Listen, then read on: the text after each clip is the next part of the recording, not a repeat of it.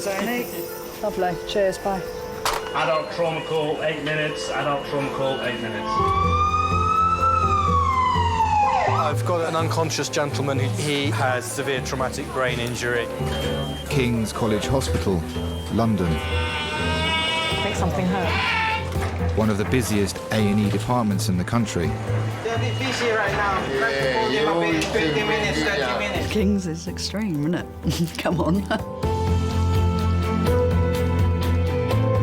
A place where love, life, and death unfold every single day. Fall from a tree. It's probably absolutely trolleyed. I'm very drunk. I just keep thinking, how am I going to cope? All the patients you're about to see were treated in one department in just one 24-hour period. Camino. Everyone should walk through an emergency room at least once in their life because it makes you realise what your priorities are. It's not the rush, rush, rush and the money, money, money. It's the people you love and the fact that 1 minute they might be there and 1 minute they might be gone.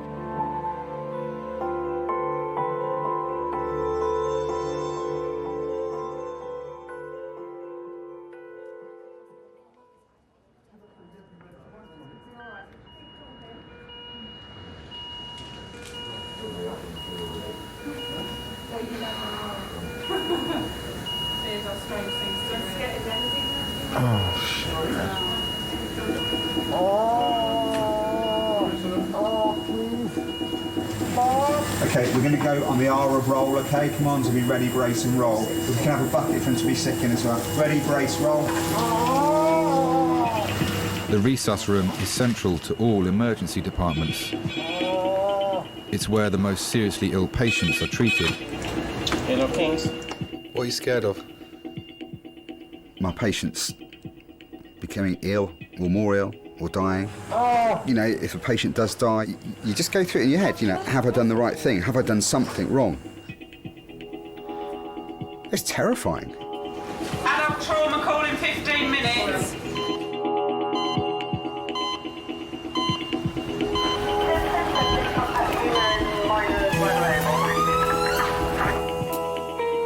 Right, this is Tom, Yeah. 77-year-old man who is up a ladder over the stairs in his house painting. He fell off the ladder head first, right down, it looks about 10 foot. Okay. He's knocked unconscious. We were on scene quite quick, so probably maximum 3 minutes. Right. He then came to, confused, grabbing out. Malcolm is the lead trauma consultant on duty. Today, he's responsible for every major trauma case that arrives. So we're happy with airway? So airway is patent, trachea central. Does he feel sick at all? He was up a ladder over a stairwell painting and has fallen approximately 10 foot onto his head. 77-year-old Tom Gibbs is one of 14 people who will arrive in resus today. King's A&E. Yep. All with just a few minutes warning. OK, lovely. Thanks very much. Bye. Code Reds from Hems. Hems, red phone, 5 minutes. Sorry. Hems have just done a pre-alert for code red blood, but they've given us no patient details, so we're just getting code red blood now. We're waiting for the phone to go again to then start the trauma call. So Do we know anything about the trauma call? Nothing. Let me just phone the control desk first of all, because I want to know more about this. No, and basically we're getting 6 of blood up here now. Yeah. FFP as soon as we get them. Wonderful. I've got a Hems called Code Red coming in. Yeah, hi, it's Malcolm Tunnicliffe, the trauma consultant at King's College Hospital here. I've had a call saying Hems have declared a Code Red. They're still on scene. Are you able to give me any more info at the moment? OK. Lovely. That's fine. That's really helpful. Thank you very much. Excuse me. Hems, or helicopter emergency medics, handle only the most serious cases. Hems are just loading this patient now. There's a guy who's been hit by a bus. He's sick. All right. can we just pre-alert theatres that we may, if they could keep a theatre free now? We've got quite a juicy one coming in a minute. Fear of making a mistake makes you not cut corners. Hello, King's College Hospital. Hello, it's Malcolm Tunnicliffe, the trauma consultant here. Hi. Bankers, lawyers, so on. Yeah, of course they've got an important job to do, but I tell you what, I'd rather face the fear of losing £1 million on the stock exchange than of a patient of mine committing any harm. That's pressure. OK, can we put a trauma call out now? They're 6 minutes away, but put it out for now. He's got chest, abdo and pelvic injuries. He's been entrapped by the bus. Is it hands? Yeah. OK, Katie, can I have 2 units of blood run through now, please? You splash paint all up Jane's settee. What? You had the paintbrush in your hand. And then you fell, it was all on the floor when you fell onto the paintbrush. Really have a damage? No, only where you tried to get up and hold on a radiator. There was blood all down the radiator because she was absolutely covered in it. All on the floor where it was pouring out your nose, out your mouth.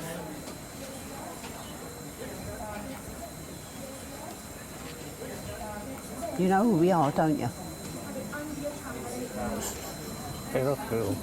Sorry? He didn't hear you. Do you know who we are, I said? I know who you are. Yeah. I know who you are. Oh, right, done all the awkward bits. Sorry? So we've done all the awkward bits. Oh, remember, you've done all the awkward bits, he said. Yeah. Are you hungry? You hungry?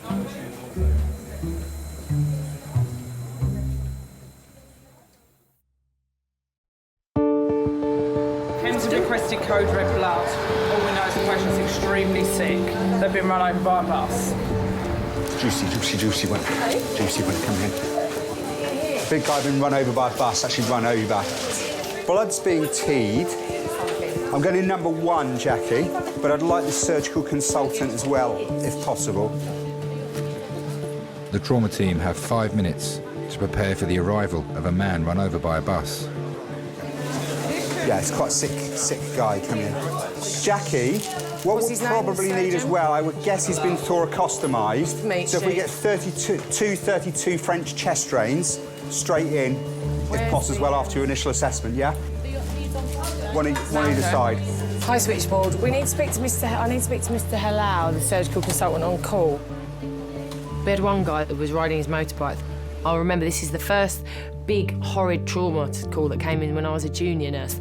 There was a guy on a motorbike, was riding it too fast, and he came off his bike and he was thrown quite far, and he hit the divider down the middle of the road. It used to be like giant corrugated iron, like a bendy piece of metal. The impact, basically he amputated his leg from just above the knee, clean off, no leathers on. And he just hosed out over the floor and arrested in the road from massive hemorrhage. And he was resuscitated for ages and ages and ages, but he'd lost so much blood that he died. And I remember having to put him in the body bag and his leg went in the bag separately. And that was my first kind of realisation of major trauma. Helena, we've got a young man coming in who has been run over by a bus and entrapped. He's intubated and ventilated. He has chest, abdominal and pelvic injuries and is cardiovascularly unstable. Thanks. Right, Malcolm. Yeah? I've left him a voicemail. It's Savas who's on, so Helena's just going to try and go there. If we just speak to that, Jean-Luc will be on the end of that. Just so we can have an extension for him, we can get hold of him. Yeah. She's on the phone to me. Resource sister. Anyway, make sure there's nothing there and straight in. Hello. Hang on a sec. Is everyone here for the team? Betadine on. Yes, thank you, Leanne. Yes, thanks. Bye. OK. Someone else is doing that, yeah? Yeah. Where did Sharon go?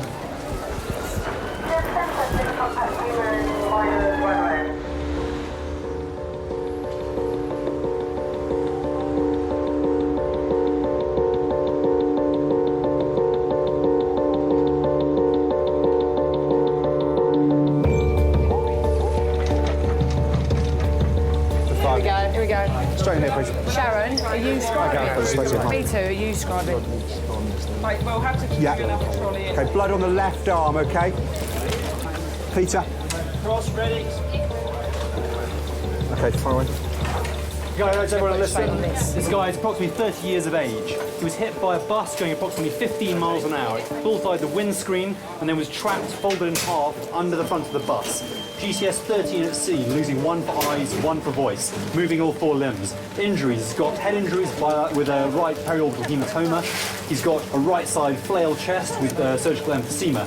Definite pelvis, degloving of the left anterior shin and foot, and an abrasion to the right shin. He's had a rapid sequence induction with a pank time of 14:45, had 2 of morphine, 2 of midazolam. He has had 50 of ketamine. Immediate needs, blood, more IV access, and possible surgical control of bleeding. Lovely, thank you very much. Okay, Peter, happy with the tube? No, not yet. No. Okay, Jackie, talk to me. Right, heart rate is 154. Thank you. Jesus Christ. Peter, happy? Okay. I'll just take that on and then I'll relieve you.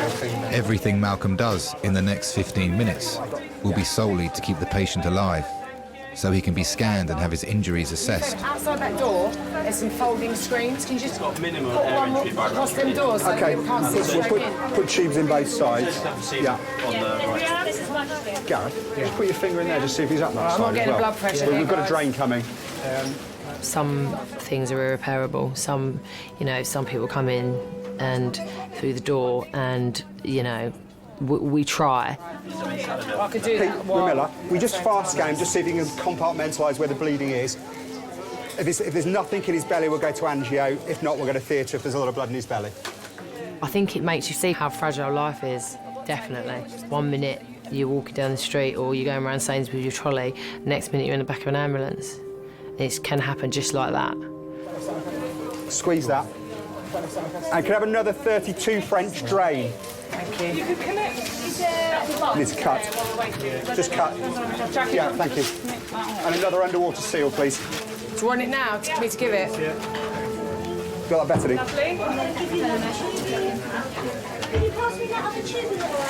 Right. Malcolm, shove that in. Oh, you got his tubes in. Got tranexamic acid. Yeah. Can I have a pair of scissors? Anyone got scissors? Okay, left drain is swinging there. Can we just ring 5620? CT should be ready. And angio. It's got no obvious blood in his belly. So we'd like to go up head to toe with possible angio, okay? Okay, good. You've got a three-way tap on please. that line. Guys, we're happy he's got a tube in. We're happy both drains are swinging. Okay, we've got access, we've got blood. Okay, what I would like to do ASAP is go up to angio, okay? Don't squirt that in my face, please. You've done your code red visits? Yeah. Yeah, we haven't got any bloods off him yet Is anyway. that monitor Just over got for the me? code Good red. here. He's dropped his blood pressure Yeah, now. I know he has. Yeah, go. What do you think he's... Go. You come with us? Yeah. For 2 units. What's that? Sounded like you were saying see you later there. I was just like, what? There should be no sharps in there. Come on, Jack. No, we're just going to go through this way. Well, we're going to start. We're looking at CT first. Sorry. Another housekeeper, Sabrina, us with the yellow mop bucket, please. Yeah, just keep squeezing the blood. He's going to need all of it. Right, well done, Jack. Thank you. Anyone bleed surgeons? No, thank you. Yeah, there was blood on the floor and that bin will need emptying, please.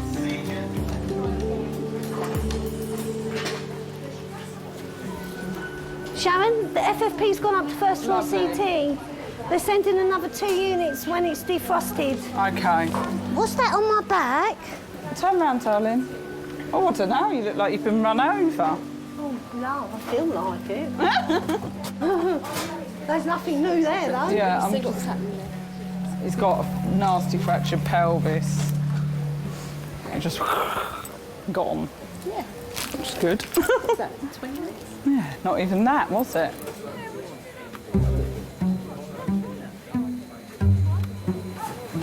Still waiting for all your things to come up. Still waiting for all the x-rays and things to come back, what you had done. It's been 2 hours since Tom Gibbs fell from a ladder while decorating his daughter's home.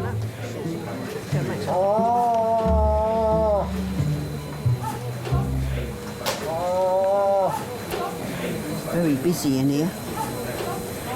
It's very busy in here. After he retired, he used to drive me crackers because he just didn't know what to do with himself during the day. We used to do the decorating between us.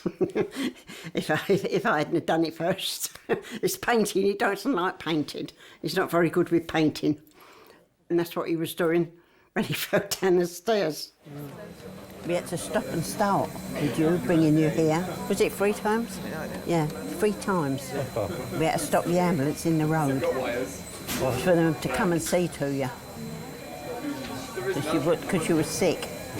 And they turned you over and you wanted to get up and they said, no, you can't. If you hadn't have been tied up like this, he'd have sat up like he did. I mean, we had to fight to keep you on the floor in chains. You wanted to keep getting up. So I held you down. Got my own back on you. You should let me get up. No.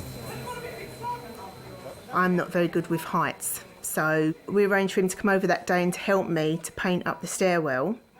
And fortunately, he didn't have the ladder completely positioned on the stairs properly. And I went to say to him, don't move. And as he turned around to look at me, the ladder spun, wedged across the stairs and threw Dad over the top. And down he went, head first. Completely silent, not a sound came from him. And he hit the bottom and that was it. He just completely knocked out for about 3 minutes. And I thought he was dead on it. Yeah, I thought he was dead actually. He hit the floor and he just didn't move. All right. What's up? What's hurting? Hey? Your ribs? Yeah, I think they might be cracked, Dad. Is that the first time you've had to think about it? Yeah, I think it is, yeah. Dads are not supposed to fall down the stairs or have accidents or ever die. They're supposed to be there for you forever. That's the way it should be. And we know that the life cycle says, you know, obviously your parents are going to go at some time, but we're not ready for that. We don't want to think about that. We just think they're going to be there forever.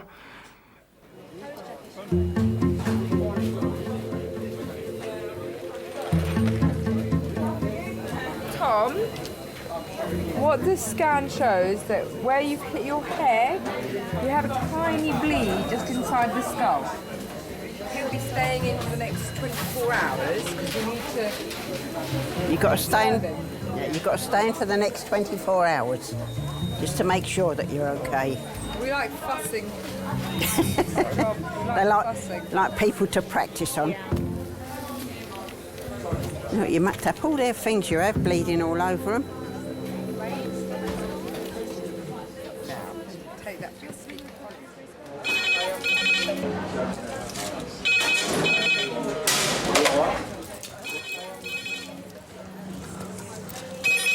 Hello, Kings ED.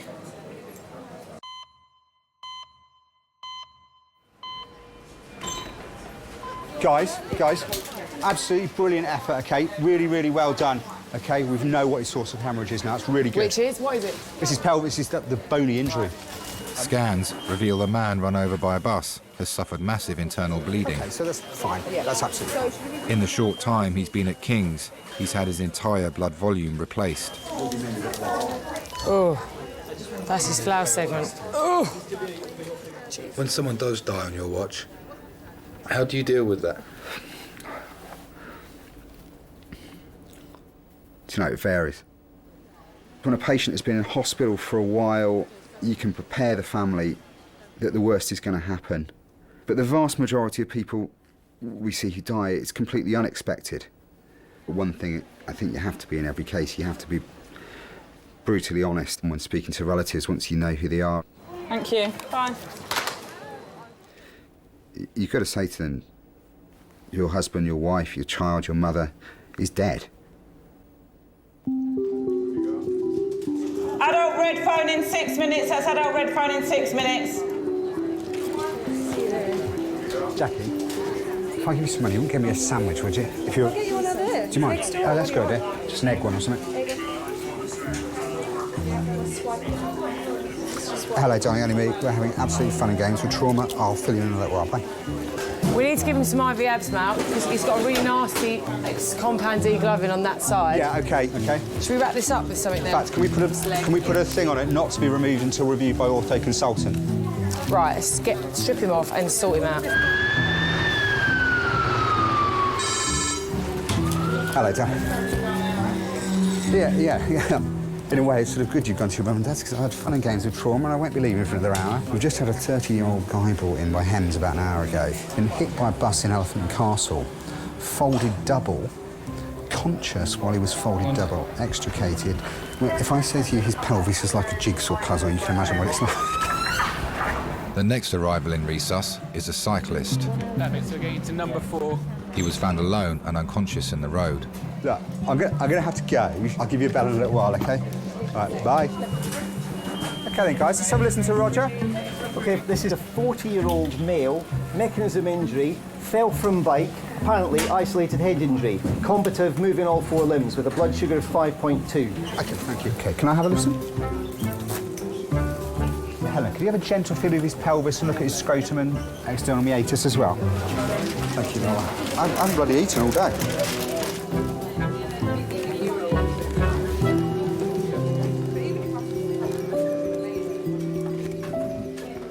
Oh, hello, my name's Ed. I'm one of the nurses at King's College Hospital Accident Emergency Department. I've had a patient brought in after a bike accident. We found this number in his mobile telephone, and I was wondering whether you could give me some details of his next of kin. He's got no significant injury to his brain, but he's got very complex fractures to his face. He's got collapsed lungs both sides, which have been treated. Staff are also beginning to piece together the identity of the man run over by a bus. His name is Theodore. He's got, quite honestly, the worst pelvic fracture I've ever seen. It is in bits. So he's reasonably stable at present, but still life-threatening, and he'll be life-threatening for days. OK, fair enough. But we've done everything we can for him. He's not coming up when we're talking to him. No, he's not No, talking to him. So just to keep you... Yeah. Does he have any relatives, do you know? We're just in the process of finding out. He's a student on the School of Economics. Right. I'm doing checks at the moment with them to see if we've got next kin details and an address for him. Where's he from? He's got an unusual... He's Greek. He's Greek? Yeah, he's Greek national. He's got a Greek ID card and a Greek driver's licence with him. OK. And how old do we reckon he is? 97% day, let's say 33. So he's only 33. OK, that's brilliant. Superb. Thank you very much. Theodore's family are 1,500 miles away in Greece. My mother called me and told me the bad news. I asked her if he's going to live, and she responded me at the moment, yes, he is alive. But I didn't like that word at the moment. So I knew that it was a very serious accident. Theodore is the most important person in my life. He's not just my brother, he's my buddy and my friend.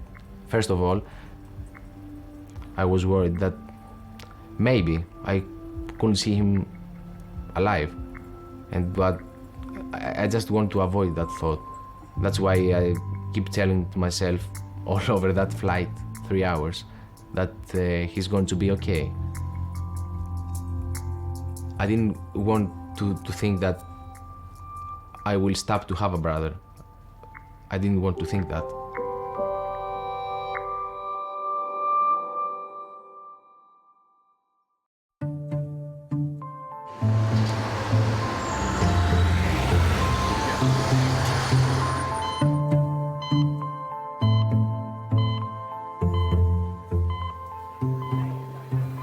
You're right. It's William. Does he like to be known as William or Bill? Yeah, or Will. Will? Yeah. Hello. 4 hours after falling from his bike, William has yet to wake up fully. Can you squeeze my hand for me? Squeeze it tight. Squeeze it tight. Okay. Do you know what day it is, Will? It's first 12:30. Okay. Do you know where you are at the moment? Will? Do you know where you are at the moment? Yeah, where are you? Tell me. What place is this? All right, darling. Don't worry. He was extubated quite a while ago. Yeah. And they were making his GCS 13, but he's not obeying commands at all now. Won't squeeze my hand, stick out his tongue, nothing like that. Oh, very good. No. Let's have a look, shall we? Thank you very much. Clemens Paul, I'm one of the consultants here. All right. Hi. I'll just have a examine him. May look a little bit cruel because I just will need to stimulate him a little bit to really, to really see what he's able to do.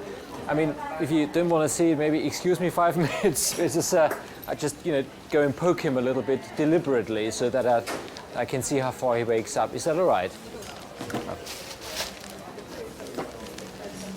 William? William? Yeah. All right. How are you? Yeah. All right? Okay. Any headache at all? No headache? No. William, I was told you don't know where you are. Do you know where you are at the moment? Where's that?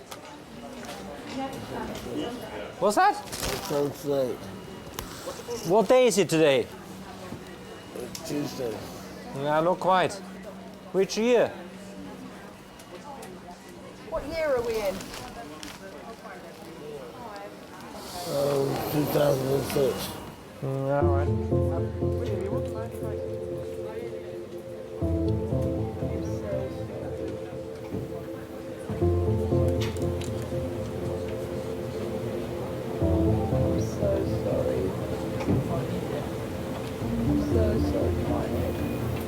I'm going to let that all kick in. Okay? Can't even remember falling. Normally you think, oh shit, like, I've never even done that. You can't remember because you've got concussion. That's why you can't remember. You won't remember, say in a day or When two. you hit your head and you get concussion, you don't usually remember the accident at all. That's why. No, that's why. Don't worry about it. You will do. Stupid thing. Mucked all her weekend up now, haven't you? Yeah. No. Do you want to stop him from climbing up any more ladders? No, I wouldn't do that. But I'll make sure that I'm there, holding the ladder while he goes up it. Because he's the one and that's it. Did they cut your trousers? Yeah, they cut the clothes off. You've lost your working trousers. Yeah, you've cut your working trousers off you. Yeah, Dad, add them onto your list for Christmas. Right, my jaw is all. Yeah. Yeah. Side of your face. Oh, not half you didn't. Eh? What, this side? Yeah, what you've hit is your cheek. It's like... It's a wonder you didn't break your cheekbone, I tell you. Yeah. Yeah. How long have you been married for? 60 years this year. We've got one problem now, and none of us wants to die first. Leave the other one behind. What's that 40, 81 and that? That's measuring probably his heart rate. Doing all right, is it? Yeah. I try and keep off that subject because I don't like that subject. I don't even think about it.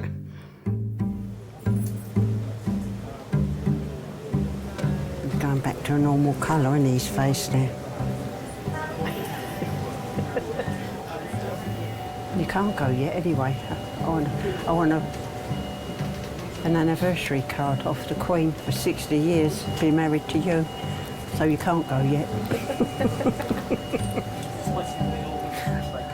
When the summer comes and we get out in the garden, we'll probably still be getting up trees and cutting the branches off. And probably get a lot of, shouldn't be doing that, but where do you draw the line? When do you suddenly say I'm too old to do that?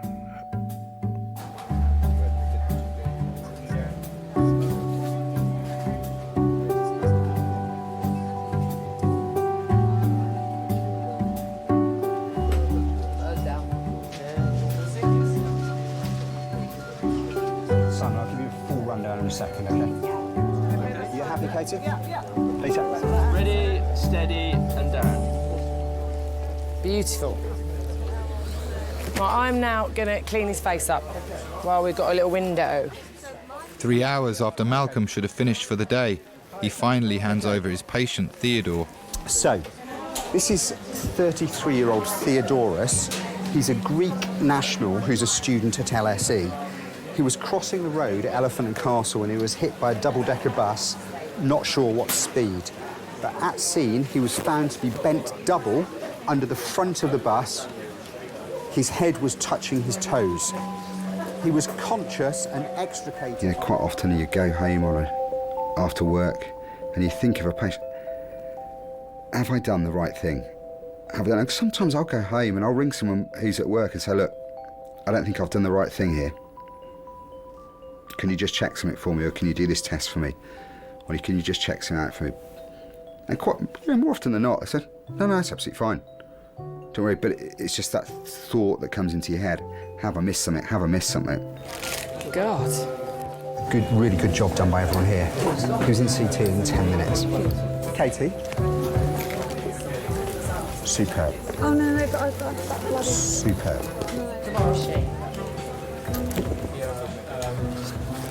Superb. What? Brilliant. What? Yeah. We're not going to X-ray. We're doing them here. We've changed our minds. Thank you. Clem, can you tell his educational supervisor and anaesthetics over? Good job. Did you know today is the 25th birthday, official birthday of Haribo? No, I'll tell my wife. She likes Haribo sweets.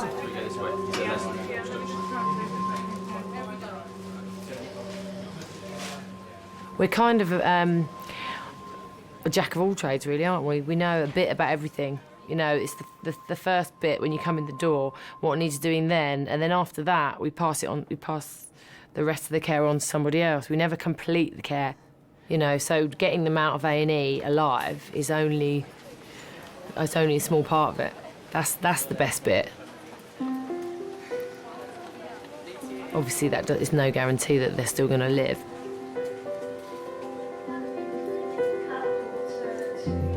You care, and you've got to show you care. And if you didn't care about what you were doing, well, what's the point in doing it? I don't think that fear ever goes. I don't think that fear goes from when your first day as a doctor to your last day as a doctor.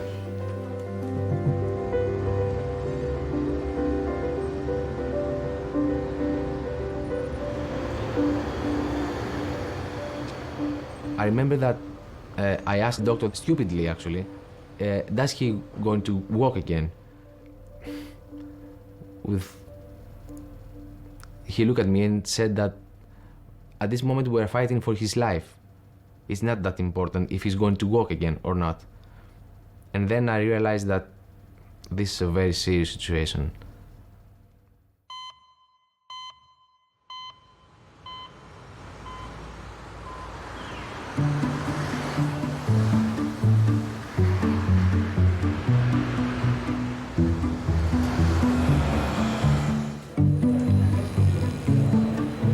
It's now 9 hours since William hit his head coming off his bike. I haven't seen a concussion that good since my brother came off his bike.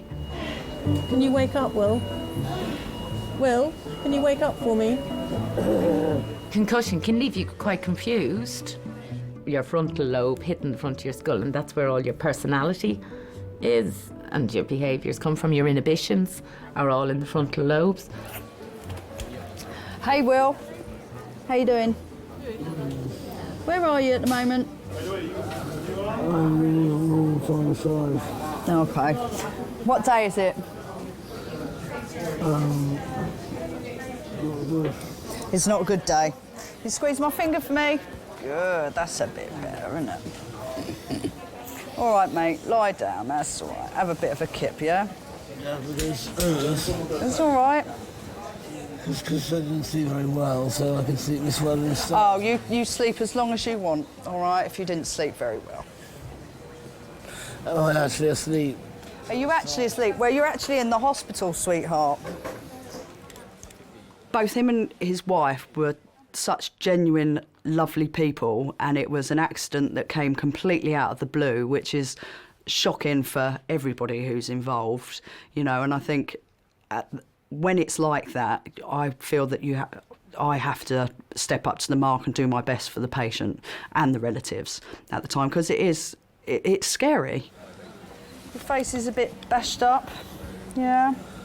So tell me, was I let me run upstairs? Don't worry about running upstairs, darling. And do you know what year it is, Will? Can you tell me what year we're in? 2007. 2007. Well, we're getting up there. We're getting there.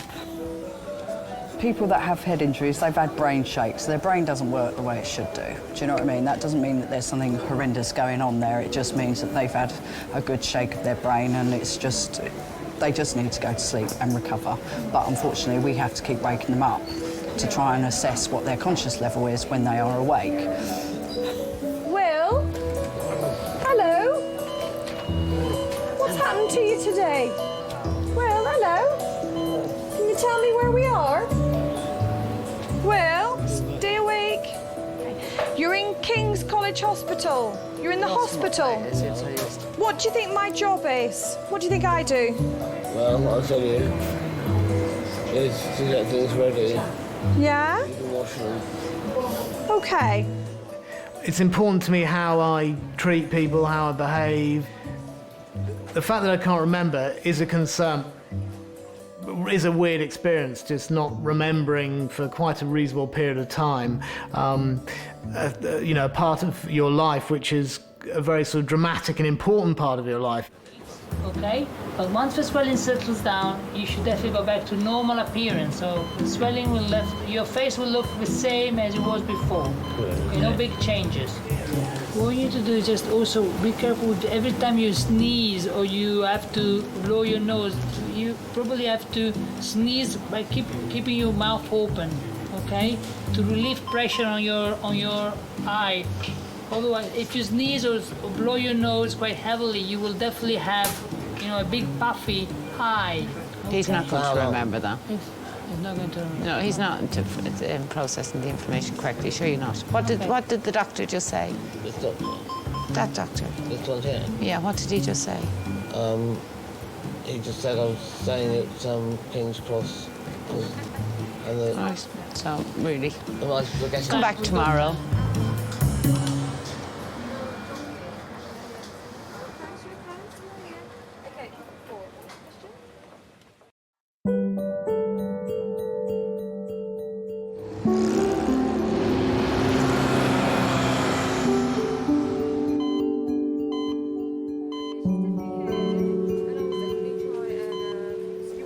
Have a little look. There's something going on there, love.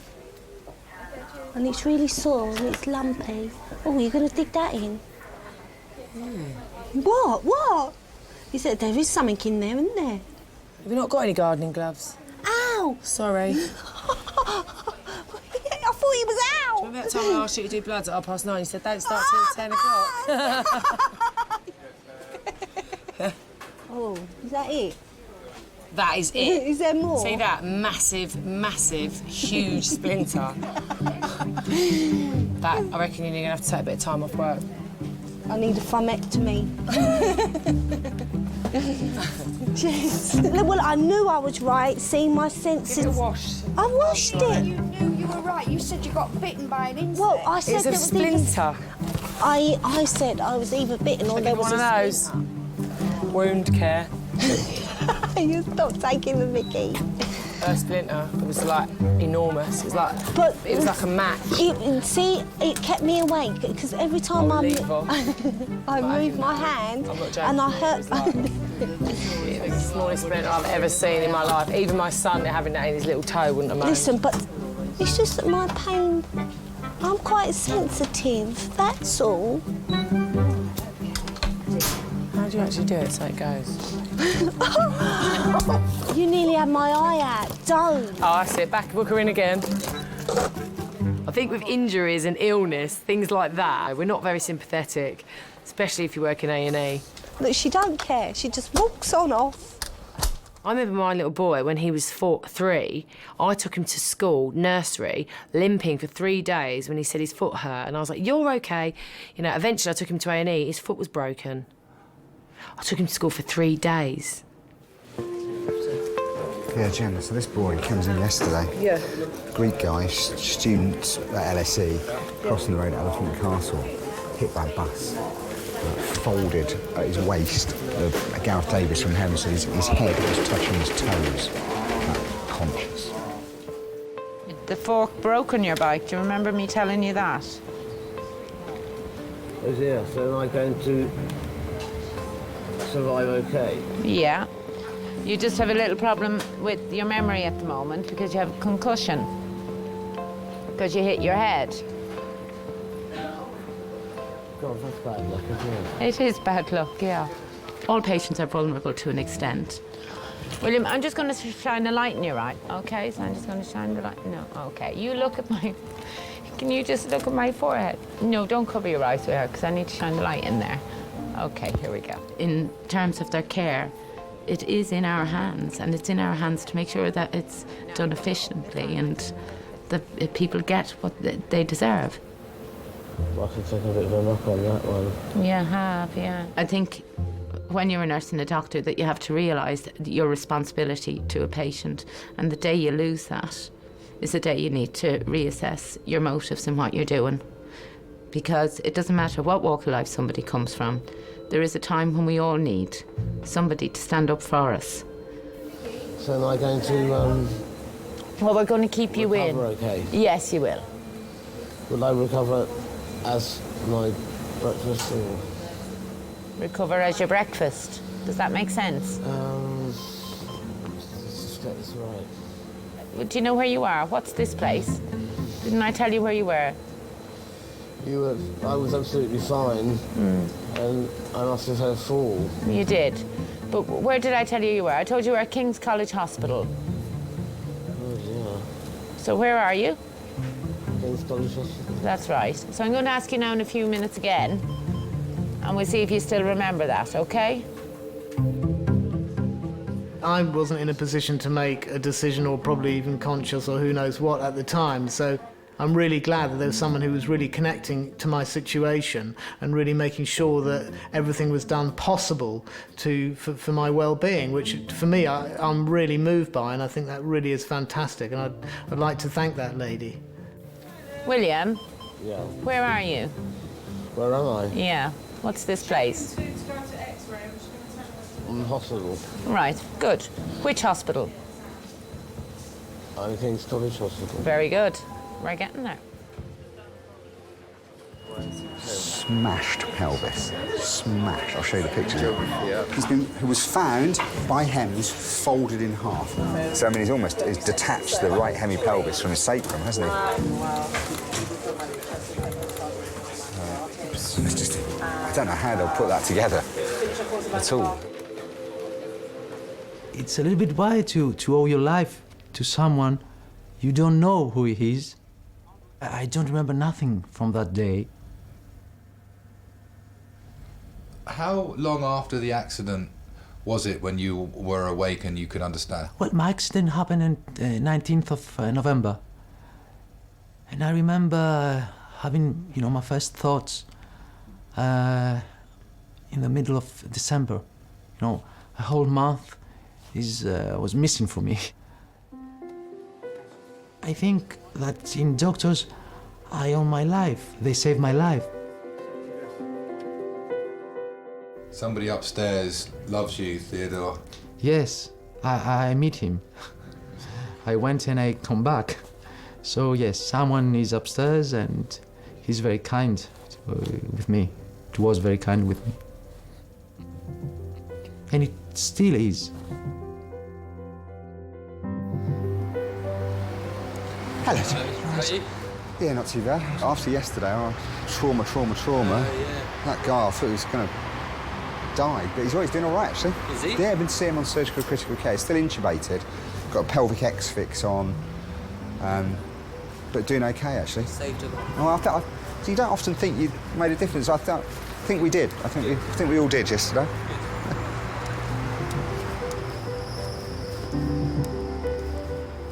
You love it, don't you? Yeah, I do. I don't deny it.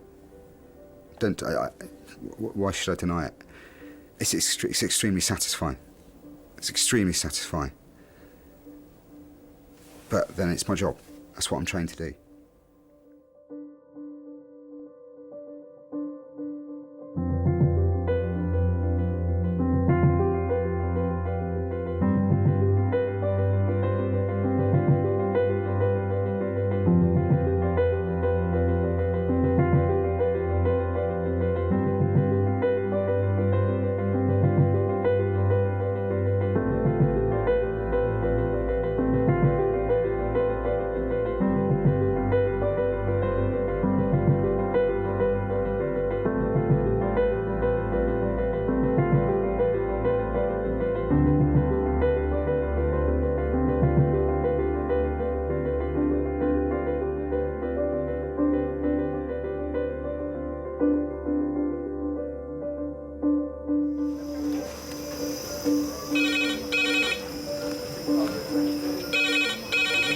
Bumholes. Hello, King's ED. I'm such a moron. I'll try my best to sort of just bring it together and close it up.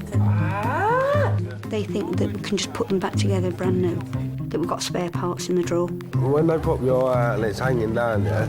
That's what they do, seriously. He's 31 years old and a motorcyclist. He complains more pain in the right testicle than the left testicle. It looked like a purple carrot. I can tell you that much.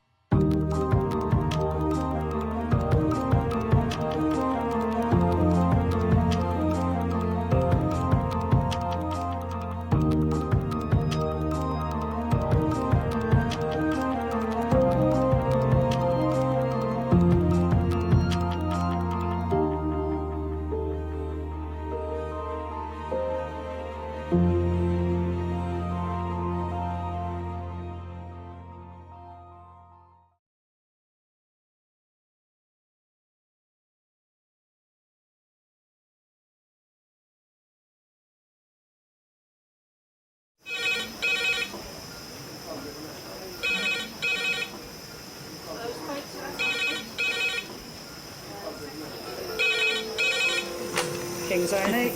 Lovely. Cheers, bye. Adult trauma call, 8 minutes. Adult trauma call, 8 minutes. I've got an unconscious gentleman he has severe traumatic brain injury. King's College Hospital, London. I think something hurt. One of the busiest A&E departments in the country. They're a bit busy right now. Yeah, maybe 20 minutes, 30 minutes. King's is extreme, isn't it? Come on. A place where love, life, and death unfold every single day. Fall from a tree. It's probably absolutely trolleyed. I'm very drunk. I just keep thinking, how am I going to cope? All the patients you're about to see were treated in one department in just one 24-hour period. Camino. Everyone should walk through an emergency room at least once in their life because it makes you realise what your priorities are. It's not the rush, rush, rush and the money, money, money. It's the people you love and the fact that 1 minute they might be there and 1 minute they might be gone.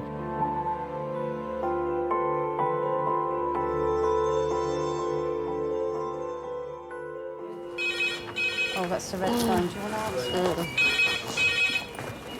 Do. Hello, King's A&E staff nurse. Yeah, hi. Yeah. Okay, all right then, lovely. Thanks, bye. Oh, lovely.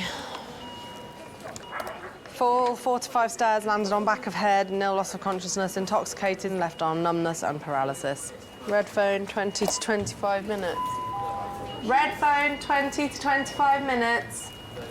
They said he's very intoxicated.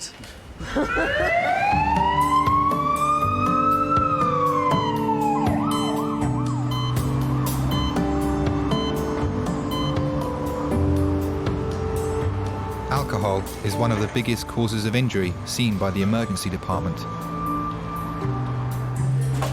On an average weekend, about a quarter of the patients are drunk. It drives me nuts that people drink as much as they do. It drives me nuts that people take drugs and then come to us half an hour later saying that they feel funny. Well, what did you expect? If you weren't feeling funny, then you bought the wrong drug. This gentleman, his name is Sean, he's 39. Basically, he's fallen down about 4 or 5 steps on the landing. He's been drinking since 10 o'clock this morning due to a family bereavement yesterday. He's saying he's got pain and tenderness to the back of his neck. Okay. He's had a hell of a lot to drink, no drugs apparently. Yeah, no, so okay. Might be. Yeah. Do you want a second cannula or do you just want He'll need bloods. What's he got? Yeah, just bloods is great. Yeah. John, I'm Marie. I'm just going to take some blood on this side, okay? Did he have opiates? No. What's he had? I didn't hear. Drunk. Drunk? He's been drinking all day, right. yeah. Oh, grand. Come on, please. What's the matter, my friend? Please, yeah? What? I need my mum. Oh, maybe she's coming in, I'm not sure. Sean, if you need to be sick at any stage... Oh, it's my mum, yeah? Well, we'll get her in a moment. Can you take this fucking thing off my neck, please? Well, not just yet, just because we're worried about your neck, that's all. But as soon as we can, we will. I need to speak to my mum. I don't know if she's here yet, Sean, but just wait 1 minute. Yes, come with me in the ambulance. Yes, Sean? Can you bring her in? Is that all right? Thanks a lot. We're going to bring her in now, OK? All right. Well. Cheers, Mum. Thanks. Hey there. How you going? I think he really is pretty keen to see you anyway. Do you want to pop up the end of here? 16. Oh, really? OK. My name is Graham anyway. I'm one of the consultants here. Mum? Is there a reason you don't want to go at the top end of the bed? Mum? OK. Has he been abusive towards you tonight? Mum? Just talking, wait. Just say hello if you want. Who are you? I'm here. I can't look at you, right? I think I've got a problem with my neck. Yeah, I've heard. I'm just talking to the doctor about it. Just hold on, please. Hold on. I'm here. I came in, I went upstairs, and the first thing I did was laugh, because the way I see him, he looked like the Hunchback of Notre Dame. And I just laughed. And then Linda said, oh, let's get a camera. And she took a photo of him. She said, me and you will have a laugh about this tomorrow, Sean. What are you saying for the neck there? Don't know, Sean, nothing yet. Hello, Lisa. Yes. Thank you. So, we'll just have to work out exactly what the situation is with the neck, and then we'll go from there. Red phone, 10 minutes. That's red phone, 10 minutes. Oh, this is a trauma call. Has everyone got... He fell down about 8 or 9 stairs at the embankment, where he lost consciousness for about a minute. A second red phone. A second patient who's fallen down the stairs drunk. A drunk fell down is a big one. I think what happens is they're on the inside where it's nice and light and they've got a skinful, and then they open the door and it's all dark out there, and half of their senses are already shattered from all the alcohol they drunk, and then they lose their vision, and over they go, they fall over. Who have we got? No one.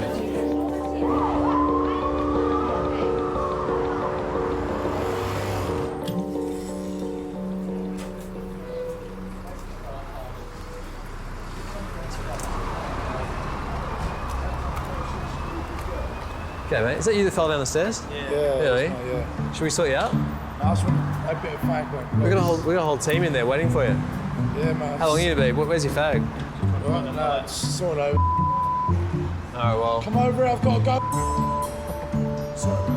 Well, yeah, there's a whole trauma team waiting for you in there because we thought you might have been unwell. He's out there having a fag. He's going, no, I really need a fag, mate. He's just standing there like with his hoodie on. And... So are you going to see him? Well, he's out there. He's obviously in control of his faculties, so if he wants to stay out there and have a fag, he'll have a fag. That's all right.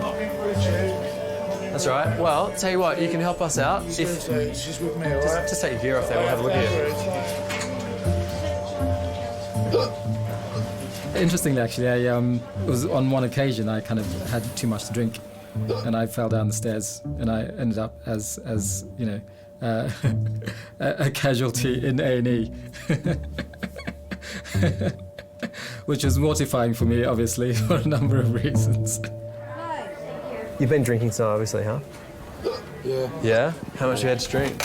I can't tell you. Just turn away from me again. My head is fucked, mate, seriously. Like, I've had a lot of fights in my life, mate, yeah? I've had a lot of tear-ups and this and that. Take a nice big deep breath. Deep breath. And out. Go on. Don't get me wrong, bruv, yeah? I've fallen over drunk before, yeah? Yeah. And I've done this and I've done that, yeah, but this is hardcore. Okay. Right? Let's have a little look. Dude, the back of my head is killing, mate. It's a fair old bump you got. When you get a bang on the head, what we're concerned about is not just the cut and the bump on the outside, it's the chance of a bruise or a bleed inside where the brain is, yeah? There's no signs of that going on at the minute, but we've always got to think ahead, you know, what chances are you developing that, Like yeah? I say, I've had some tear-ups in my life, but I've Yes. never had that. Okay. Mate, I'll just I've never put had this a round. lump like that, mate. Do you know what I mean? We'll put a drip in so we can take some blood, yeah? No, mate, no, I'm not having no drips. Are you sure? Don't have needles, mate. Is that right? Yeah. I think we need to watch you for a while. It's probably going to be an overnight stay, to be honest. My real birthday, mate. She can't. Oh, I've got to go then. Well, she might be able to sit in a chair next to you. That's all right. Well, that sounds fair on She her. can touch me out when you're not looking. She might want to sleep. She don't want to sleep. She wants to touch me out.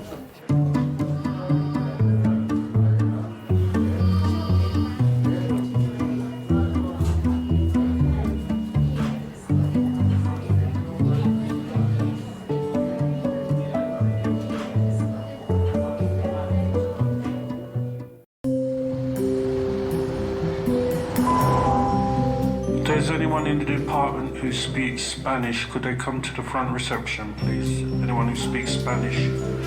Anybody who speaks Spanish? Yeah. Jael.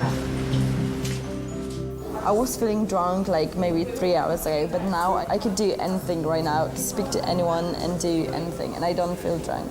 I'm not drunk. I don't feel like I did yesterday. No. Because I sobered up.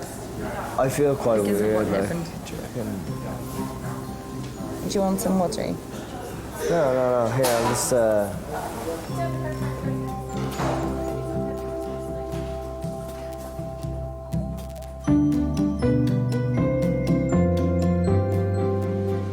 Do like a sobriety test. Make him walk in a line. Draw a line in, say vamos to him. That means let's go. He's shaking No, his he head needs straight. to. He needs to stand up. He's in hospital. Come on now, I'm not having this.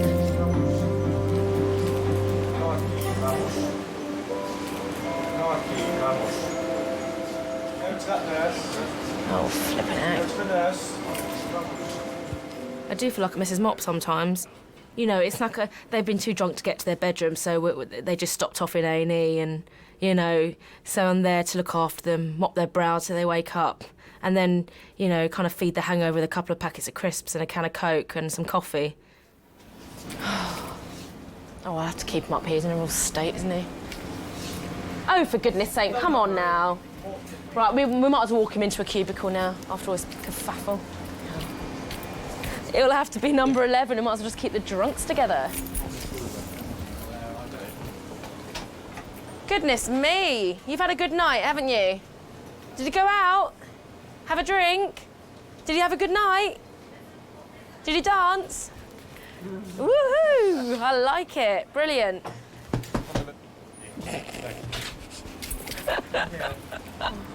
You had a little boogie. Now, one question. Is that hair real? Oh, look. All my boyfriends. All lined up. Keep them done. No, I just don't know which one to choose. I think it would have to be number 10. My little William.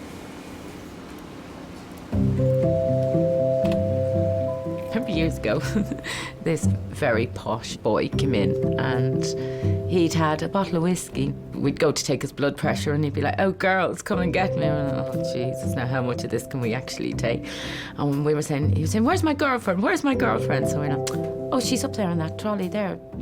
That's not my girlfriend. That's the girl you were kissing when you got out of the ambulance.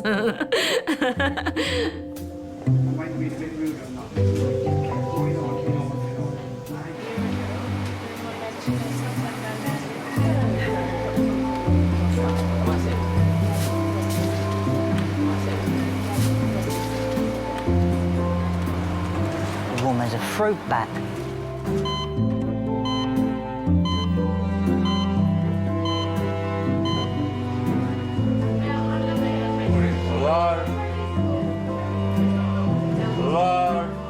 Some people expect McDonald's treatment. Fuck's sake. To be in, not wait and go. Oi! They don't understand that, like, you know, you have to collate blood results, x-rays, get things organised. Like, you know, it's not like or you don't walk through the door and the doors scan you and you have all results available to you. No, can you come here? Oi! They don't get that. Don't walk away. Excuse me, sir. Can you call properly? We're in the hospital, sir. Okay? Yeah? Yeah? Speak this up. I know you got... You're treating me like I'm an idiot, yeah? Shall I call you, ma'am, and ask her to tell you what's going on while we try... Listen, take this thing off my neck, yeah? We'll see who's the last up, yeah? We can't do it. Exactly. Yes. You know what's going to happen to you. Yeah, and you know what's going to happen to you as well. You know that. No, Yeah? right here, right now. Yeah, well, he's talking to the doctor right now. Yeah? Can you She hear? take me for a fact, can't she? We can't. No, my mum can. My mum can. He has actually broken a bone in his neck. The good news is that he's alive and his blood pressure and his pulse and you know, he's got both movement in his leg, both his legs have normal movement. There's only damage to the nerves that are into the arm, and there's a possibility that, you know, with intervention that might improve as well. Did you hear what he said? What did he said say? If he's got broken his neck, he's going to kill himself. I'll tell you what. I don't want to hear it. I just. Yeah. Has he quietened down? He's quietened down a little bit. Hello? Hello? Sean, the doctor's just talking to your mum right now, okay? No, can you come here? Oi! Don't walk away. Fucking ignorant bastard. I had one too many maybe. Tripped over the clothesholes. Went down the stairs head first. Broke my neck. Hello?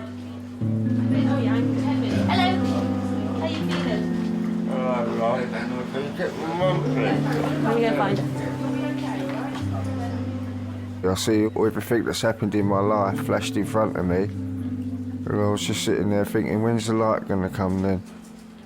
That's normally what happens, isn't it? Well, that's what I've been told normally happens. Your life flashes in front of you and then you see the tunnel with the light at the end of it. But it never came.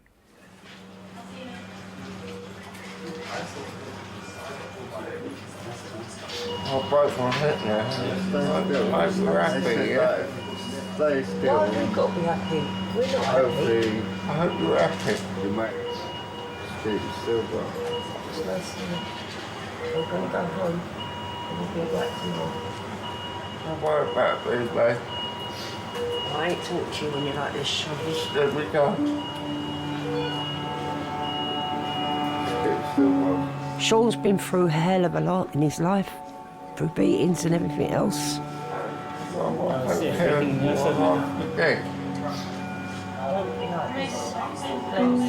He's following in his dad's footsteps because his dad was an alcoholic. What about me? I'll be alright. I do worry about you, I love you. What about me? I feel responsible for a lot of it because I think I've not brought him up right. To be honest, I've had 4 kids put in care, so I don't feel as if I've been a proper mother to my children. Sorry.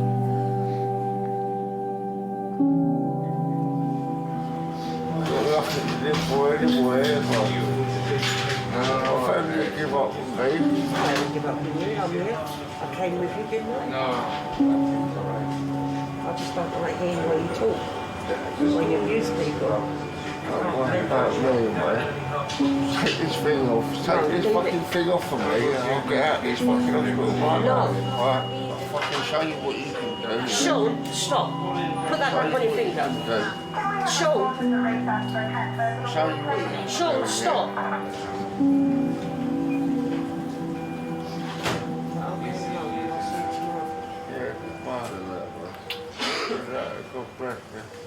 People come straight in to you from an experience, so they've had an accident or they've been assaulted. They may shout, they may cry. It's because they're frightened or, you know, they haven't had the chance to talk about it or understand what's happened to them. So you face people when they're at their most raw.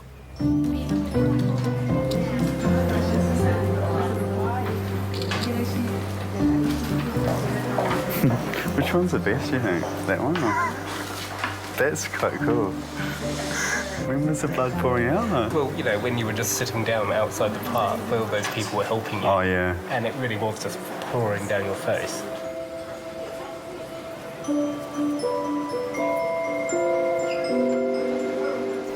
He claims to have been assaulted. He says he lives on the streets and a passerby assaulted him and he's got a bit of a hematoma, but apparently no loss of consciousness. He's going to knock out any doctor that goes to see him and he's going to kick off when he gets to the cells. I don't know what he's going to do to the nurses that assess him. He's a cute police officer though, so it's okay. All right, we'll leave. Quite sweet. We'll let you sort him out. Yeah, they do. He seems he's got a sweet face, hasn't he? Hello, Majors. A man that can't handle his drink is just horrible. You know, you can see the most loveliest man, comes into A&E, you can see that he's taken such pride in his appearance before he went out, and then he's just awful. Babe, I'm so sorry. Yeah, I can't find my phone. I think they took my phone. I don't know where it's gone. It might be in my pocket. Look in my pocket. 26-year-old Andrew has been arrested after a day of heavy drinking. Who took the fucking phone? You stop. You let go of me, and you let go of me. Andrew, let the fuck go of me. Andrew, listen to me, okay? They're pissing me off. Listen to me. Because I ain't been arrested. Right, that's it. I've been arrested for... You want, yeah, go, well, you bend me over. You like it that way, do you? You fucking knob. Well, I fucking can't. To be honest with you, I can't remember too much about it. Well, you're talking mega consumption of pints, spirits, and whatever else, you know. Ah! We may as well put them in the van. Ow! Yeah. Ah! You're fucking me up! Andrew! What are you doing? Yeah, well, fucking let go of me then. Andrew! Fucking let go of me! No, stop falling over. Stand up. Stand up. Stand up. Stop being ridiculous. Yeah, the van hasn't been cleaned, so you may as well put them in the van. All right, we'll go. I remember putting my hand through a window, not intentionally, but yeah, that was the way it happened. Andrew! The police come, I start getting a little bit rude to him, he start getting a little bit rude back, and I ended up spitting on the floor, and that's what he arrested me for. He was going to take me straight to the station because of my hand was in such a bad way. That's why I had to come in here first. Fuck off! Fuck off! Fuck off! Fuck off! I'm just stepping on my fucking front tooth for. Fuck off!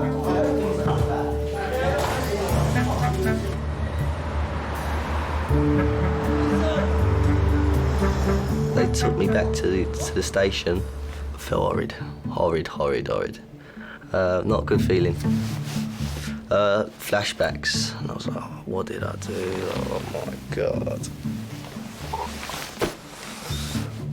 Yeah.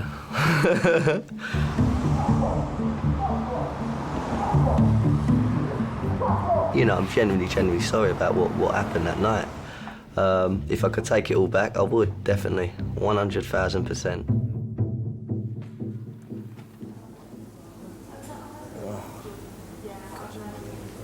Head down.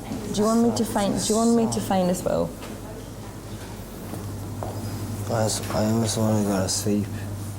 Put your head if you're getting dizzy. I want to sleep. No, don't.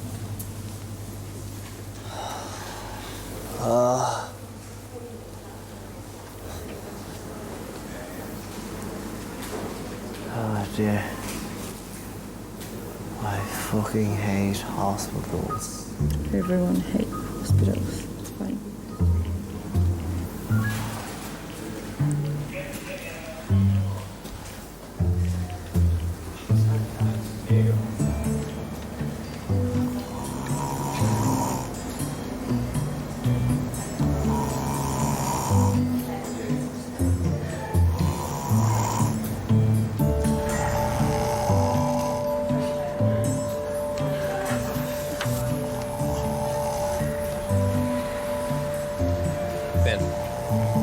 Ben.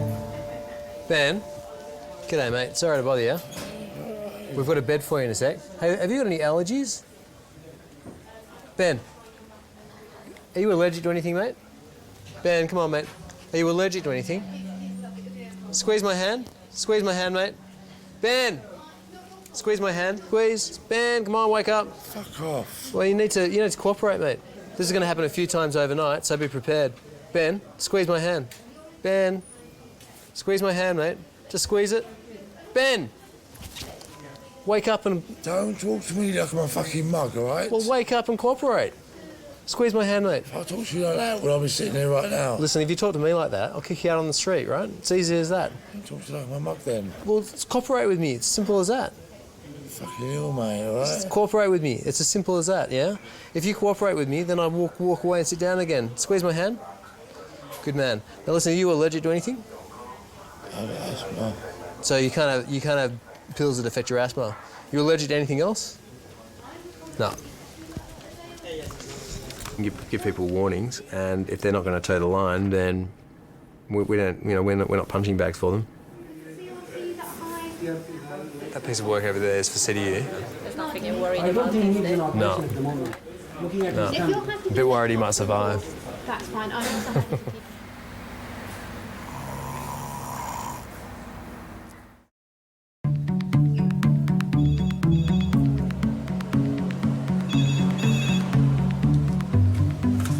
Hello, Major Staff Nurse. I mean, you can call the out-of-hours service for the GP. It might be better to do that, and then they'll figure out whether you need to come to A&E or not. You'll go to triage, you'll be assessed. They'll decide which bit of A&E to go to. You'll probably have a long wait. And then the doctor will see you. All right. Okay, bye. Have you ever in your life phoned A&E for advice? Hello, I was wondering if you could help me. I think I've got tonsillitis. Just do your temperature quickly on under your mouth, please. Right, thank you. Close your mouth. That's it.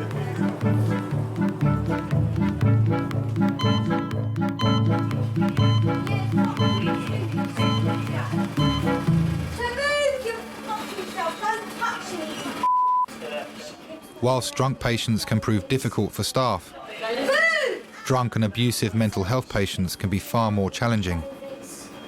I think she's called saying she's taken an overdose of 3/4 of a bottle of vodka or a bottle of vodka, and apparently 10, 15, 20, maybe 50 paracetamols. They're her words. About trying to grab the girl. She has got mental health issues. She's on medication. I've known her for quite a few years and dealt with situations like this all the time. I don't believe... OK, I'm not a medical person. I know nothing about the overdose thing. I don't believe she's taken that many tablets. She's attention-seeking. Don't start about trying to grab the girl. Having brought the patient to King's, the police are now keen to leave her there. No, I'm going to toilet. Truth of the matter is, I'm not willing to stay here with her all night on a Saturday night when I've got people. I know it sounds really, and I know your face is looking, well, it's our job. But what But she's also a danger to herself and other people, the way she's behaving. She's unmanageable here. What are you doing? Why are you a man grabbing a girl? We've had occasions where the person has been brought in, decuffed and they've gone, and they've literally, I remember a guy, he went absolutely crazy and it was frightening. I was petrified. There was minimal staff in the department at that time because it was a night shift, so it had quietened down a bit, and he'd picked up the big metal bins and he was throwing them around the department, and it was really frightening. No, I'm going to go piss, yeah? And the mum and oh, fuck, that's what you say, silly. She will calm down. She normally does. She doesn't like the blokes, which doesn't help. How come I've got lumbered here? My only other issue is I have no way of getting back because I was the only driver and I didn't leave my car here. My concern is that I've got 1,000,001 other patients here. I have to ensure staff and patient safety, and the way she is at the moment, she's quite unmanageable. She's quite at risk of going off and hurting herself. There are sharps everywhere. There are cannulas everywhere. She's being aggressive with you guys. She's at risk of hurting herself. Sorry, excuse me. No, it's okay. She's refusing treatment at the moment and just being a total nightmare. Excuse me, hi. Can I have a quick word? Claire, number 6 and surgeons now. Yeah. They've just looked up. She's a risk to hurting other people as well. It's such a risky place. I've got so many vulnerable people here. I can't afford to be hit. I can't afford other patients to be hit and other members of staff. She is very volatile. The way I've been trained, right, as police officer... Our security won't stop her walking out. OK, I'm just saying from our side, from the police side, the way we've been trained... She's not manageable in this situation, and so...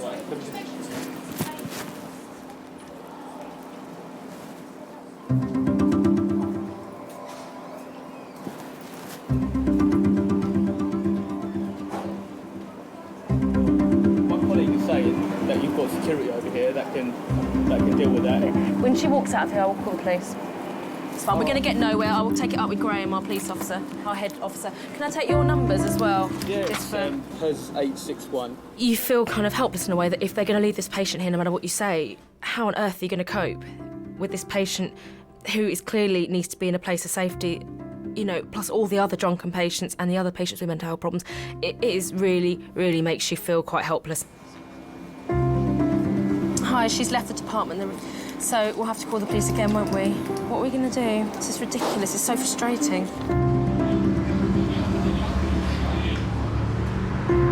Kevin, I had CT on the phone. They said you brought somebody to neuro CT that should have gone to general CT. So we've got somebody here that needs to go to neuro CT. So when you take them to neuro CT, if you transfer the other one back to general CT. Yeah, just... Thank you, Kevin. Are you free, Nikki? Okay.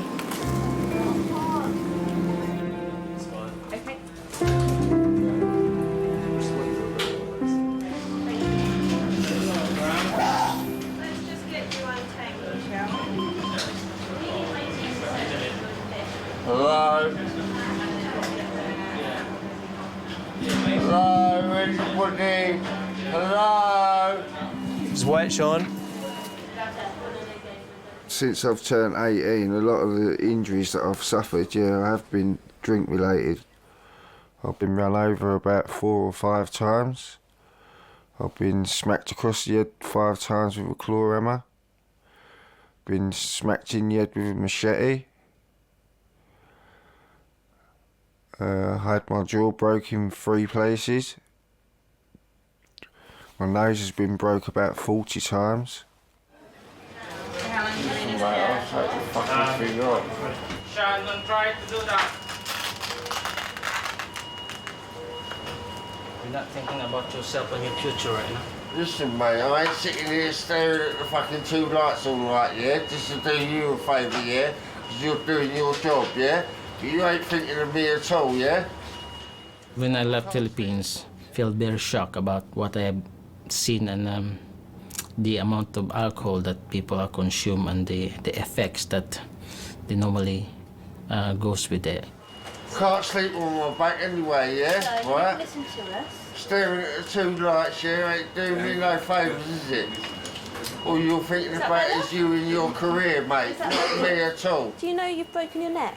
Yeah, I do know I've broken okay, my neck, so yeah? if you... But I can't sleep on my back, yeah? Okay. And I ain't gonna start trying to sleep on my back, yeah? Just do you a favour. No, it's to do you and your job, yeah? It's nightmare. Like you got 4 people in the front of you, they're all drunk, and you need to keep an eye on all of them because they need to be monitored. Maybe the other would need to be more awake. You have to come them every 15 minutes or every half an hour, just make sure they're still breathing or something. They're like the worst patients you're gonna have. Listen, like, my leg, yeah, is for life, yeah? Yeah. Your job is just a career. So you're concerned about your neck, are you? That's why you need to keep still, otherwise you can lose all sensation from here downwards. Yeah. Be on a breath. You know, like Superman. You know the guy that played Superman. You could be him. Yeah. I've turned the lights off, so it's a bit better. Yeah, now. and I still can't sleep on my back. What part of that can't you get? Mate, listen to me now. Listen to me now. Get my clothes. I'm going home. You've got to fill this up, can you? Listen, mate. Right? I don't care what I can do and what I can't do. Yeah. You're not fucking gonna make me, yeah? Fall asleep on my back, yeah? Staring at all these fucking lights, yeah? Yeah? You're not gonna make me do that, yeah? You can't make me do that, yeah? What? Yeah? If you start walking, you could become paralysed. Watch them. You probably never Watch will them. go home. You're going to now. have to sit there and watch me all night. Yeah? Because every time I get... Hey, Sean, no one's going to make you do anything. So if you try to get up and remove all this, no one's going to stop you, okay? Because you're your own boss. But if you do that, there's every chance you might paralyse yourself from the neck down. So you just need to understand we're trying to do this for your future, all right? No, I don't think you are trying to do that, yeah? Well, you've got a broken neck, my friend. Yeah, I've broke my neck. Yeah? Right? Yeah? Yeah? But I ain't going to sit here staring at all the lights in the hallway, yeah? But there's very little I can do about that right now, but there is a bed upstairs that's getting ready for you, all right? Come then, let's go. That's not that easy, Sean. Maybe it'll be an hour or more, then you go upstairs. So right now I'm going to walk away and I'm not coming back again because I've got another patient coming in. Can you turn me over then? No, you've got a broken neck, mate. See you later. See ya. Oi! Right. Okay. Hey, Sean. Listen, mate. Sean, you've got a broken neck. One way or the other. You've got a broken neck, Sean. If you roll over, paralysed from the neck down. Do you understand? You leave me here, yeah? Staring up at the ceiling, yeah? There's a light there, there's a light there. So how am I supposed to go to sleep? Maybe I'll give you a little something in your vein to help you sleep. How about that? A little something, it'll just calm you down a little bit. All right. Should we get some lorazepam? Just calm down and try to cooperate with us because we're trying to help you, that's all. I am trying to cooperate. All right, well, stay calm.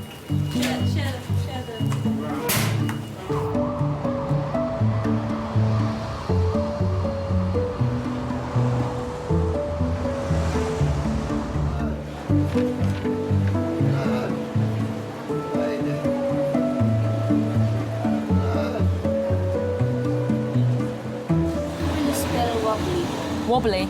W-O-B-B-L-Y.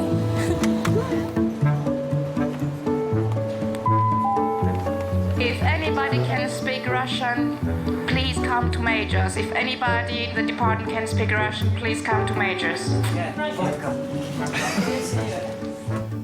Hello, David. Yeah? Nice to meet you. My name's Ndab. I'm one of the doctors working here today. Yeah. Okay. I was just walking up, I was at church. Okay. I went and got myself a cigar, to cheer myself up. I was just about to smoke it, and I suddenly felt strange, all cold and everything.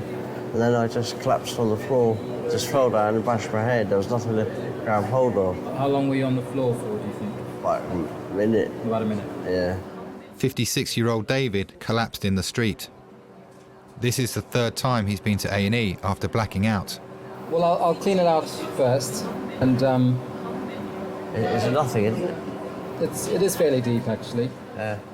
Quite often in A&E, the presenting complaint is just one factor in a lot of factors that have brought the patient in, and so usually sometimes you have to dig beneath the surface to get down to the real problem. I had stopped drinking for a month, 2 months actually, and I just had to have one to see what it was like, and then I regretted it afterwards. I was sick. How long ago was that when you had the drink? Oh, yesterday. I'll pop this on for the moment. Yesterday you had Yeah. it? All right. But I didn't have anything today. I've not touched anything. I don't want to. I've got the money to, but I don't want to. My name's David Long. I'm an alcoholic.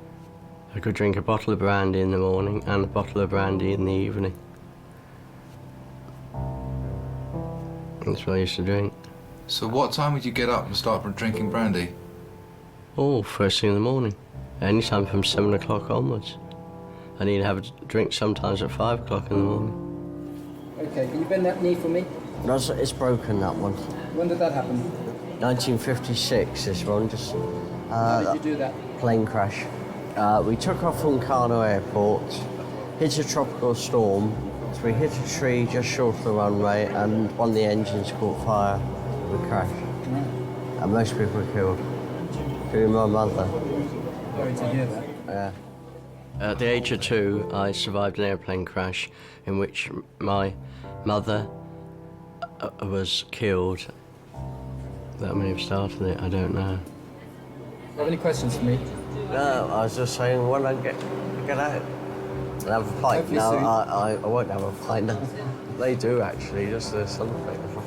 Well, I'll Ridiculous situation. I've kept off drink for months, and then this happens. I had to have one pint. Ooh. If I'd been on the piss, I wouldn't mind it. That's what annoys me even more. Fine. We'll have a chat about that once we've got all the information together. Right, yeah. All right, I'll see you shortly. Yeah. Do you drink to forget, David? Yes. And for pressure of work and things like that. My way of coping with life. Ever see other people getting on and I'm not.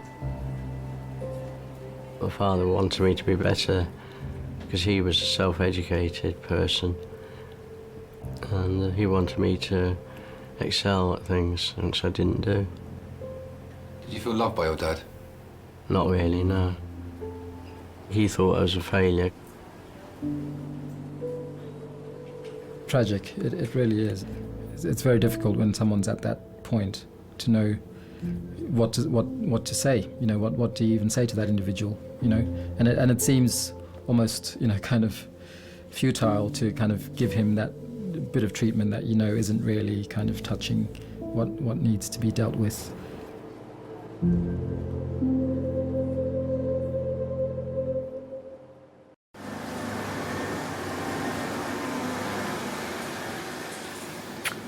Egg, bacon and sausage tomorrow morning, man, in the cafe before I go home. Might even treat myself to a can of beer. It's supposed to be good, you know, it helps you sleep. Broke one leg.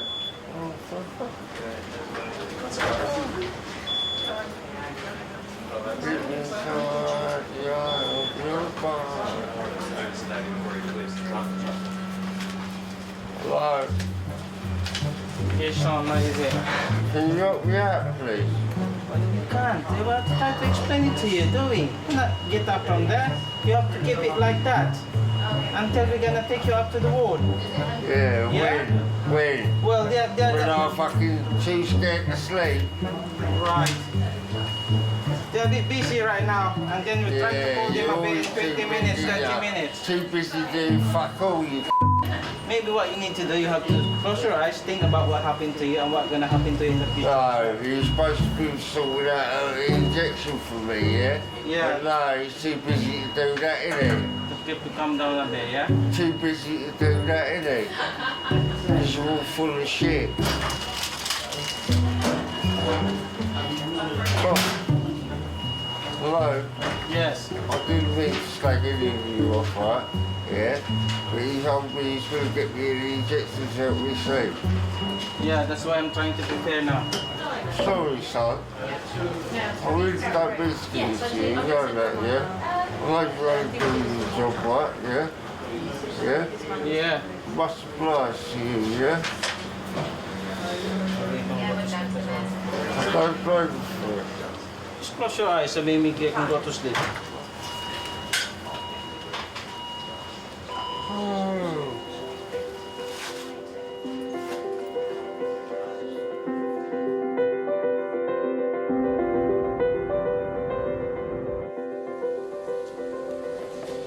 Sean underwent 3 hours of surgery to repair his broken neck. My GP said to me that I was very, very, very lucky. And I said to her, why is that then? And she said to me, because you was within an inch of being paralysed from the neck down.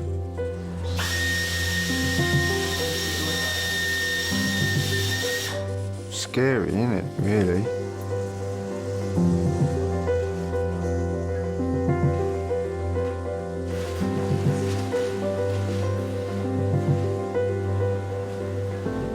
Since I've come out of hospital, I have maybe 1 or 2 cans, that's it. And that's not like every day, that's like when I can be bothered to go to the shop and buy them. Most of the time I just sit in my bedroom now, watching telly. Can't hurt myself in there laying on my bed, can I? Alcohol's so readily available. You know, I've seen what it can do. I've seen the long-term damage. And I've seen where a glass of wine at dinner can end up killing somebody. I've looked after somebody that has drunk so much, he actually bled to death in front of me. And, you know, it goes from having this nice bottle of wine at dinner to losing your life because of alcohol.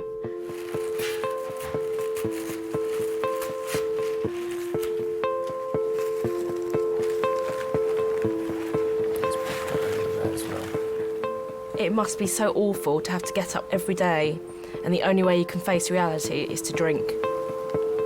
Well, once this is done, you should be able to go.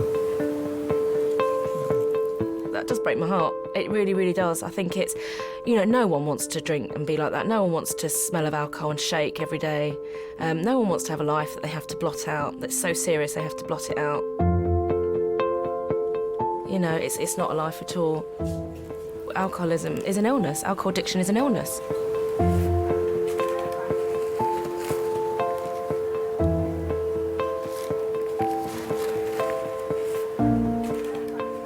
I still occasionally binge drink, but I'm trying. As it's Lent, I'm trying to give it up. OK, we're all done.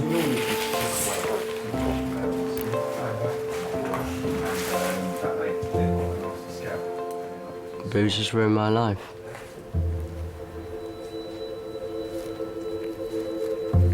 I've basically wasted my life. Will it kill you? Eventually it will, yes, because of the cirrhosis of the liver. Doesn't that worry you? No, I'll be joining my mother.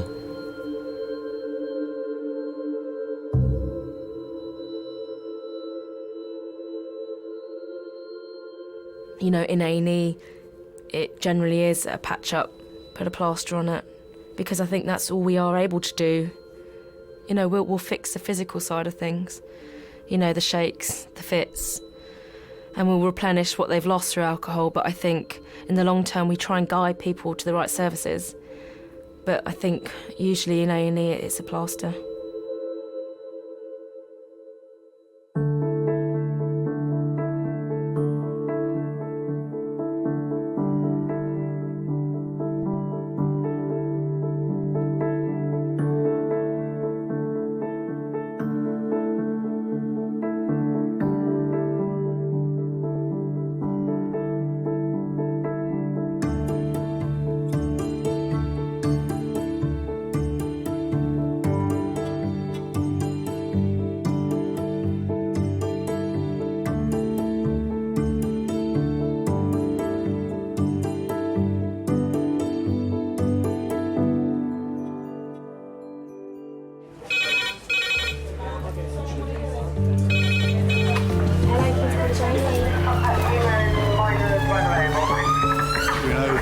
Everybody can be saved.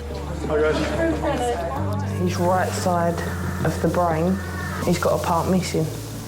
And I keep laughing in shock. I need to move this man back on the bed. He's really quite heavy. We give it a good go, but we can't always help everybody.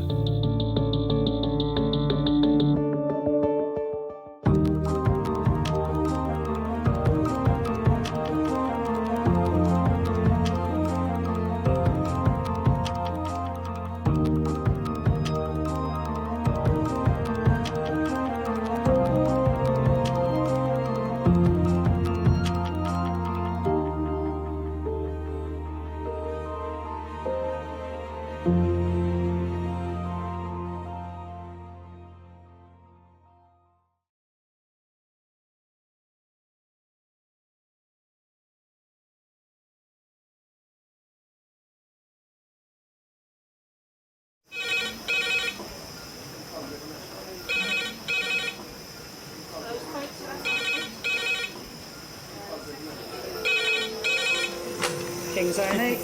Lovely. Cheers, bye. Adult trauma call, 8 minutes. Adult trauma call, 8 minutes. I've got an unconscious gentleman. He has severe traumatic brain injury. King's College Hospital, London. I think something hurt. one of the busiest A&E departments in the country. They're a bit busy right now. Yeah, give them a 20 minutes, 30 minutes. Kings is extreme, isn't it? Come on. A place where love, life and death unfold every single day. Fall from a tree. It's probably absolutely trolleyed. I'm very drunk. I just keep thinking, how am I going to cope? All the patients you're about to see were treated in one department in just one 24-hour period. Camino. Everyone should walk through an emergency room at least once in their life, because it makes you realise what your priorities are. It's not the rush, rush, rush and the money, money, money. It's the people you love and the fact that 1 minute they might be there and 1 minute they might be gone.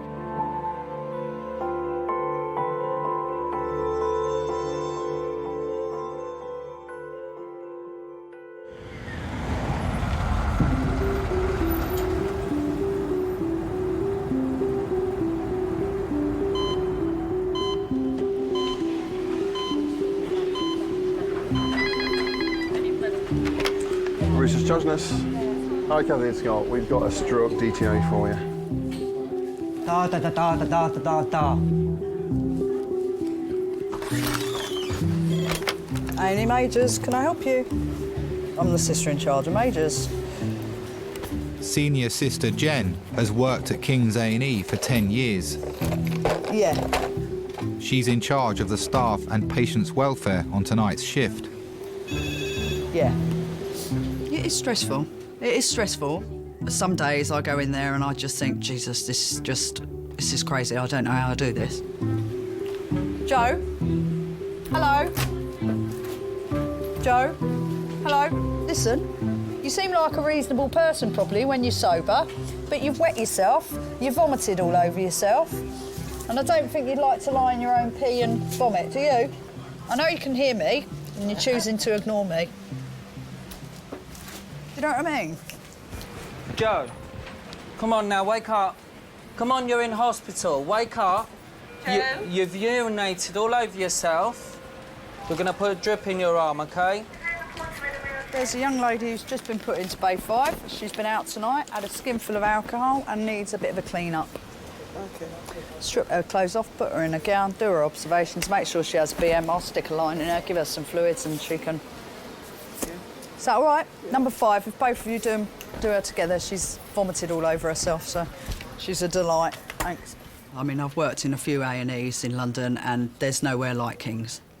We put up with a lot, so I think we try and support each other as much as possible, and that's what I like about King's. We're all, if something happens, if the shit really hits the fan, then we all pull together to make sure it's all right.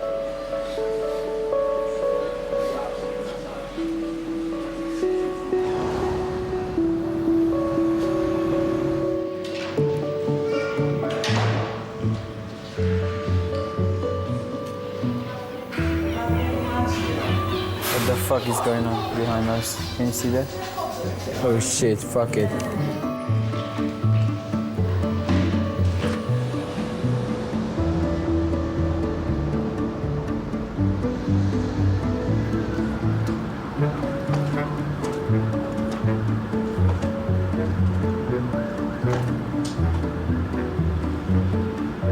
Mum, why is it called King's College Hospital? That's the name of the hospital, and that's about the staff. Because a lot of times they have patients that come in. They're not very nice and they're very rude to the staff, and that say aggressive things and they act aggressive.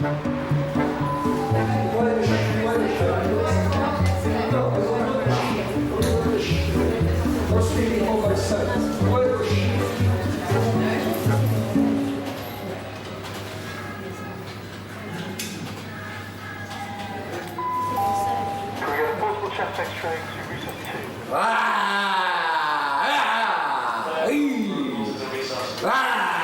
So he's still currently at that dress. What's his telephone number? He hasn't given us one.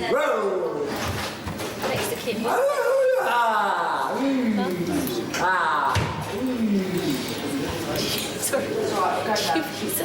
Sorry. So what's the problem tonight? What happened? Nothing. Nothing? I was going to my home and I paid my fare. Bus said to me, don't take you home.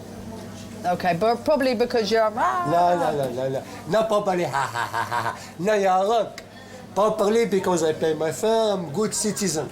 I'm very polite, I'm very educated. I know, but you're very loud. No. Yes. I'm very loud, I'm very deaf, I'm sorry. No. And don't try and scare me either, because it doesn't work. No, I don't try to scare you. I try to tell you the truth. You were just speaking to me very, very softly, so you can talk quietly. I'm sorry, I'm half deaf. I cannot speak to you if I speak loudly. No, you didn't. Don't, all right? Then doesn't work. I probably get shouted at every day. People swear, they shout, they demand. Over the years, I've been called dyke, lesbian, and that used to really get on my nerves, but now, actually, well, I am, so hey-ho. You can't ever be scared coming to work. People know if you're scared. They're like animals, they can smell your fear. And as soon as you're scared, you are the people that they're going to abuse. So what do you want me to do today? Huh? What would you like me to do? I don't need you to do anything for me. Oh, well, you can leave then. Yeah, I want to leave. Do you have an appointment at St. George's? I don't stand English. Oh, absolute rubbish. Time to I go, don't I stand think. English. Let's go. You understand very good English, No, so. I don't stand yes, English. You do. Okay. Manager, Bye-bye. See ya. I think much of it is manipulative, to be honest. I'm fine, I don't stand English. He understands everything.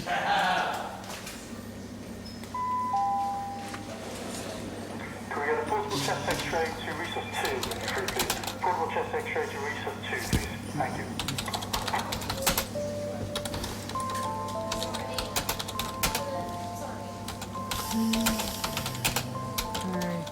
A very strong person will work and stay at King's because it is so stressful, because it is so busy. You have to be strong-willed, determined, maybe a little bit aggressive sometimes, and yeah, but with a bit of a sense of humour and compassion, of course.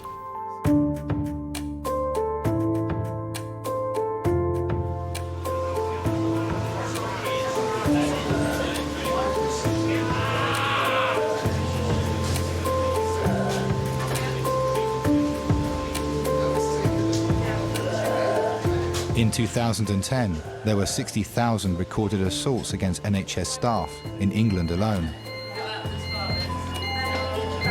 Adult trauma call, 8 minutes. Adult trauma call, 8 minutes. So we'd have a bet on this one. Drink, drugs or crime as to the reason to this trauma.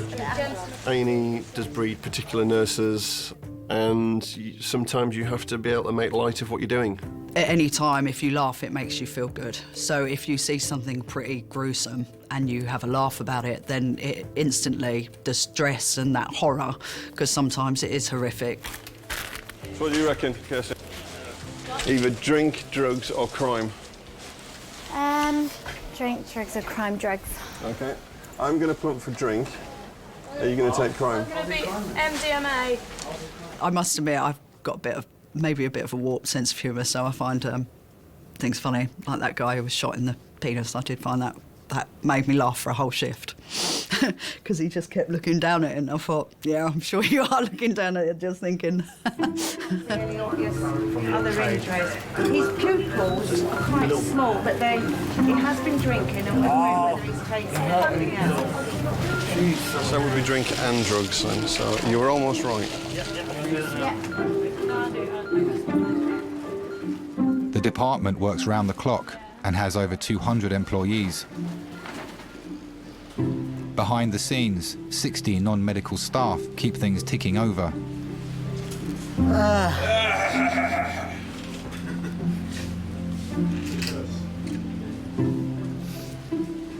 My name is Kevin Hillman, and I'm a porter in A&E. I was actually born in this hospital, and I wanted to work here.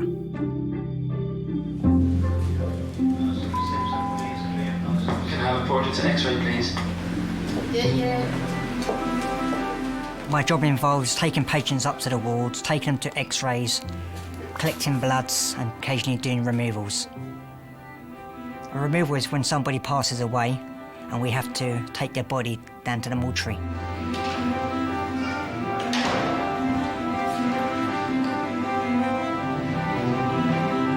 Kevin the porter he calls me his big sister.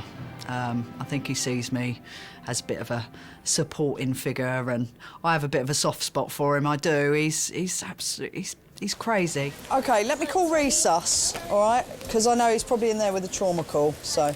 All right, love, no worries. Thanks, bye. How are you, sis? I'm all right, Kev, how are you? Good to be back. Oh, are you happy to be back, are you? Yeah. Sorted out me and grandmother's Jen.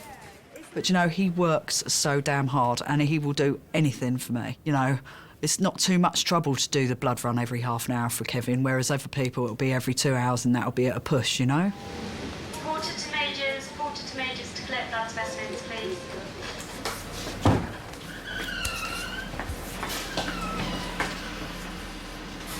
Parker, wicked. When we have to get flying squad blood, we can't hang around. We just have to go straight down there and pick up the blood and bring it back. If they're urgent, Kevin, they've got to go. Thank you. Thank you. We have to get that blood back to the patient as urgently as possible because the patient could be bleeding to death. He could be. I'm there to save lives, help people. I am. Can I get a porter? Can I get a porter? Yeah, give us them. I'll take them. I'm going that way because I've got the theatres. Right here. And two. What a night, David. What a night. Been fun.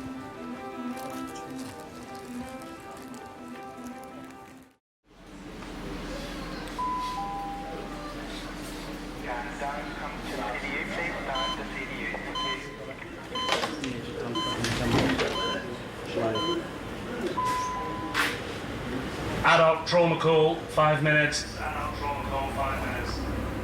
There's going to be one from me.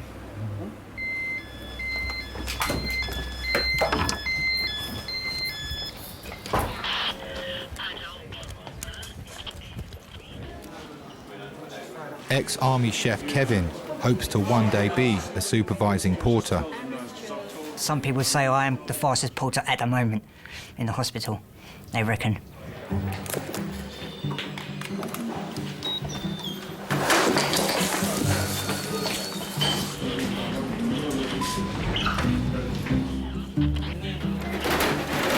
So, how's the cylinder looking? Cylinder full. You've got a full cylinder, OK? And it's a valve one. Cool. I like to see the action. I've seen stabbings, I've seen shootings. What is it? Multiple stabbing to leg or So legs. you want me to hang around for a flying squad blood, just Yeah, in that'd case? be useful, yeah. We actually get a bleep, a trauma bleep. And when that goes off, that means we have to attend there and go there straight away. And we have to stay there, just in case the doctor says to us, can you go down and get the trauma blood? Yeah, I'll hang around just in case you need blood. Blood pressure's fine at the moment, but you never know what they've stabbed in. It could be an artery and it could be... Yeah, drops. I like a bit of trauma. I mean, I must admit, it sounds a bit gory, but I do like a nice shooting or a bit of a stabbing with bowel hanging out. You all right, yeah. Yeah. If we run a good trauma, it's fantastic. And if you save someone's life when they've come in that mess, then it's brilliant. Oh, multiple stab wounds to legs. To legs, I know. But well, you never know. Could be femoral. Could be. Could bleed out like in a little second, eh?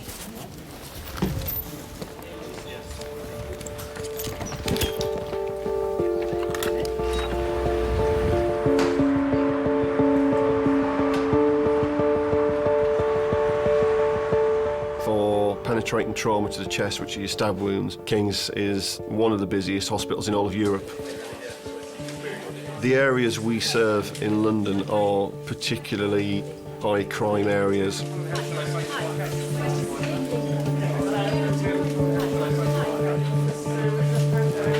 you able to shimmy on over, my friend?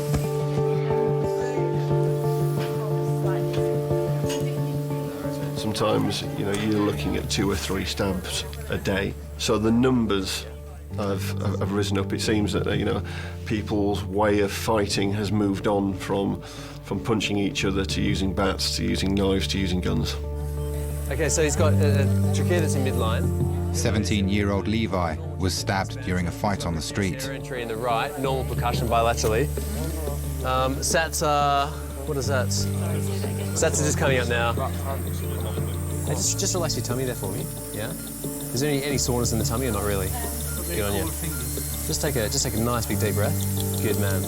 That's all good, huh? So abdomen's soft and non-tender. So he's got a laceration just medial to the mid part of the scapula. Yeah? He's got another one immediately paraspinally at about the level of 1, 2, 3, about T3, and another one at T4 on the right. He's got no other stab wounds on his legs or around his genitals. He's not completely well, but it's doesn't appear to be life-threatening at the moment from what we know, but he's going to go for some scans. Are you going to make any allegations for this? No, you're not going to talk to us? That's fine, yeah, just wanted to know. You might just have to sign a quick signature to say that you don't want us to take any further action for this, all right? Levi's condition isn't life-threatening, but he needs extensive stitching and he'll be in hospital overnight. Sharp scratch.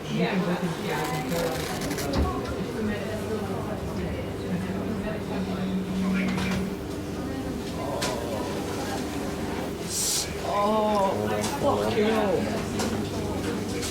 They will all go numb, all right?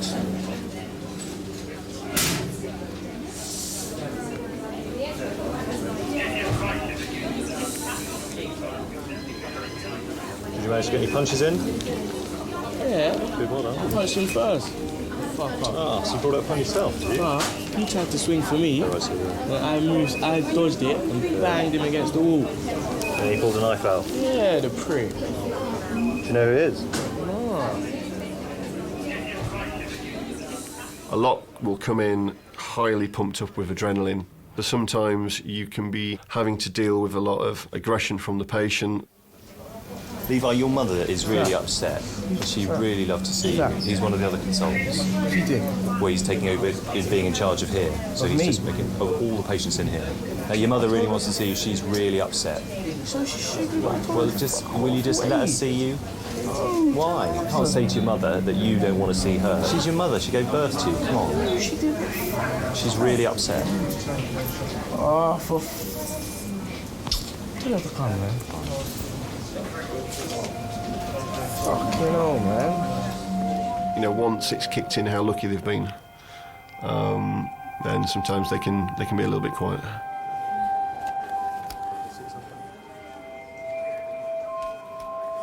Sometimes family members can not even be aware that they're out, and you get a lot of emotion from some of the mums.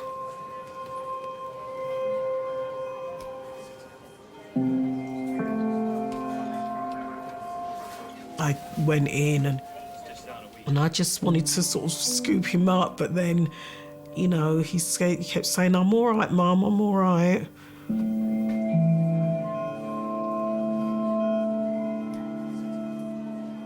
And he just looked so small. He looked about 12.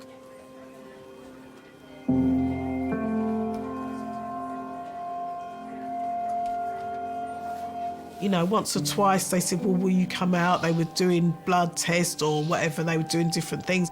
And it just felt so routine to them. And I thought, well, this is my son. This isn't routine. I don't expect this. This is not something I expected.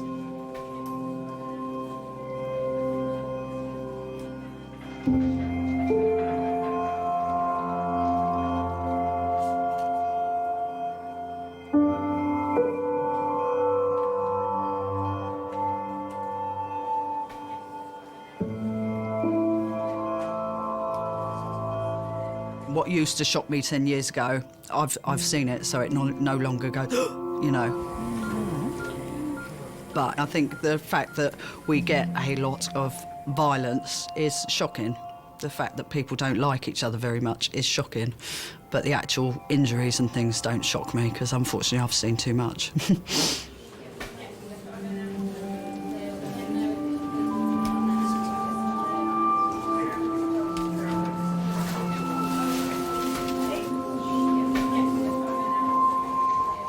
Approximately half of all penetrative injuries seen at King's are a result of violent assault.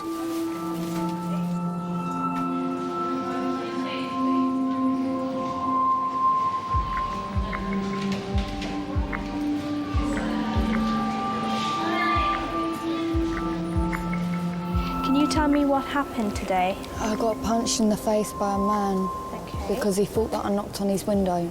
Right, okay. And was it just one punch? One punch and I fell to the floor. You fell to the floor. Did you hit anything on the way down? No, it was on gravel. It was on gravel. Just look up for me. Oops, that's all. Okay.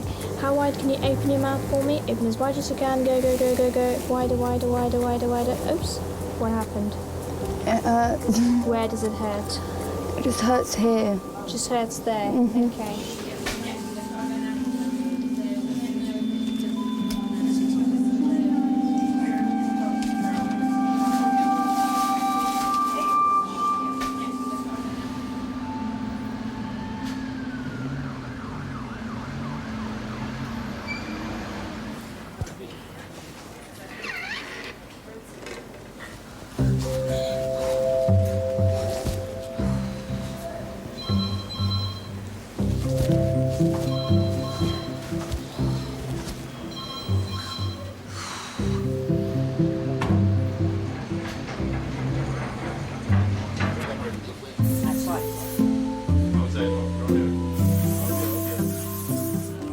Hello. I'm in the hospital. My fat is as fucking... My foot is fat as fuck. Where are you in? Kebab shop? I will stay there. Come up in an hour. Come in an hour. All right, see you soon, babe. All right, bye. We were always going to the club until I fell off the bus. And then I fell off the bus. Don't step on my foot.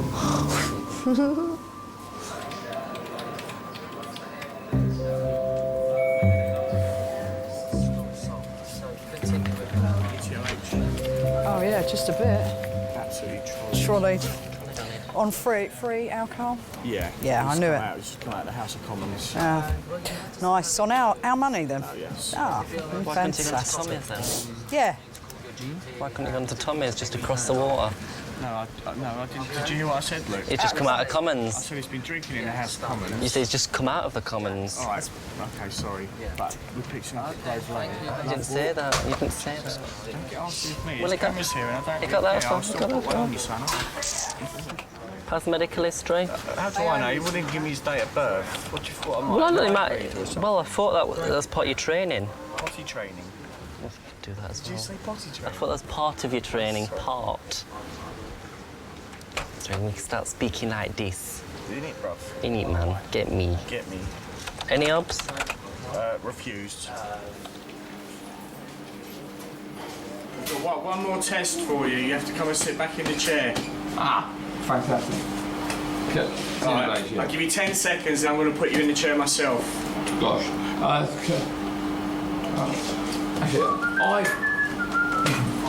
No, I won't do that. Come on, you're wasting time. Hey, God. You're wasting time. We need to go look after other people. We're cool. We're okay. I'm going. In the chair. No, we'll sit down here. We're okay. Let's go. My man, don't...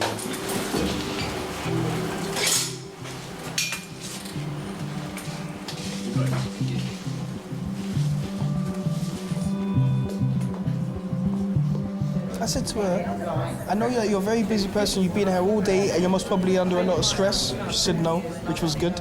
And then I went on and said, all I need is an inhaler. I'm asthmatic, I was suffering with it all my life. All I need is an inhaler, I'll be out your way. And she said it doesn't really work like that, but I said to her that my chest is getting really, really tight. I cannot wait for 15 people.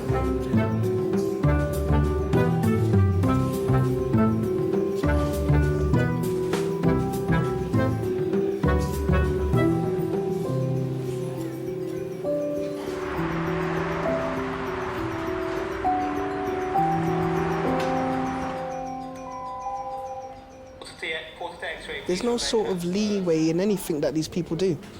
Everywhere you go, it's queue, bank, queue, shopping, queue. Flipping hell, man. It's a mad system. And they never give you a straight answer. I asked the nurse, do you think that I'm going to be able to get an inhaler? I'm asthmatic. Obviously, I'm going to need it. This said to me, oh, it's highly possible. What is this? I don't know. What do you mean it's highly possible? Did I not hear something like... It's because of the A&E why there's more deaths. Because people sometimes need, like, critical attention. But what's wrong here is the fact that you have to wait in there for 3 hours. I mean, it's ridiculous. 3 hours, you know? I mean, people got things to do. Everything's to do with 3 hours nowadays. Yeah, it's always 3 hours. You have hours. to sit down for 3 hours. I mean, the money that they put into the NHS, yeah? This should be a smooth operation. No, but you know people what? should be coming in and out quickly. It's shocking. All they need to do is give me an inhaler. You need to give me that or I'm gonna die.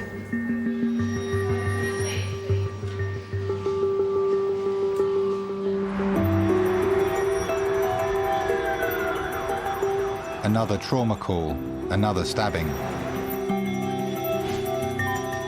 2 victims from rival gangs have been injured in the same fight. We've had 2 trauma calls that have not been, they bleed it through, but we've not had any calls. Okay. And we've got 2 of them in. Two at the same time? Yeah. If you get one stabbing in and it's gang related, you know, there's a very good chance that you may get another stabbing in if there's a retaliation. And then again, if there's another retaliation, you know, you won't just get your patient in, but you'll get all their friends in as well. And we have had occasions where rival gangs have ended up in the waiting room waiting for their friends and a fight started out in the waiting room. Then yeah, it can get very, very dramatic very quickly.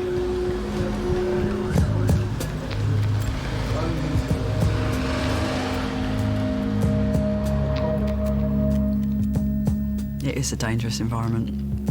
It is.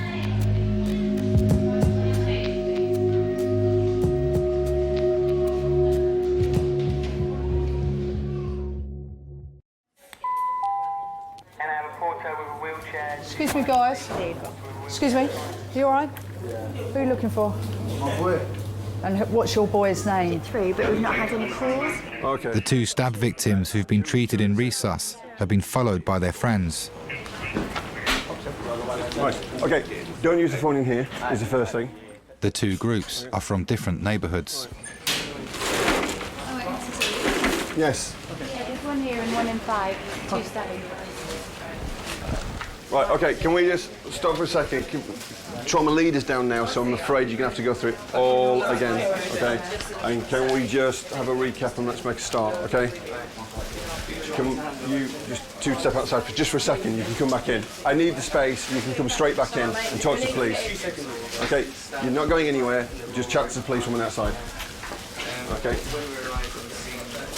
Listen to me for a second. Okay. You're potentially quite unwell. I know things are going on, but for the next 10 or 15 minutes, you're just going to let us need to do what we need to do. Okay. You might think you're not as bad as you are, but unless we fully check you out, we don't know how bad things are. Can you do that for us? Okay, you can come back in. I'm not got any problems with that, but you just need to let us do what we need to do, okay? It might hurt, it might not, I don't know, but let's just crack on, okay? Cheers. Now, the other guy that's been stabbed? No, I don't know. You don't know? No. Okay. Just wait there for me, yeah? I think it was about a year ago, we had a guy who had been stabbed. The stab victim went round to X-ray, and there was these 3 guys that were running through resus looking for this guy to finish him off. And I basically asked them to leave, to which they said that they were going to do, you know, oh, don't get out of the way, I'm going to stab you up. So I thought, do you know what, maybe I should just get out of the way. Got out of the way and they tried to find X-ray, but security had been called, so they did a runner. 6, 3, 5.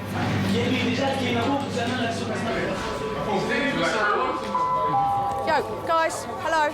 It's a hospital. What? It's a hospital. You have a problem? No. Nothing's going on in here. Nothing's going on. Are you got... Seriously.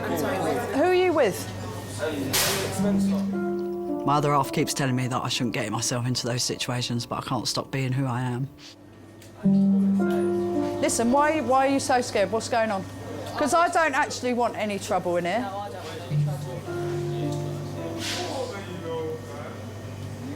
Listen, guys, if you want to... No trouble in here, do you hear me? It's a hospital.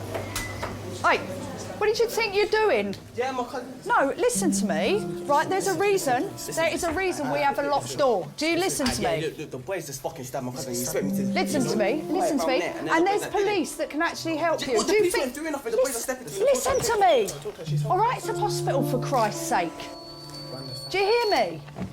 All right, and there's a reason I have locked doors, OK? Because I have a lot of people coming in here and causing trouble, so I don't need it. You know, I can't protect you, all right? Yeah, the only people that are going to be able to help you, unfortunately, while you're here, are the old Bill or the security man, OK? Yeah? And Charles is all right as well, yeah? But please, the toilet, no, straight up there, OK? There's... No, I won't let them through. Someone's got to keep an eye on that other lot because they want to stab them up. Okay. Yeah? All right. And I'm just going to have a... This lot. No. No. I think a bit of respect has gone, and I think that is hard because that has changed quite considerably, that there's no respect for what we do and for anybody else that's in the department at the time if they want to get at somebody.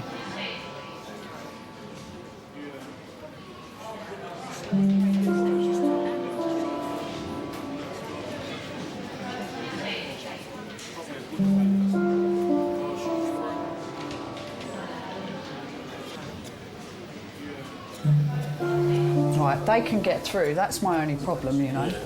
I'm just going to lock the assessment room. I'm going to lock the assessment room door because they're trying to get in. We have a little issue. There's a rival gang outside with another guy who's been stabbed in the hand. They've just gone out to make a phone call and basically... Yeah, no, it's fine. No, those are the ones that are actually scared. The two that came running through, I mean, I can honestly say they shit themselves. And they just thought, oh, fuck.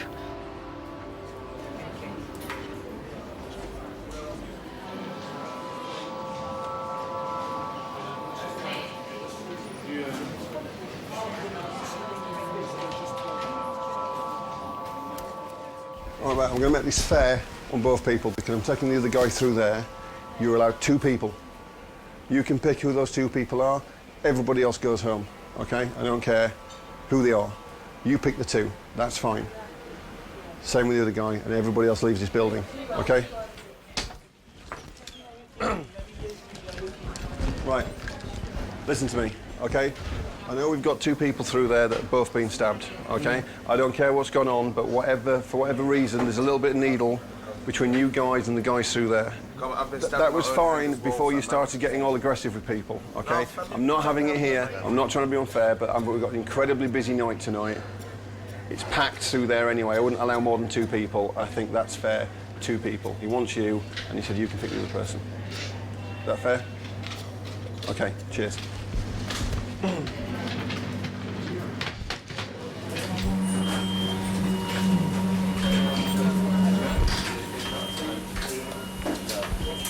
The other thing as well is, OK, I don't want to see you two in any other places other than here or the waiting room, OK? All right.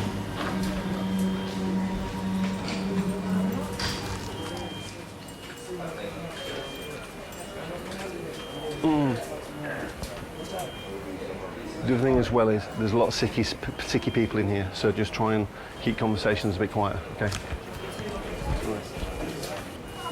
Just let you know what I've done. What? He can pick his 2 people to stay with him. The other one picks his 2 people to stay with him. Everybody else has been thrown out.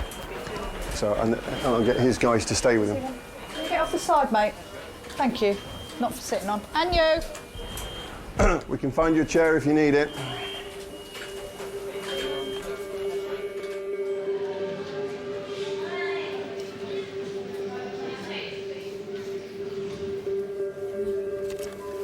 I don't know whether being unsympathetic to people that are stabbed and things is right, because I'm not. I have sympathy to the fact that they don't have anybody who cares about them. Not their injury, the fact that they sometimes don't have their mum and dad come down to make sure they're all right. Sometimes you ring up their mum and their mum doesn't even want to know.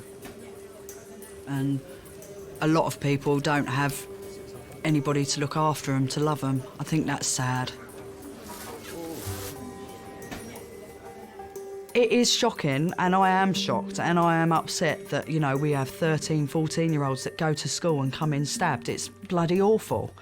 It's the hardest thing in the world, but unfortunately, I'm in a job where I have to put them back together.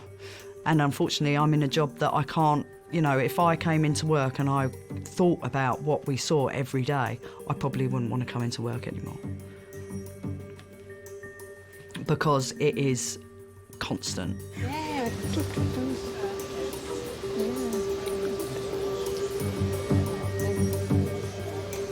They're busy, but they've all got something to do, haven't they? And like little bees.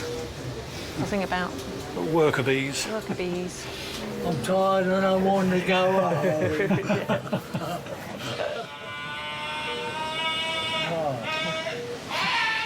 I think something hurts. I got some drunks in there. No, I don't think so. No, I think he's just in pain.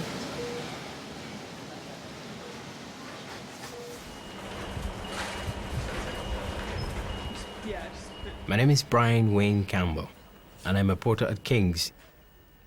When you work at King's, you see everything.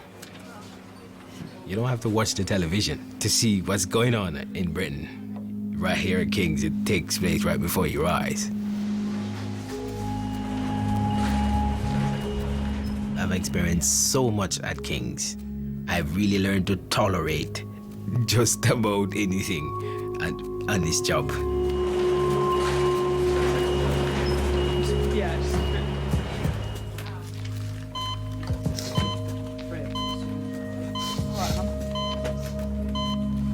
In reception, some of the boys from the stabbing incident are waiting for treatment for their minor injuries. Listen, I know you think you're big and brave, but you do have a problem with your lung. So it'd probably be better off if you didn't jump around, because what you have got is a small pneumothorax and it could be much bigger. All right? Yeah? Could I have one of your plastic bottles, please, so I can drink water in that tab? Is that possible? There's a water fountain around there, so there's some cups. Yes. Is there any food available? Food? No. No? Your guy, idiot boy. Yeah. Well, I just said to him, he's prattling around and he goes, oh yeah, and they tried to stab me up, but they ain't done much. And I went to him, come here. So listen, I'm not being funny. I said, you can say whatever you like. I said, but prattling around like that when you've already got a small pneumothorax, it's just going to make things a little bit bigger.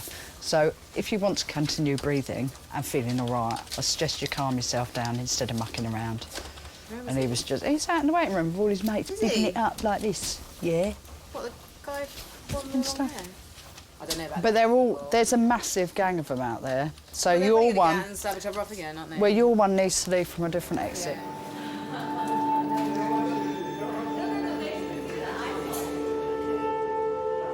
Physically, you know, I can honestly say, physically, you get home sometimes and everything aches because you have not stopped. And obviously your stress levels are really, really high when it's really, really busy. But then you've got another, God knows how many patients to sort out, so. Listen, you can't go out with all these lines in and everything for a cigarette. Yeah, I went before with a lot more fucking lines. Excuse me, there's no need to swear. That's not very polite, is it? No. No, it's not. At the end of the day, you have to get on with your job. And if it's at 2 o'clock in the morning, you've still got another 6 hours to go. So you just get on with it until you can get home and have a cry and have a drink. 5 hours to go. Yay!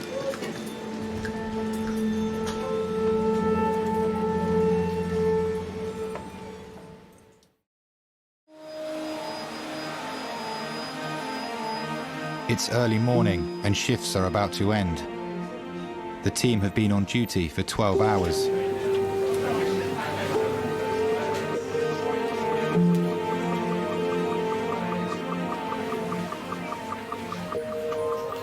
It was quite a pleasant night, actually. It wasn't too bad. A little mass gang warfare going on in the waiting room and stuff. It's busy, huh? We saw the entertainment. Yeah. And then, you know, the opposing gangs, they brought into the same hospital. 2 boys come out the back from recess. And they Could I have a portrait X-ray, please? That's a portrait X-ray. Sister Jen getting in it. But anyway, so it's all a bit volatile at the moment.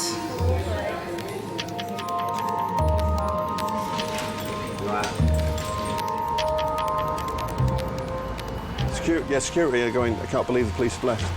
The old Bill actually needs to come down here and protect us, because at the end of the day, security can only do so much. Cool. All right, guys. Just so you guys going in the cab, yeah? Super. I'll make sure that when you leave, nobody's seeing you leave. I'm staying. OK, that's fine, because you're likely to be staying in. I don't want to stay in. How deep is it, boss? Deep enough that you need to stay in.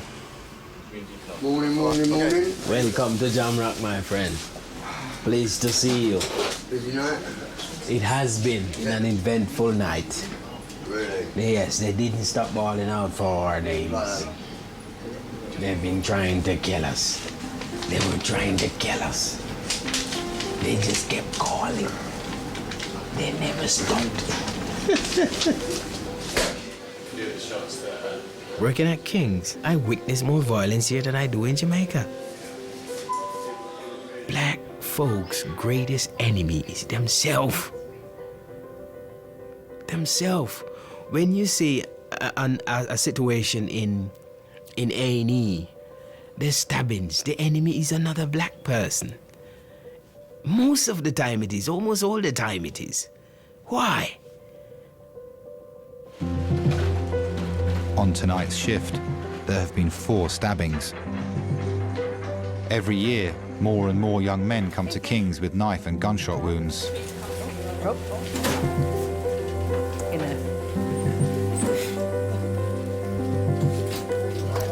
Well, 2 stab wounds to the legs, small one on the left, big one on the right. Was not actively bleeding on scene, but on the way here started. And we'll see.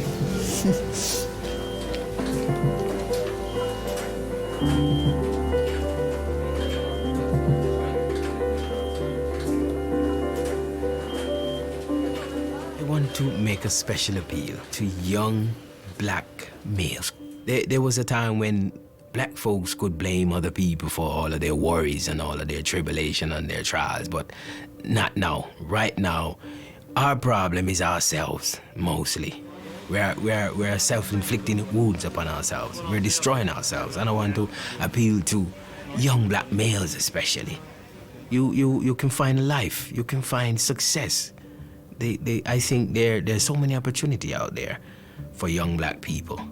Opportunities you probably never had 30 years ago. Make use of it. All I'm saying, give yourself a chance.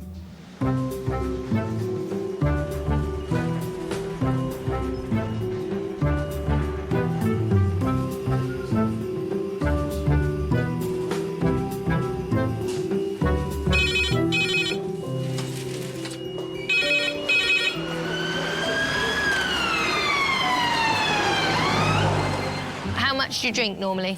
I had a brandy, one in the morning and one of the evening. Seeing as you have got to the grand age of 92, I think if you want a little tipple, we will let you have one. You know what they're going to say. Them Bushman, Yeah. King's College special. Patch up, hitch up, 2 tablet, 1 crutch and out the door later.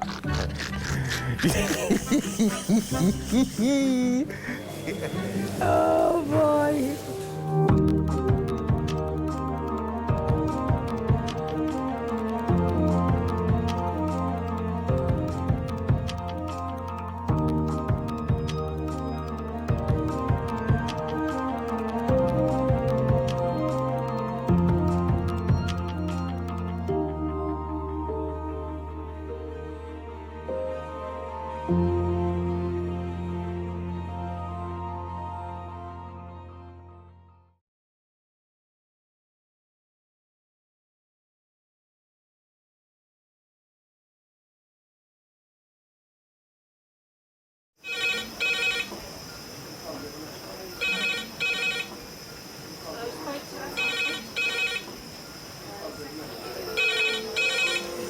King's A&E. Lovely. Cheers, bye. Adult trauma call, 8 minutes. Adult trauma call, 8 minutes.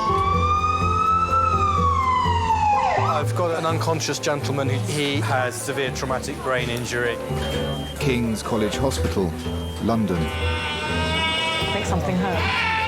One of the busiest A&E departments in the country. They're a bit busy right now.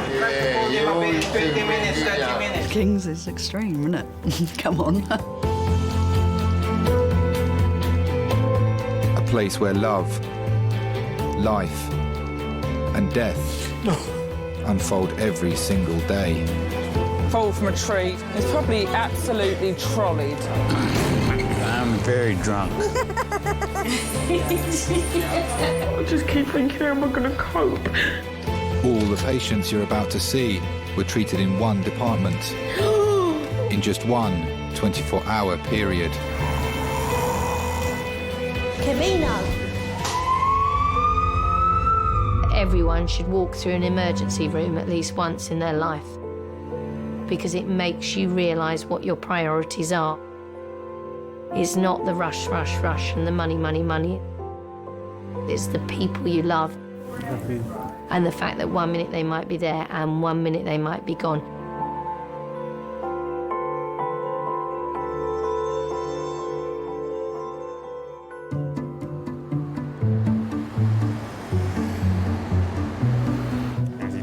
Is that Facebook? Yeah. Oh, I'm going to check in at King's Hospital. Nearly 3 million people come to A&E each year after accidents in the home. All right, now what we need to do is just take both arms above your head. The most common body part to be injured is the finger or thumb. Singe, I will be able to use my finger, won't I? I'm sure. Do you know, I did tell you what happened to Odette, didn't I? What? She blended her finger away. Did I not tell you that? I think you did, and I think I had that same Baby brain. So she was cleaning around the inside. Baby brain? Yeah, because she just had 2 children, baby Oh, brain. right, It's okay. like a real phenomenon. Yeah, you haven't got enough brain cells just fuck off and deplete once you have birth, Really? once you give birth. There was a bit of food left on the inside of the blender, so she just cleaned away her finger and it was still on and she switched it on. So if she can get over that... Yeah.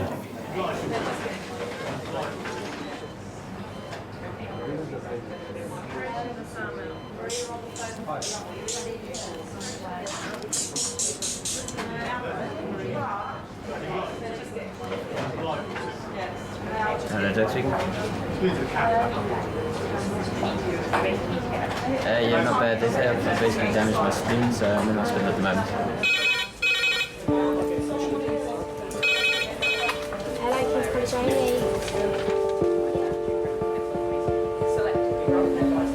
Thanks, bye-bye. Stroke team to resus, 20 minutes, please.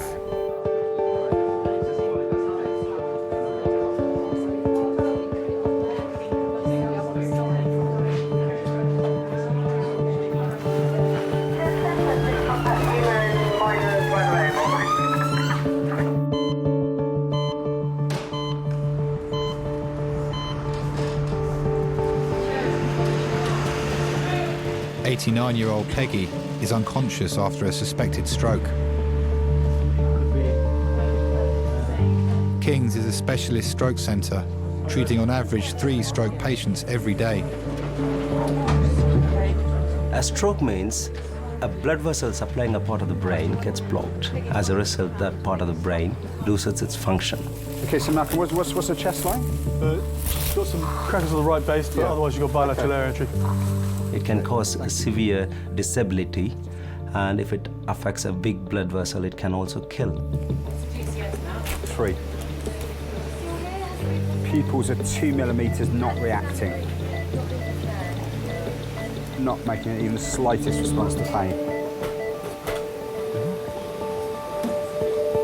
Suction, please, wherever Tim's put it.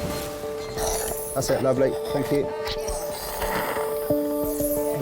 Hello, Tim. How's it going?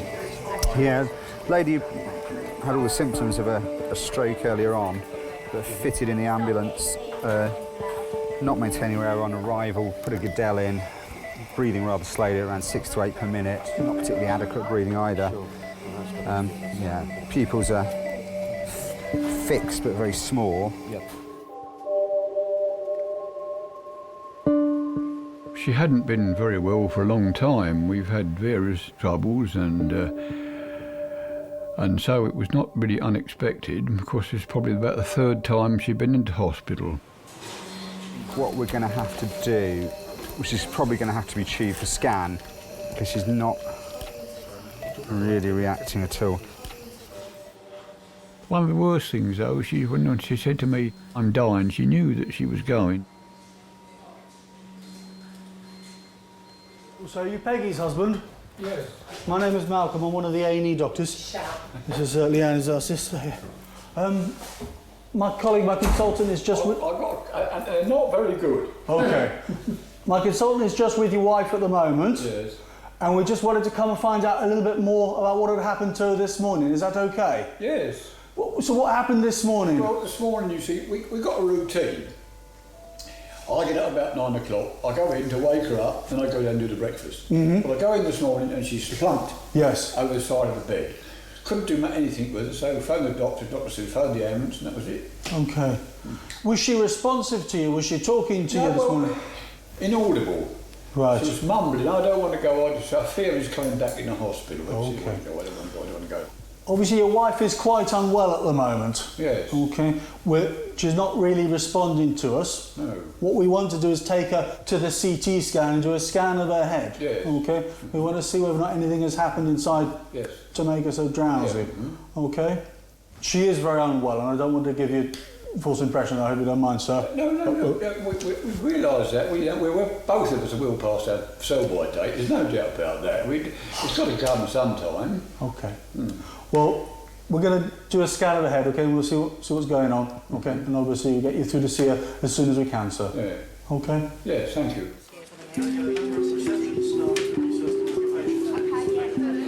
Working in an emergency department changes your views on life and death. You can realise how fragile things are. We know that not everybody can be saved or can be helped. And we give it a good go, but we can't always help everybody.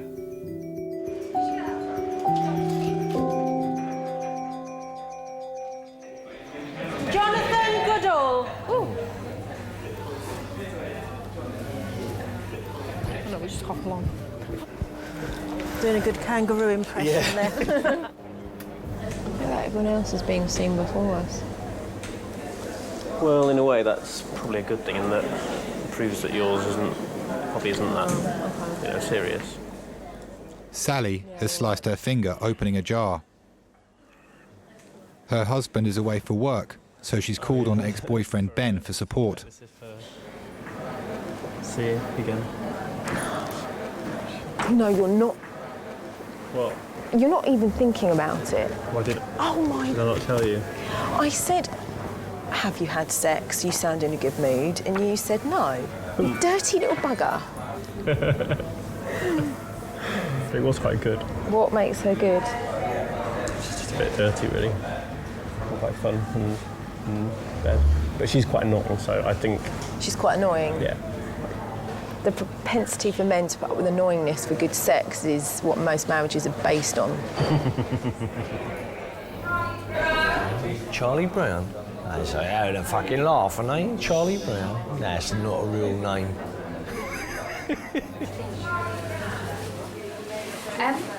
60-year-old cabbie Charlie Brown has been brought into King's by his daughter-in-law Zena and his sister Pat. Can I have a receptionist Teresa to book in a new patient, please? Thank you. This is his second visit to A&E after crashing his cab earlier in the week. He's been feeling confused ever since. Can you tell me what happened against her?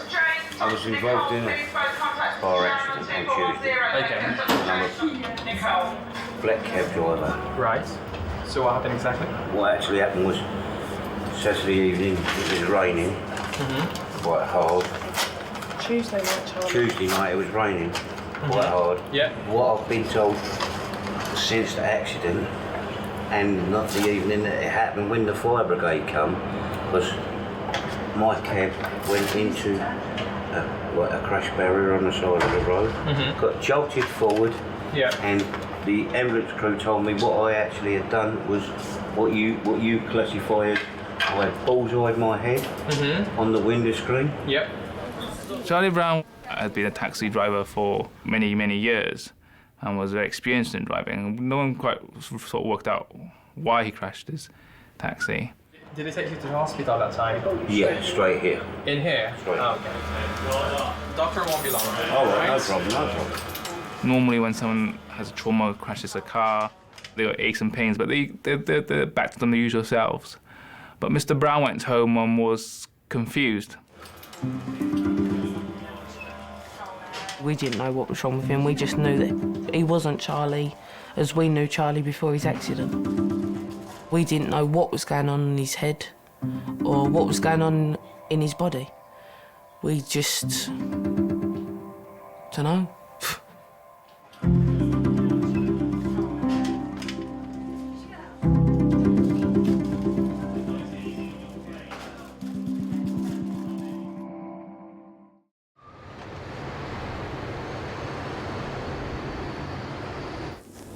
Sally is still waiting with her ex-boyfriend, Ben. Oh, I've got a mint. No. These are from Thailand. I need a wee. Okay, I can't help you with that. No, but you might have to. Oh, God. Do I really need to? Can you do No, I just want you to see my front bottom fall last time. I've seen you having a wee before. I used to go out with Ben when we were at college together. He was a shy teenager. Back then, he was really grateful to meet someone friendly and outgoing, and very over-generously, he credits me with his awakening. Oh, I really need to go to the toilet. Do you generally need some help? Oh, I really am not going to ask you to help me go to the toilet. I'll just have to do it all one-handed. And can you... It's just because I've got tights on, it's just a bit of a fap. Yeah.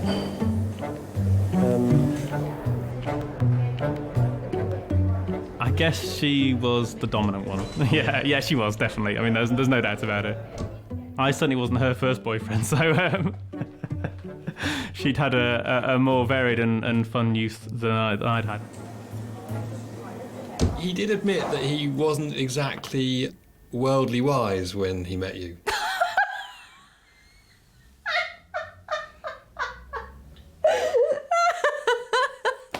Oh my goodness me. No, Ben was very naive when I met him. Yeah, I think he was very pleased to meet me. Oh, I'm feeling a bit sick. What, after that chocolate? Is there anything I can get you that would make you feel better? Like food-wise or drink-wise? Or a little hug? I just feel a bit nervous in my tummy. Yeah. Like butterflies. Awesome. Like the sort of butterflies that make you want to do a poo. Really?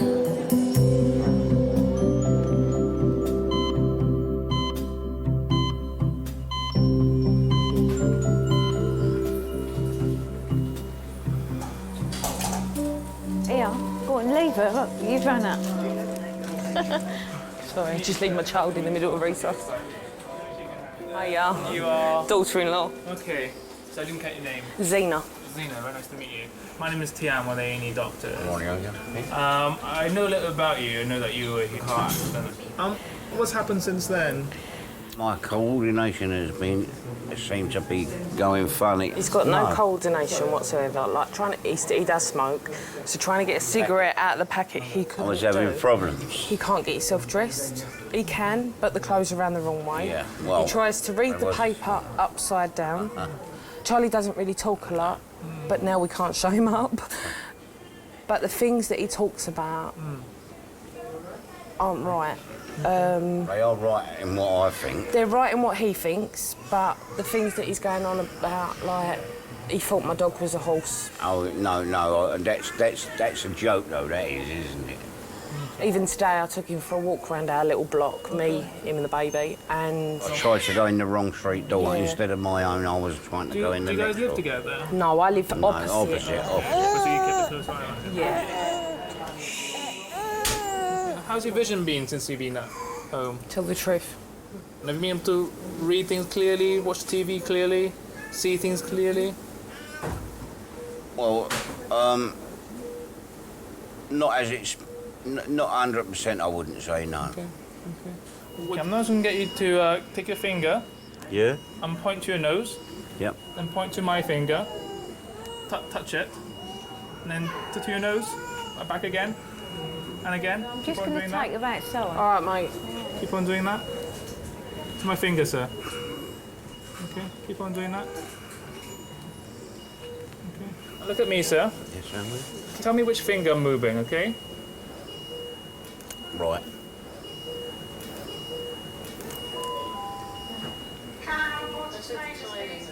Right.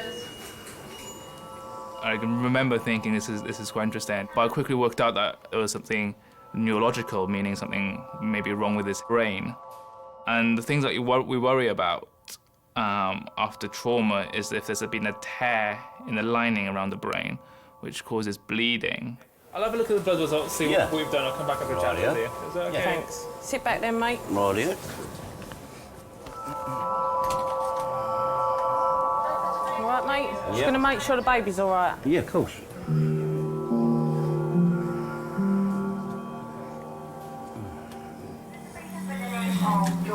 Just waiting.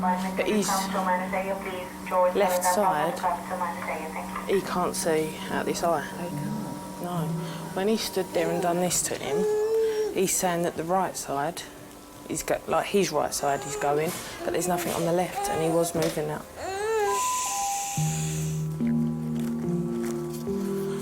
I've got a feeling he's got brain damage on his left side.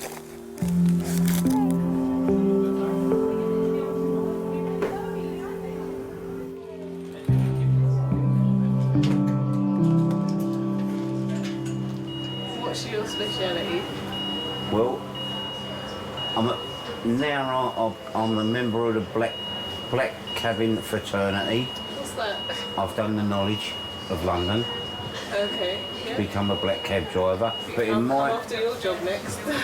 yeah, I wouldn't mind that at all, young lady. Especially if you've got a young family. Becoming a black cab driver is an absolutely brilliant job for a person like you. As long as I can have a sat-nav with me. Once you've done the knowledge, young lady, they say all cab drivers I've got sat-nav up there. are like a donkey, they never forget. I'll forget everything. No, you won't, young lady, believe you me.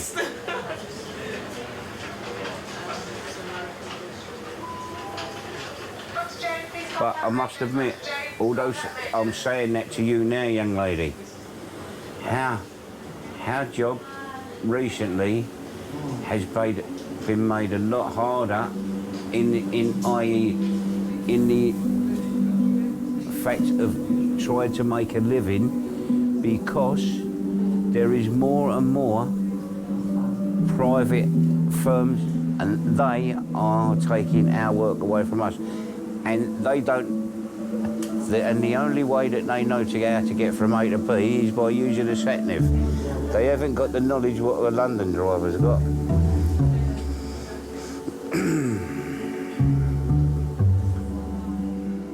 If a patient is aware of what is going on, it causes huge emotional impact. Yes, it is terrifying. It is like heart attack. It's a brain attack.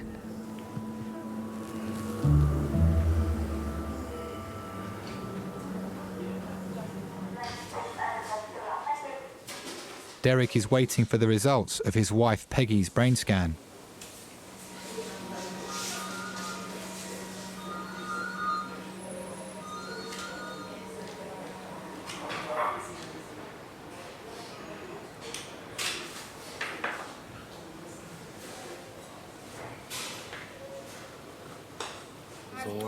Despite Peggy's symptoms, her scan is inconclusive.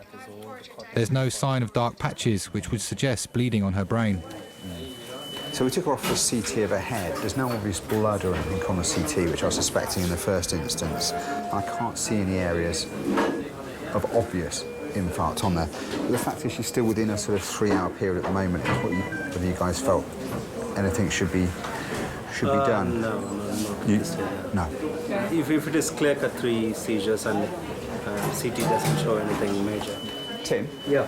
Just had a chat with the stroke guys. They don't want to do anything, so I think we should wake her up. Okay, yeah, let's see. And see how we go. I'm going to have a quick chat with her husband as well and explain to him what's going on here. Yeah, go for We'll it. go from there.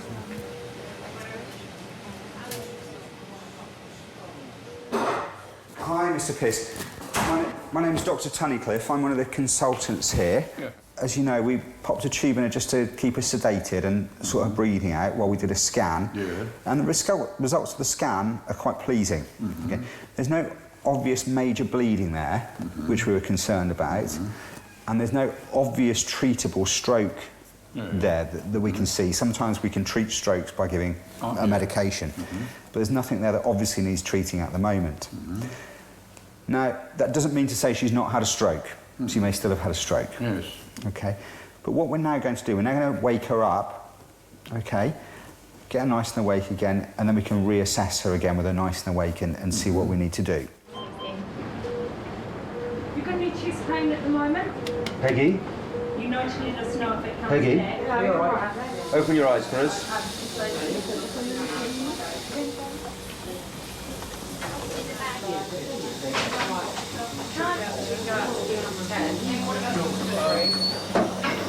Peggy?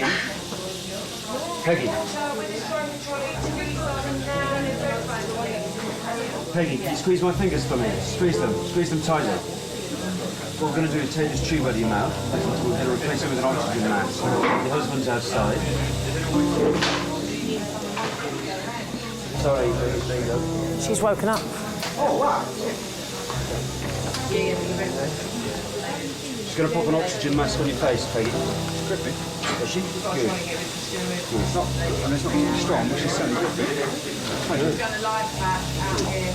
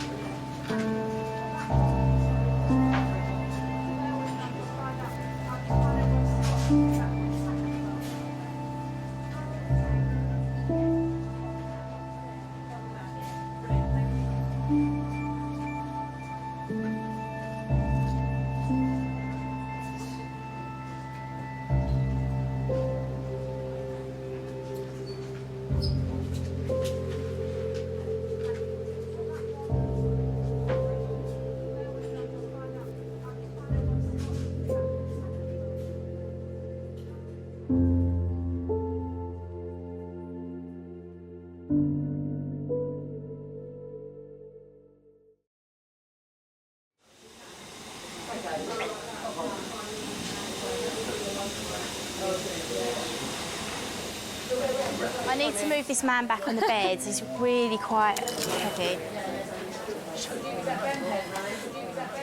Right, just lay down for us for 2 seconds. Right. Ready, steady. Right, sit yourself up, Patrick. That would be that cannula. Try and move yourself back. That's it. You're doing really well. Oh, yeah. You are. That's it. Just move back a little bit. After 4 hours in resus, Peggy's stable but still hasn't come round. She's had a bit of trouble with this before, but Peggy's always been cured, shall we say, and come out for another year of being fit again. Yeah, it's always hard, but of course you never know what's going to happen. You're in the lap of the gods to know what's going to happen next. That's two.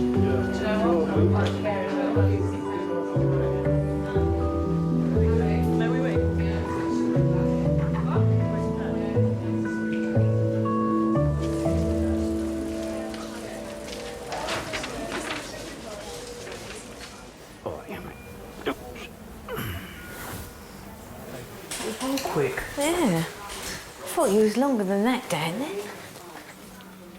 Charlie Brown's also had a brain scan to find out the source of his confusion. That was quick. Yeah. Did they say anything when they'd done it? The doctor's going to come back and Is this his explain all the reports to me.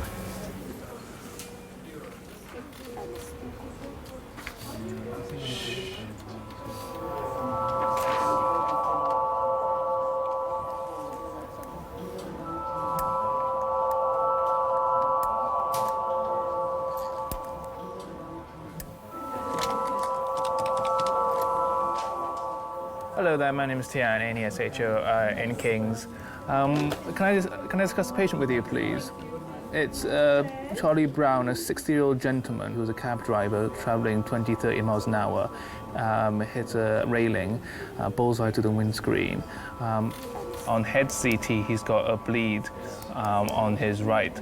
Looks like subdural. Do you want the hospital number to have a look at the CT? You got a key, sir? Yeah, thank you very much for seeing him. Okay, thank you. Blimey, that's massive, huh? Huh? He's walking around like that? Yeah, he doesn't know yet. Pretty impressive, huh? I mean, that he hasn't shown stronger symptoms than... He has got very strong symptoms. Yeah, but he's walking, isn't he?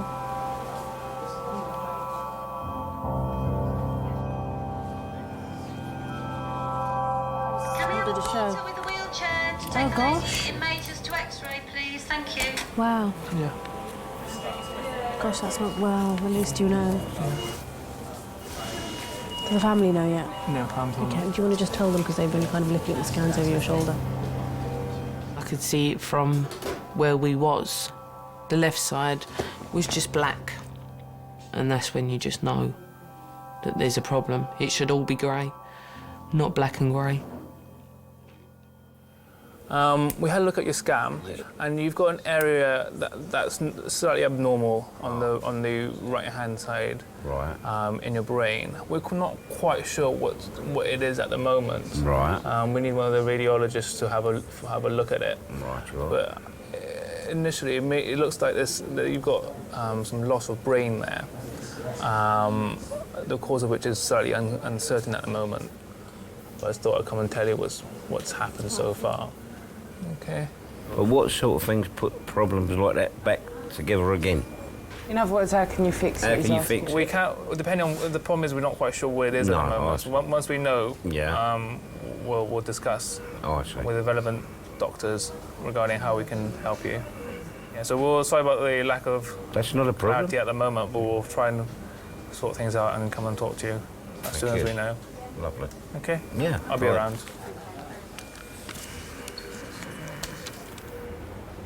You all right, Charlie? Yeah, I'm fine.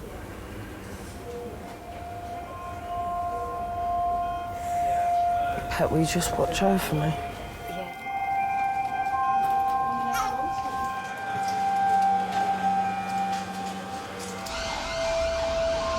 Hello? Zena phones Charlie's wife Patsy to update her. Right, his brain scan's back. On his right side of his brain, there's something severely abnormal. They don't know The way that the doctors just described it to us is that there's a part of it missing. Yeah. This was the first time Charlie had ever been ill. Nothing had ever happened to Charlie other than an ulcer. And Charlie always said he was invincible. Nothing was ever going to happen to Charlie. I just want you to focus on you for now, right? I know it's hard, but please just focus on you. Right, I don't need you fucking going down and all. I got this cancer, keratosis, and Bowen's disease. Charlie's accident was on the 26th. On the 25th, I got told, this is terminal. You just stay there, and I'll ring you as soon as I know anything. Zena was with me on that Monday when I got that news. And it was a lot for that kid to take on. And I think Zena absorbed it more than I did. But love ya. Bye. 1 minute everything's fine, family's all running smoothly, and then bang. You get told that the most precious people in a family, there's something wrong with the pair of them.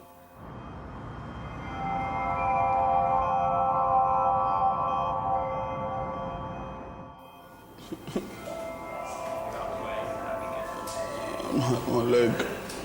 It's hurting, brother, man. Hope everything's all right. Yeah. Why do you support Liverpool, cuz? Nah, do you know what, yeah? Because I'm a guy, I don't know shit about football. I fucking hate football. I hate the amount of money they're making. I hate football, cuz. But obviously, yeah, you know, like when everyone's back in the days going, yeah, I support Man U, rare, tear, tear. And when I went to school, bare people wanted to support Arsenal because they were sponsored by Nike. I was just like, fuck that. I'm gonna be versatile. I'm gonna just do whatever, do the opposite of what everyone's doing. If everyone's supporting... You picked the rubbishest team. Fam, I was with Liverpool from day, fam. I'm with Manchester United from day. Glory hunter, fam. You me? Yeah. How can I be a glory hunter? That's the only team I've ever supported. Told man, Liverpool's the one. Liverpool's rubbish, bro. Where are they now? Third from the bottom. I don't know what bottoms, fam. I just know because I support Liverpool. Though you can't tell me about what players play. All I know is Matt Manneman. That is he has been playing for Liverpool for years. Sally Cullen, please. Oh, that's me. Thanks. Is it all right if my friend comes? Of course. Thanks. How did you do it?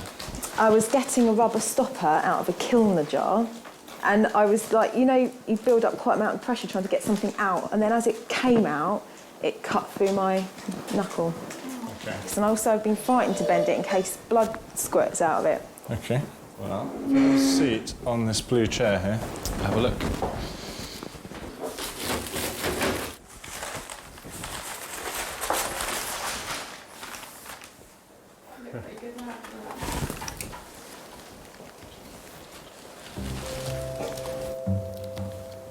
Okay.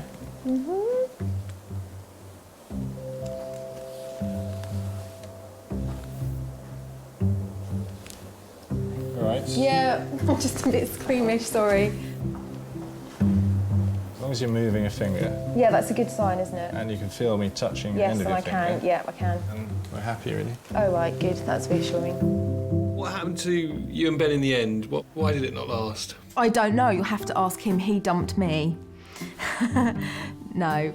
He did dump me, but rightly so, because we were very young and he wanted to just go off and experience a bit of the world.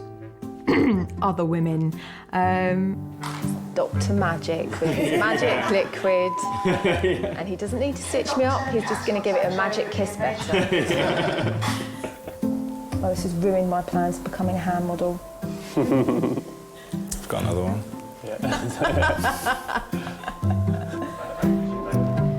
Thank you so much. Pleasure. Gorgeous! Oh my God, he was amazingly sexy.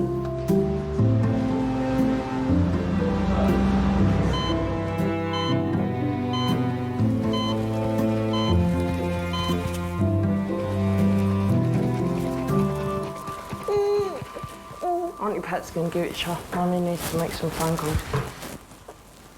When I spoke to Patsy's sister, and that was when it hit home that it was real, that something was seriously wrong and what was going to happen to us all. Right, he's had a CT scan. His right side of the brain, he's got a part missing. And that's what the doctors just told us. He's got a bit of his right side of his brain missing. Fuck knows. And I keep laughing in shock. I don't know. Poor Pat, she's laughing with me. Pat, what does it mean? What's happened to Grandad? Pat, where's it gone? I don't know where he's lost it. One of the passengers. I don't know then. And we're waiting for brain surgeons to assess his thing.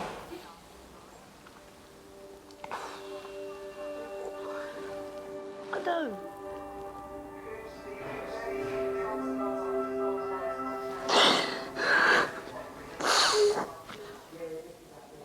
I just keep thinking, what if I do next?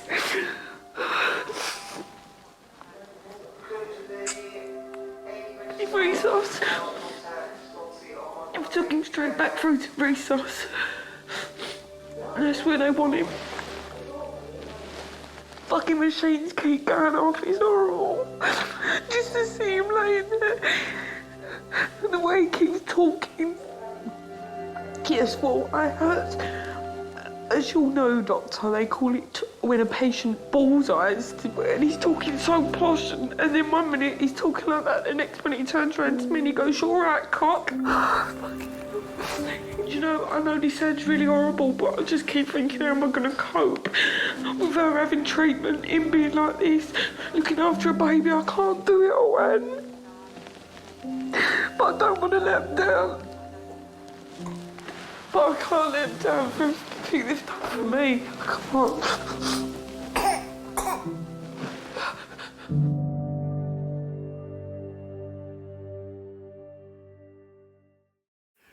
Oh, my leg.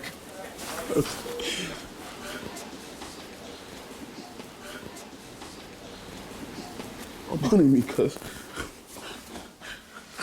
Yeah, let me push you in this, John. Right down the music, mate, because the brakes are on. Yeah, thank you, boss. All right. Let's go down there and see what I go. Slow down, right, look. yeah? You okay, yeah? Nice, Begging it, fam. Are you still begging it like blam? Blam. Blam. Blam. Blam. Blam. Blam. Blam. Blam.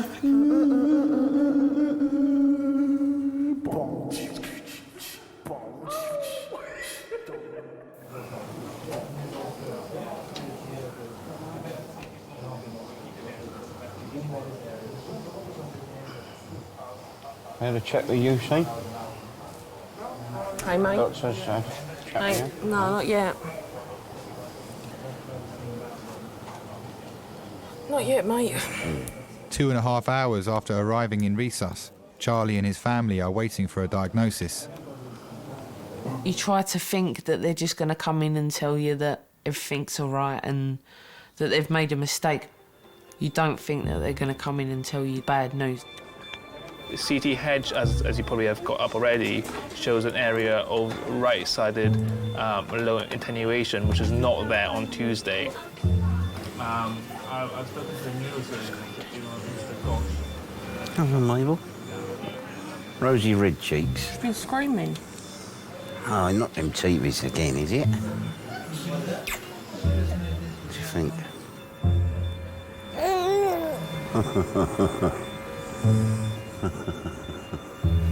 This little piggy go market, this little piggy stay at home. This little piggy run all the way home. Wee, wee, wee. Yeah? Okay, thank you very much. Bye. You want to come have a word with me? Mr. Brown, so we have discussed your results with various specialists. Right. And we think you've had a stroke on the right-hand side. A what? A stroke. Yeah. Do you know what a stroke is? His wife's had 15. Yeah, 15 of them. And what fixes it? Actually, the damage has already occurred, so we wouldn't do anything acutely. So he's going to have to stay in. You're in the best place. It's a pretty bit of a shock to you. So do you have any questions at this moment? Is that going to stop me continuing my career? I think symptoms will improve with time as your brain adjusts to what's happened. Fine. Okay. Yeah. Sorry. Is that, you know when you've done this with your hands, is Yeah. that why he didn't pick this one up? Yeah, that's why. You'll be all right. But when I say stroke, is it as bad as it sounds it is? Strokes affect different people in different ways. It's a broad spectrum of things. Right. While he's answering questions, you're all right with him, yeah? As you say, some people are affected where they can't get on one side. Doctor's just been round. He's had a stroke. Yeah. Thanks very much, and thanks for all what you've done. Okay, thank you, sir. I wish you the best. Oh, nice to meet you. And you, sir.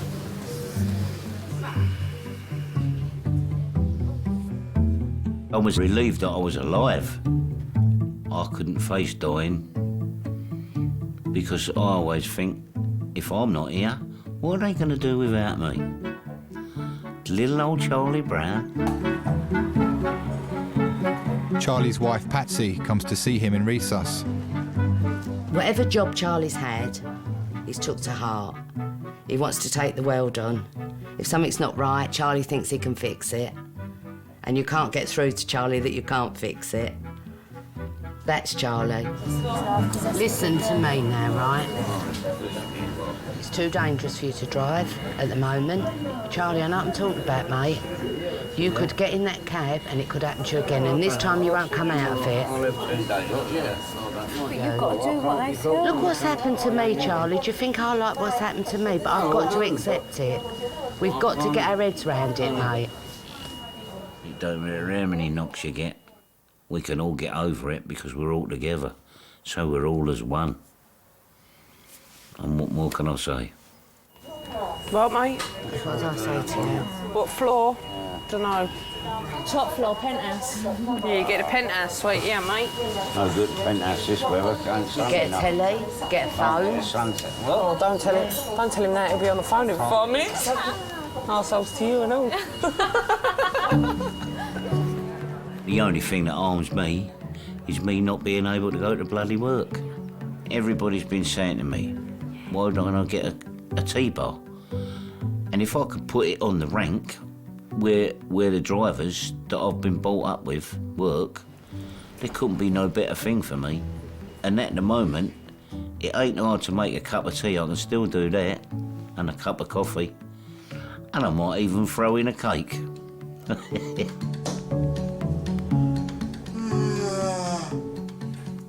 wanna be like big dudes.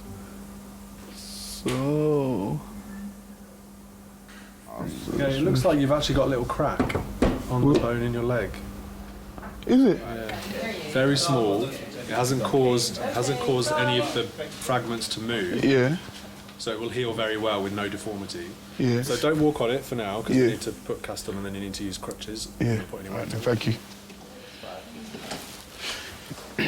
Cuz man's got a crack in my leg. How about that? Oh, these bitches. Sonny, did you hear what my man said? Did you hear what my man said? Something about a crack. Oh, a crack in my leg up here, cuz. Madness, I'm upset for that. I'm upset for that. It's my right leg, you know. This is what I play football in that. Cuz I got a crack in my leg. Like, my leg feels a little bit pain, but it don't feel too... This one's hurting more than this one, bro.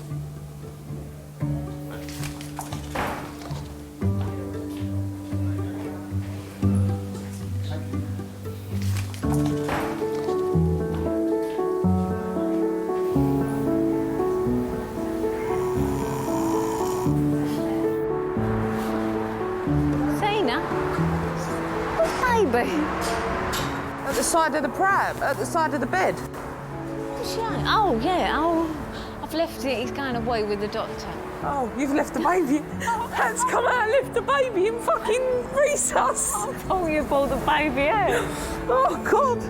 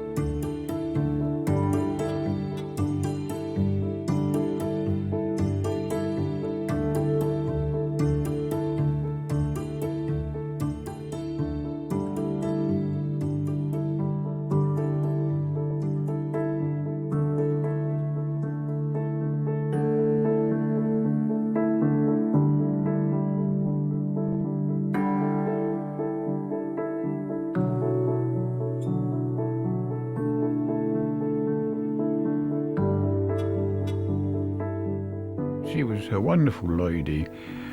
She brought up two wonderful daughters. She knew what she was doing. She had a habit of losing things now and again, but apart from that, to me anyway, she was perfection.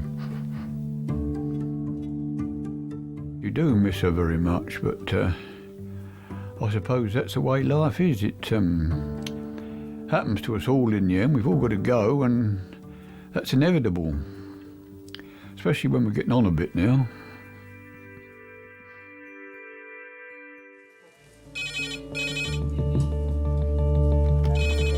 Trauma red phone 6 minutes. Trauma red phone 6 minutes. Used to be Saturday night's all right for fighting. It's obviously Thursday night's all right for stabbing. Colin is in hospital and someone broke into the house and stabbed him. He's saying to me basically, if I carry on cleaning my ears, I can kill myself because I'm pushing the infection into my brain, yeah? So if I can just get you to pop your T-shirt off underneath there. Was he in here when you took it off? Yeah. When you took your T-shirt off? Yeah. I'm going to end up hitting him.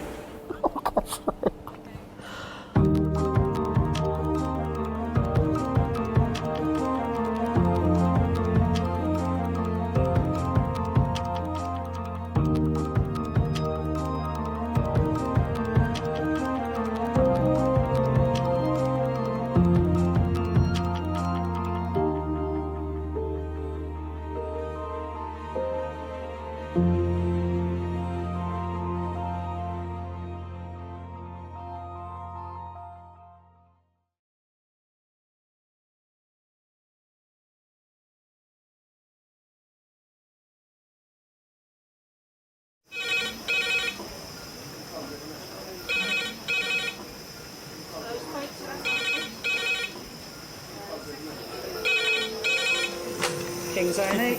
Lovely. Cheers, bye. Adult trauma call, 8 minutes. Adult trauma call, 8 minutes. I've got an unconscious gentleman. He has severe traumatic brain injury.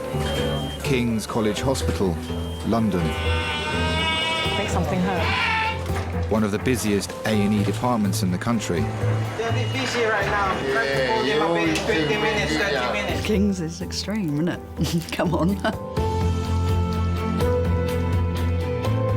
A place where love, life, and death unfold every single day. Fall from a tree. It's probably absolutely trolleyed. I'm very drunk. I just keep thinking, how am I going to cope? All the patients you're about to see were treated in one department, in just one 24-hour period.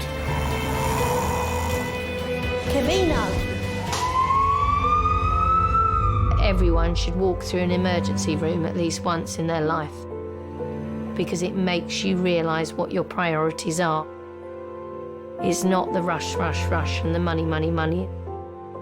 It's the people you love and the fact that 1 minute they might be there and 1 minute they might be gone.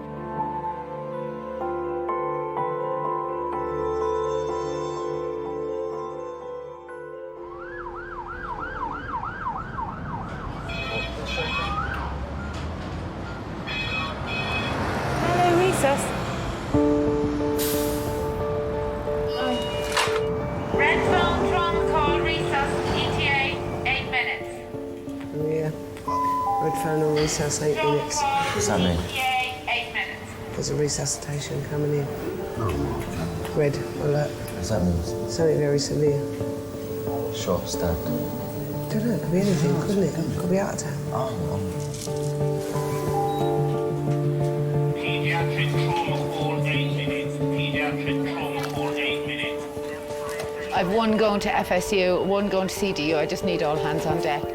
I guess the things that I find difficult to deal with, and I hope it's not a young child. And I think most of us find dealing with critically ill and injured young children a challenge. Has that neurosurgery read? Resus, hello. Yes, hi, it's Chris Ace, the trauma consultant. Just to give you the heads up that there is a young 11-year-old being brought in by HIMS who's GCS 11 on scene, RTC 30 miles an hour. Lovely, thank you. Bye. No, not yet. 11 years old. The 11-year-old. Sports update. It's now face, chest, and tib fib injury. Okay. Face, head, tib, and fib. We have anaesthetics on site with alerted neurosurgeons, and we've got fluids drawn up. Okay, have you got your kit ready, John? You happy? Yep. The number of staff called to a trauma depends on the severity of the injury.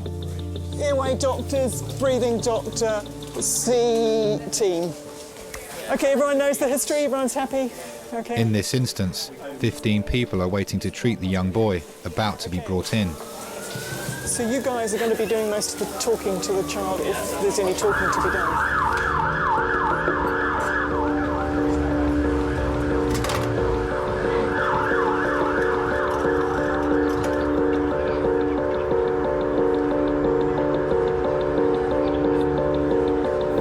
Sounds like they're coming. An hour ago, 3 friends were racing home.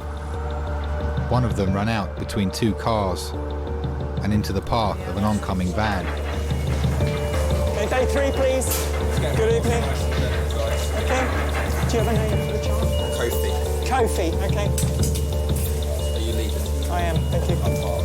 Hi, I'm Chris. 3, 1, 2, 3. Okay, listen up. Okay, guys, this is Kofi. He's 11 years old. Approximately 1 hour ago, he was a pedestrian versus car, seen to be thrown approximately 20 feet against a wall with LOC. Injuries top to toe. He's got an obvious head injury, laceration over his forehead with underlying skull fracture, obvious facial injury with a lip laceration and avulsed teeth, a closed left tib fib fracture. He's got a tender right chest wall. His tummy is soft, his pelvis is symmetrical, long bones intact, stable en route. I guess he needs his airway secured and a CT of his head and body. Yep. Lovely, thank you very much. He's got a good femoral pulse. I can't feel a rate. Can we get Max? Fine, okay, thank you very much. Maria, can you call Max Fax, please? Thank you. So, from primary survey, priorities, airway? John? There are sort of loose pieces of teeth and bone in the upper airway with a cleaved upper lip. So basically, I'm not sure, it looked like there might be some teeth in the back of the throat. Okay, John, are we going to protect the airway? If there's loose tissue there or teeth, can we save it, please? Have we got a sterile pot in case there's loose teeth, please? Yeah.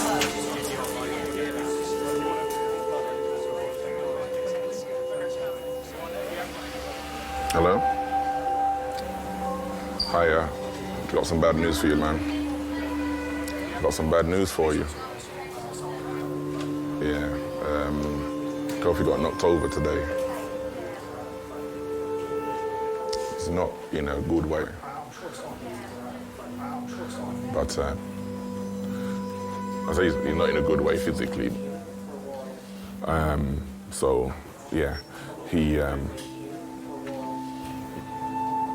got broken leg, broken arm, head wound. They're going to check it now to make sure that he hasn't fractured his skull.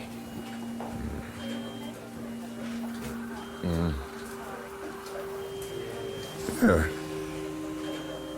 Yeah.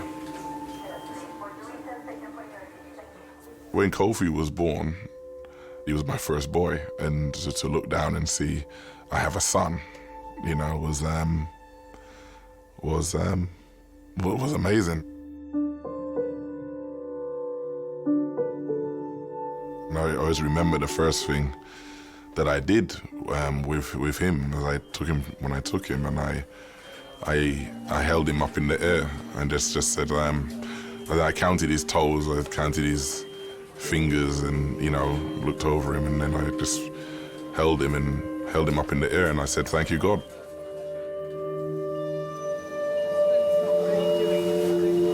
Kofi, this is important. I want you to open your eyes for me. Kofi, listen to me, Kofi.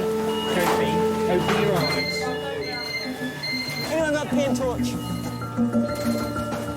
Kofi, can you hear me? Can you hear me? Kofi? This is really important. Come on. Good lad. Squeeze my fingers. Can you squeeze my fingers here? Kofi, squeeze my fingers. Actively doing so? Squeeze my fingers in your left hand. Can you squeeze my fingers? Kofi. So not responding verbally. Okay? It's always difficult to put your own emotions aside. If it was my daughter lying there, I would know how I feel. And being a parent, being a human being, you can't help but empathise. Okay, so what do we think? Okay. Yeah, okay. So he's responding to pain. So he's localising to... I'd like to say it gets easier with age, but I don't think it does. You're trying to comfort the child who may be distressed and in pain, but most of all you're trying to make sure that the team you've got there is doing the right thing at the right time, in the right sequence. I've got an 11-year-old boy who I spoke to your colleague about. He's about to be tubed, and we would like a CT head to toe, including C-spine, chest, pelvis. I'm sorry, it's so noisy here. Are you ready to go now? How far from going to CT are you? Just about ready to go. OK, we're on hold, waiting for radiology to phone back. Sometimes you know the chances are slim. But I think with a child, you never give up. OK, they're all ready to go.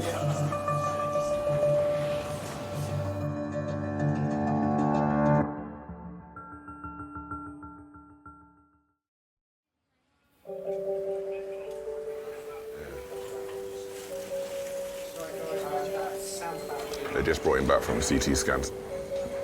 11-year-old Kofi has been severely injured in a road accident. Because basically the car hit him and knocked him into a railing. So the damage has really come from the railing more than the car.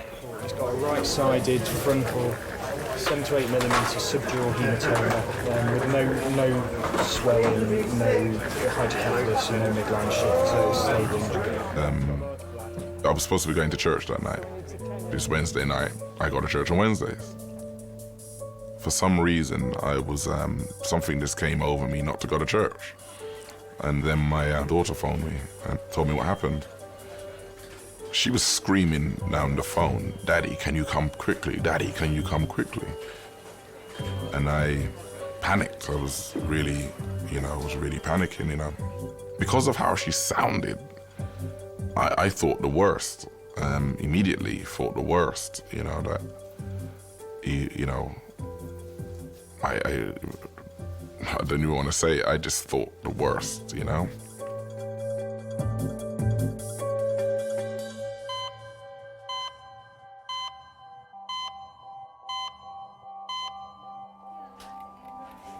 so we can have a quick look at his organs. Yeah, He's got ear, but it's nasty. That's not a nice place to have a fracture. It's gone right through here. All the way through, that's nasty. I don't know whether I'm going to talk to the parents now, but he's quite seriously unwell. Right, we've just had the CT scan result back. We've only got some of it back at the moment because there's a lot of images to look at. We've now got the neurosurgeon who's just coming to see him, and we've also got the maxillofacial surgeon who's there as well. but he certainly has a fracture of his skull and of the face. And there is signs of some brain injury as well. So there is blood around the brain, on the top of the brain. Now, I'm sure there'll be lots of questions and things that you're thinking about, but just give us a little bit of time to get all the image reporting back, and then we'll come and tell you a little bit more about what's going on. Okay. Okay?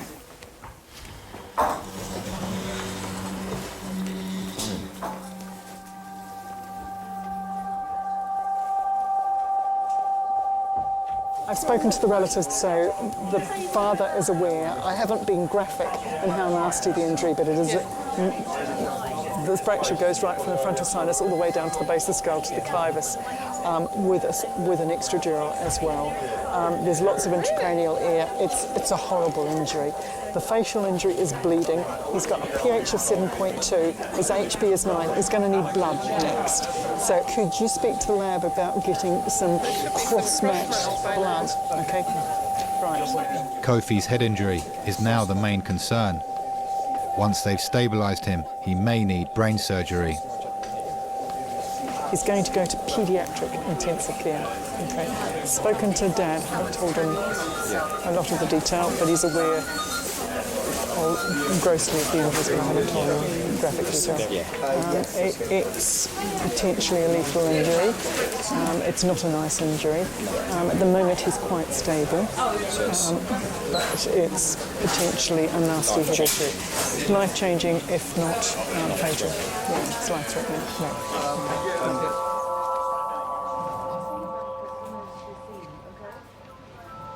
What I felt was it should have happened to me, not him. I was thinking, did this happen to him because of something I did in my life or to someone, you know? It did, you know, I went through probably every emotion that you could go through.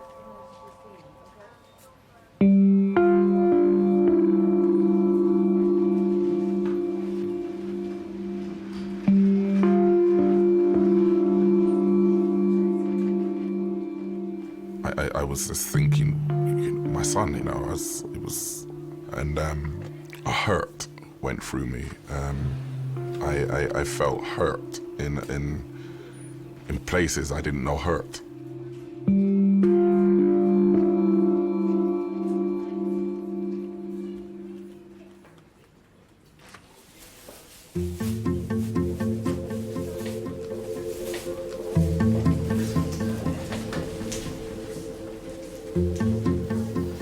Are you the plastic surgeon?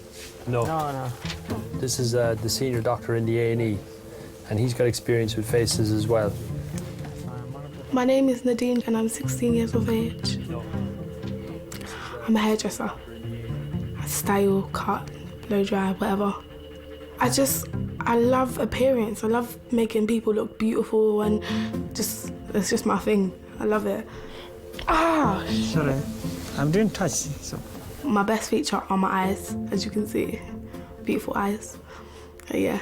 I'm not big-headed or nothing, but I think I'm perfect.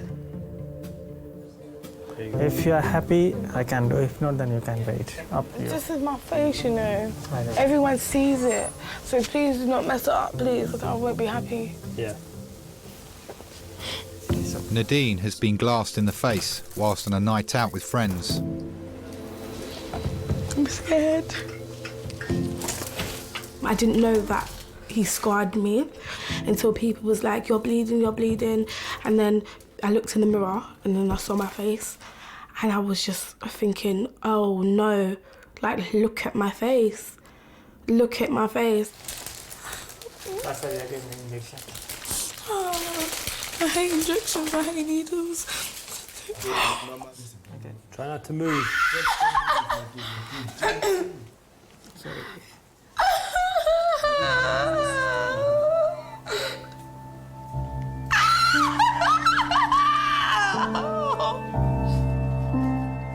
There was like maybe 10 or 11 boys. We was all dancing, they was getting a bit too drunk and they would try like fill up the girls' thighs and the girls' bums and they wanted to try to start with my friend. And then I butted in, which I shouldn't have done, and I said, leave her alone. And He must have come to me now, and I said, are you going to do something? Then he took the bottle and he smashed it in my face. Please don't hurt me. Please don't cut my skin. Please, I'm begging you. I swear to God, please. Please. You're going to have to work with us a little bit, okay? It's going to hurt. It is going to hurt, okay? But you've got to have it done. So you're going to have to work with us. That way you can get out of here quickly and we'll get the job done right. He thinks that we can't defend ourselves. But me, I'm not going to back down. I'm not that sort of person. So I punched him and he fell to the ground. It's coming together very nicely. Well done. Well done. You might have some scar, but very mild, yeah? Yeah. Less than that, it's going to be less than that. Good. Thank you. All right. The man that did it, he thought he could throw in my face, but clearly he never. I don't want people to feel sorry for me, to pity me, because I'm a strong girl and life just goes on. Karma is a B-I-T-C-H. Yeah, it's gonna come around and it's gonna bite him on the butt.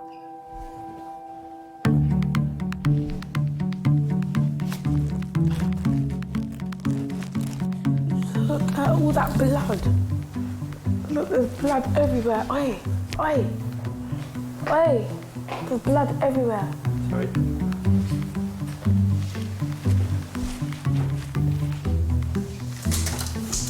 What can I use that will take off the blood quick? Use water. Not normally need any.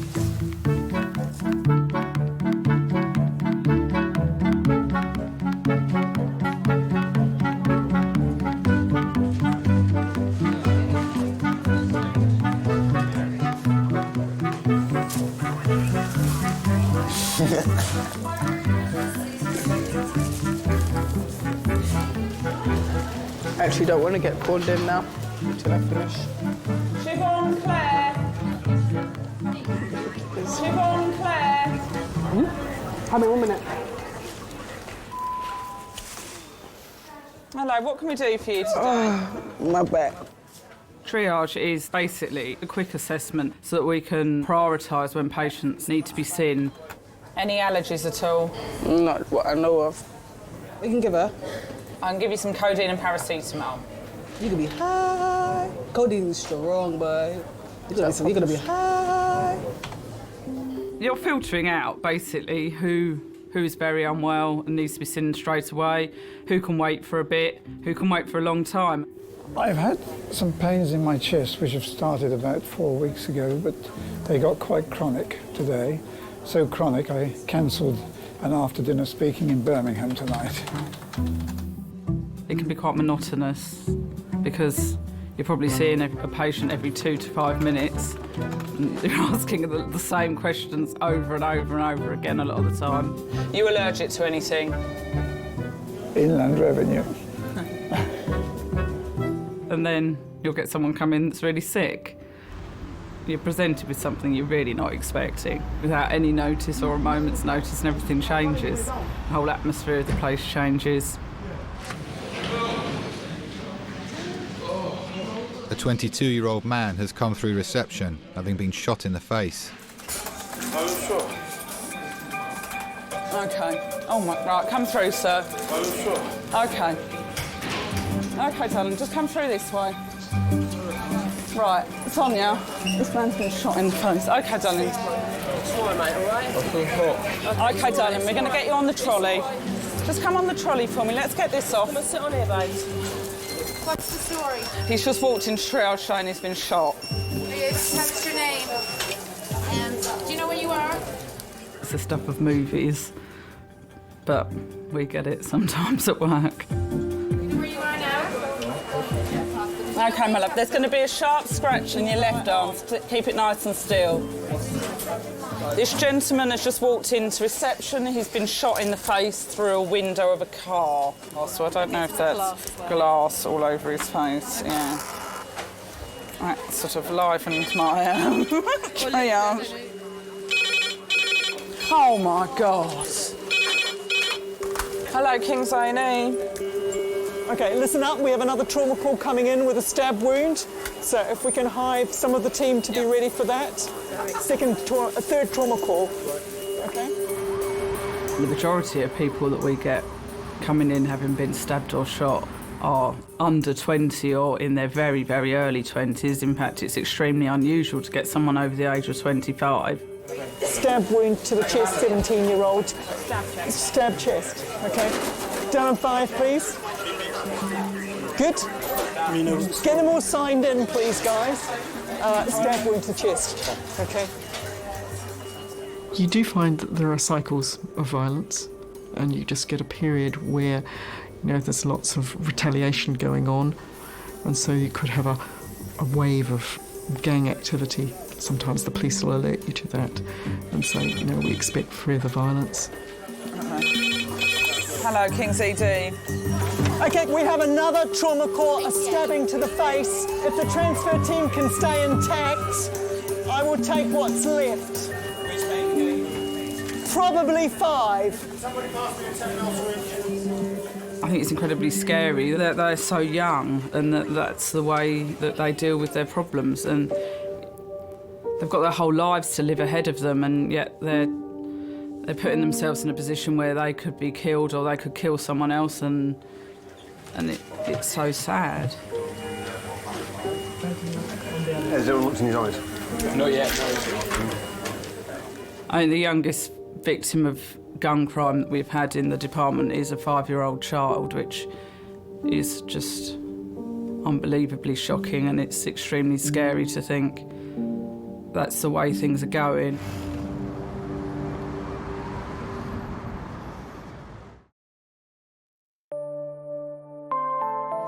Hi, Chris Lacey, one of the consultants. Your registrar is in there now. Yeah. Whilst 11-year-old Kofi is fighting for his life in resus. He's got a nasty skull fracture. I've only just quickly looked at it. He's got an extra... 3 victims of violence have arrived in quick succession. There's a gunshot wound to the face. We're just waiting for a CT. And then we had a chest stabbing, predominantly superficial. And then there's a knife to the face with the knife in situ. He needs to go to theatre tonight, but he's stable, completely stable. And can wait. It's been a little busy. There's a guy over there with a knife sticking out of his head. Yeah. Hey, are you okay? Right, poor bugger, because we're fine the other side. Get you to have a seat on there. If you can take your jacket and shirt and all that off. Don't let me forget that. That's the most expensive brolly you'll ever hold. Oh, really? Actually.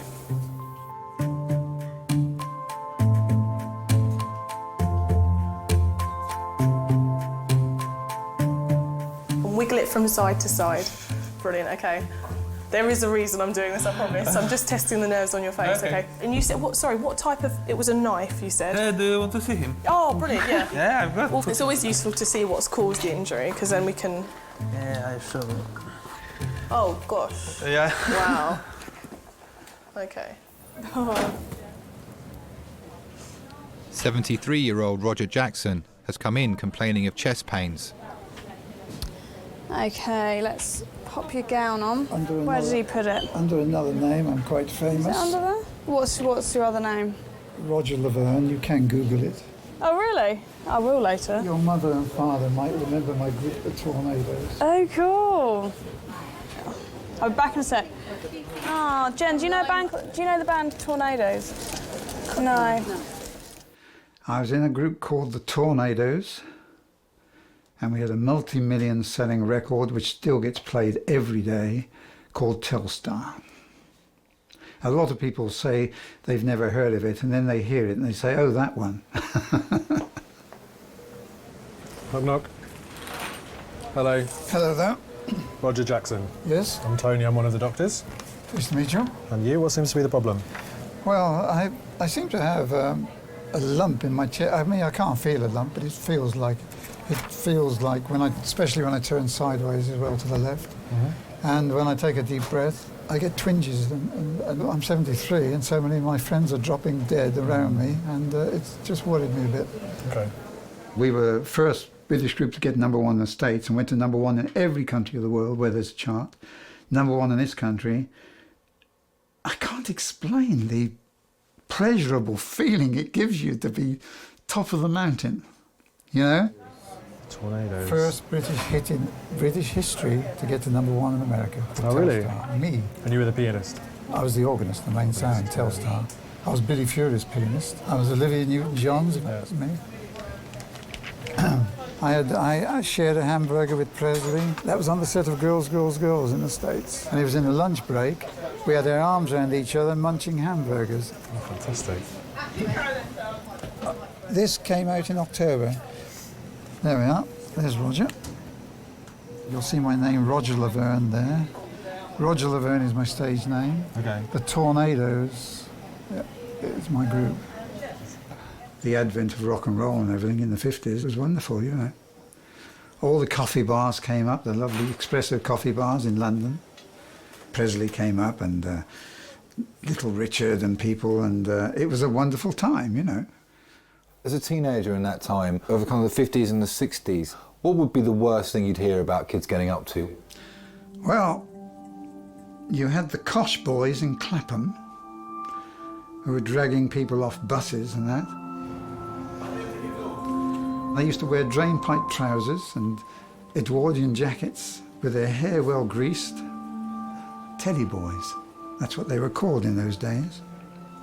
I used to avoid them like the plague. If I saw a group of those coming towards me, I used to cross over the road, you know. But it wasn't in any way like today's problems. I don't recognise this world at all. Okay. Is this the guy who's got shot in the face? Yeah.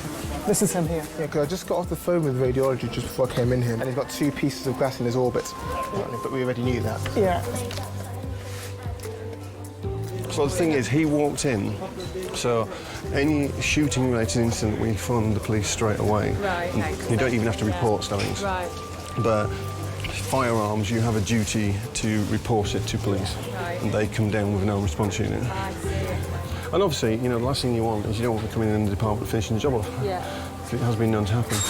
Yeah. Happens like Manchester. Does it? Yeah. So, yeah, it's Wild West tonight. Midweek madness, we call it.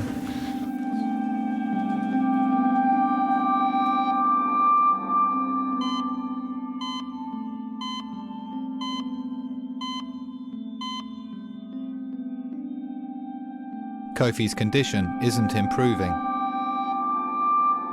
The medical team are still trying to get him stable enough for vital brain surgery. It's chest CT. You worried about it? I'm worried about his CO2, even though we increase his ventilation and his CO2 is not clearing. Okay. And the tooth that might be missing, That's the question, isn't it? are we worried about that or the chest? Ask, is his C-spine clear? The rest of his... No, his C-spine's not cleared, and they do need to. There's an alveolar fragment with a tooth, and there may well be a tooth missing as well, which is what we're just worrying about with respect to ventilation. He needs probably a unit of blood, but I think as soon as we get into PICU, the better. It is sometimes quite difficult to deal with situations where you've got multiple patients in resus with conflicting needs or different needs. Which, sorry? The guy who was stabbed in his chest. Where is he? He's only in his boxes. You're dealing with a family and then you have to go and deal with a stroppy teenager who's having a bit of a tizzy fit. That gentleman needs to come back. No, we'd like him back, please.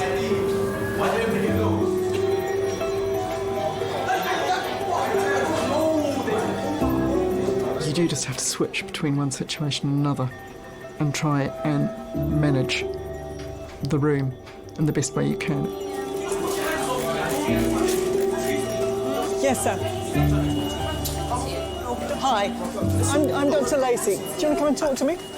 Can I talk to both of you? I don't even want the police here. That's how cool it is, Kim. I don't want the police here. All I want is my stuff. Excuse me, what's going on with this CT scan? I want to get out of here. Okay, CT scan is going to happen, but... You do have to sometimes just detach yourself and say, I've got 5 patients in here.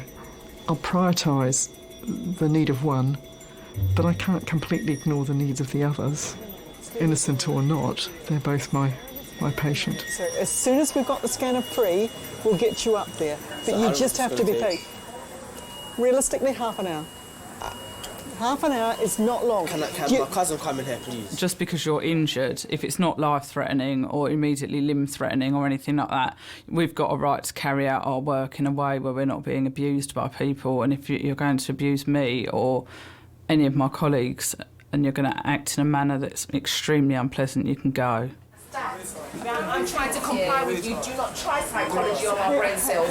Do not. Guys. Do not. Guys, can I ask for calm, please? Do not. Could I ask for calm? There's a very seriously ill I do apologise. young child. I do apologise. She's trying her strategy. Listen, there's a very seriously young lad. I'm sorry. There. It's I'm 11 years sorry. old. I I'm really sorry. would like to keep it calm. apologise. Thank you. She doesn't calm down, she's out. I'm not having it in here either. Okay? Yeah. We'll take him to CT now. Fantastic, and then we can get the relatives. Can we not put them with the young lad's relatives? Okay.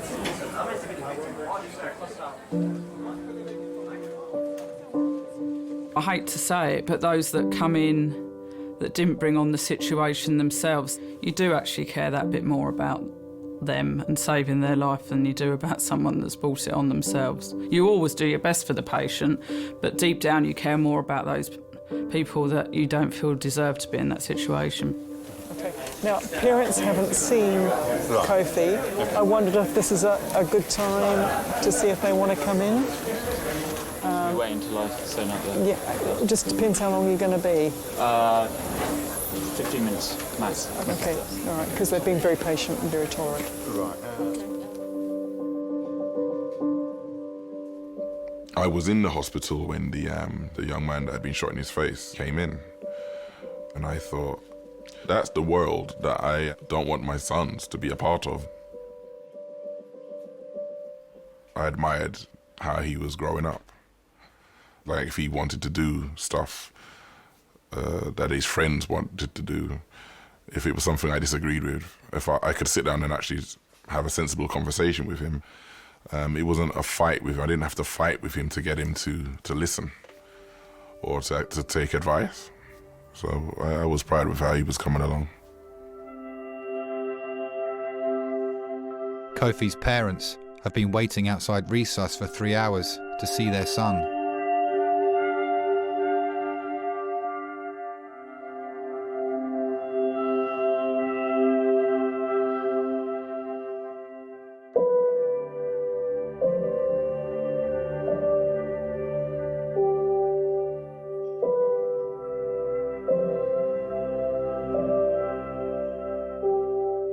When I saw Kofi for the first time, it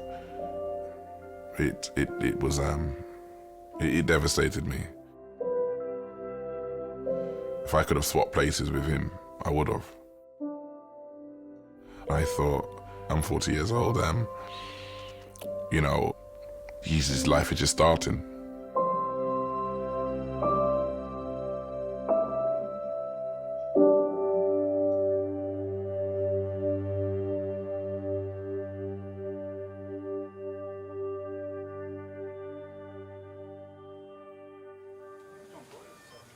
In 1982, I realized I was mortal. In Mexico, I had viral hepatitis. I was in a sanatorium for 18 weeks. It was really dangerous, viral hepatitis. Then I had cystitis, chronic cystitis, and salmonella. The thing which knocked me sideways when I was playing in one of the most plush, lovely restaurant bars in Mexico City, and on May the 15th, 1986, my hands, which were all straight, that one's bent now, you can see, they went like that in 15 days. I was like that for 10 years. And you had them released? Yeah, I had them over 7 years operations. I was the actual favourite cocktail pianist of the President of Mexico at the time. Oh, really? And the Dupuytren's contracture came in 15 days. Stick your tongue out for me. Okay. That was the worst nightmare of my life, I think. I was a cripple. That was finished. And then, of course, I got cancer in 2004. And, so you smoked on and off for 40 years? Yes. And how many a day? Too many, actually. I think 2 packets. Okay. And what kind of cancer did you have? Esophageal. And I'm out of. I've done my 5 years remission now, so. And did you have any chemotherapy or radiotherapy? Oof, God, did I. It knocked me sideways, you know. Well, your heart tracing is completely normal. Is it? There's no evidence of any angina or any heart attack or anything like that happening on here.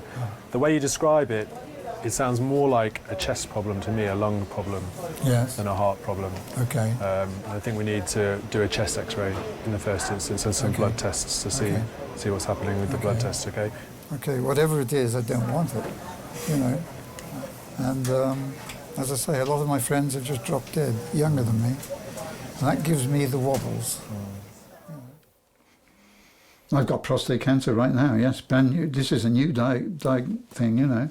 And sadly, they caught it late and it spread to all of my body, and they don't think they will ever be able to eradicate it completely.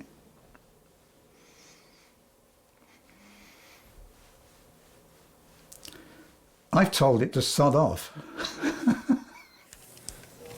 I want to hang on to that. I haven't finished, I'm still ambitious. I had my first Rolls Royce when I was 23. That's because I'm impatient. You can't keep me down. Would you give up the fame and the fortune for your health? To have health now? I don't think so, because I'm glad I experienced it.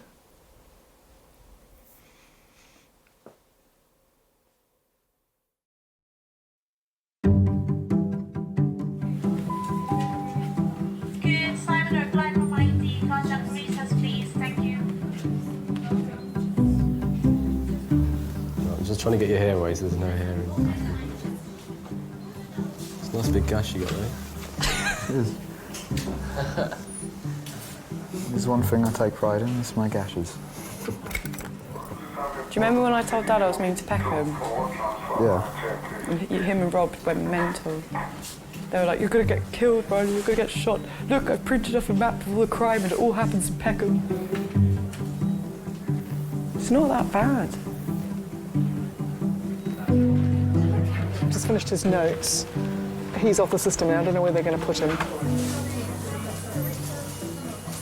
It's going to take me hours to write up all of these. Absolutely hours.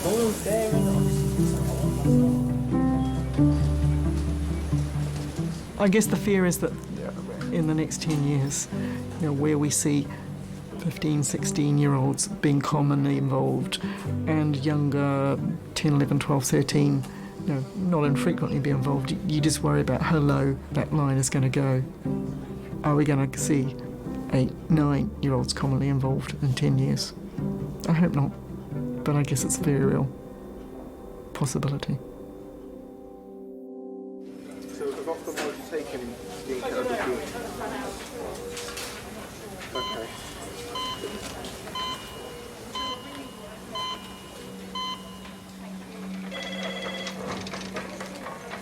3.5 hours after arriving at King's, Kofi is ready for surgery.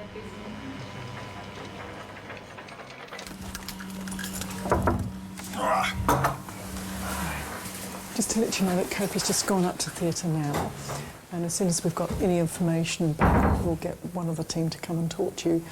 He'll be going to the paediatric intensive care unit after that, so we'll get you up there once he's settled and we'll take you all up there. Going to have what then? He's going up to theatre now to have that blood clot that's on his brain drained with Mr. Selway, the neurosurgical consultant. And at the same time, they'll have a look at the face and make sure there's nothing else they need to do there. Okay, thank you.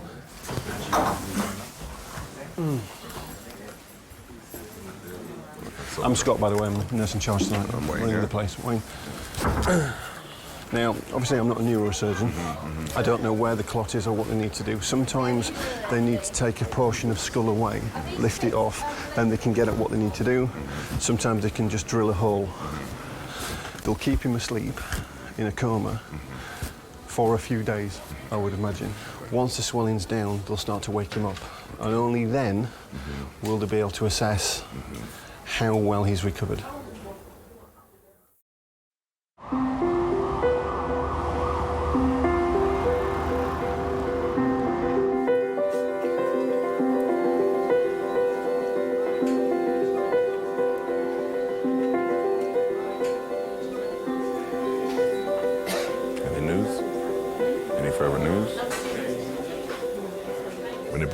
in the induced coma.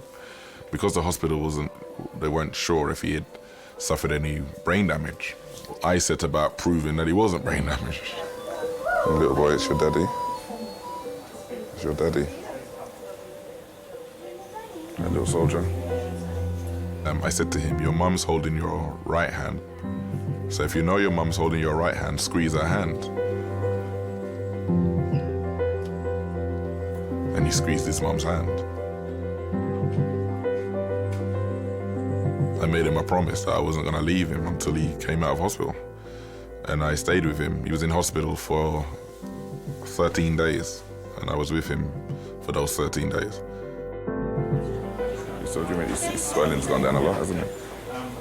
You're still giving trouble, little soldier. I think he was dreaming about playing football when he was kicking, innit? My full name is Kofi Jordan Wayne Cadogan. It was good to wake up and see my dad's face because I felt more safe, like there's not a better feeling because my dad is great, I love him. What's the best thing about surviving something like this? That it teaches you a lesson. There's no point risking your life on nonsense that you don't really need to waste it on. You should be thinking about the future and what's important in life, like your family. And football? Yeah. Football as well. Do you mind putting that, please, without request?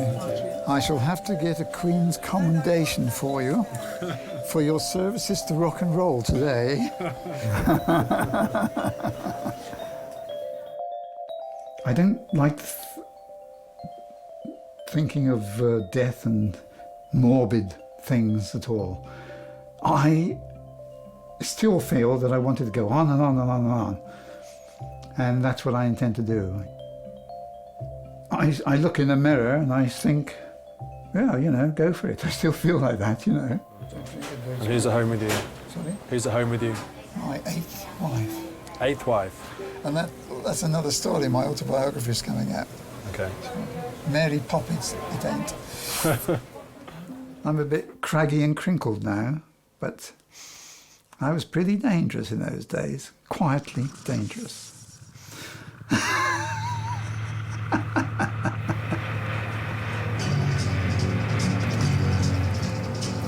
Okay. Right, rock and roll. To rock and roll. Dun, dun, dun, dun, dun,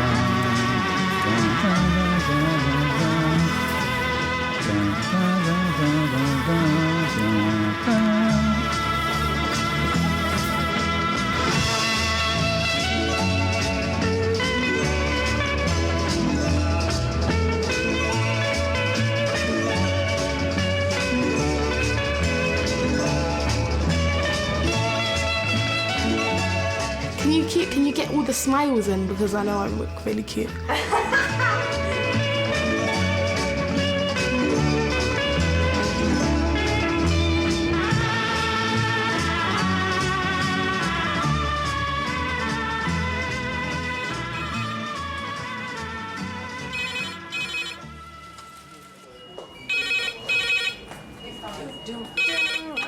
Hello, King's A&E staff nurse.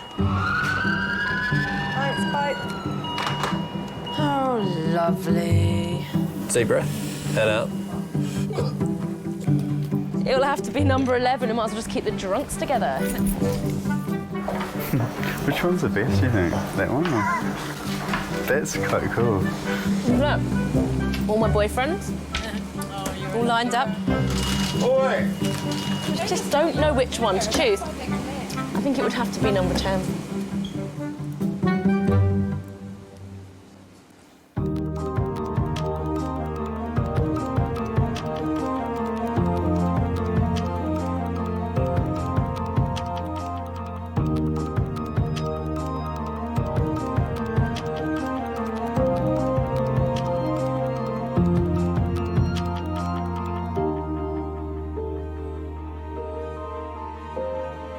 King's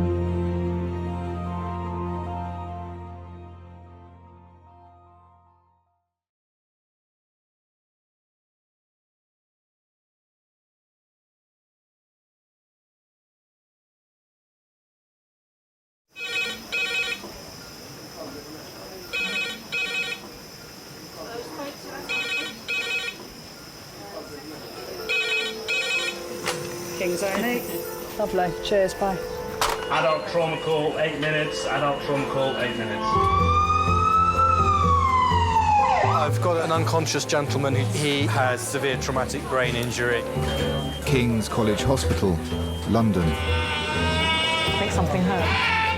One of the busiest A&E departments in the country. They're a bit busy right now. Give them a bit, 20 minutes, 30 minutes. King's is extreme, isn't it? Come on.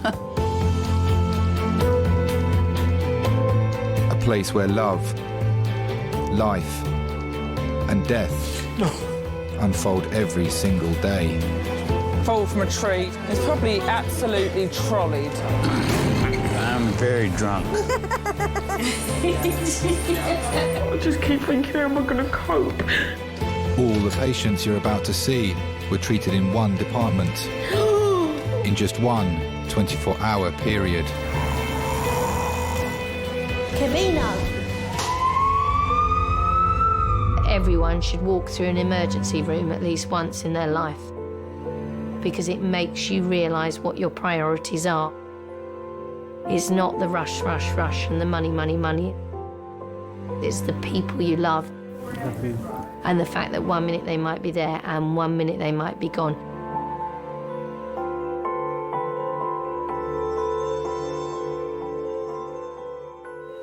Trauma red phone 6 minutes. Trauma red phone 6 minutes.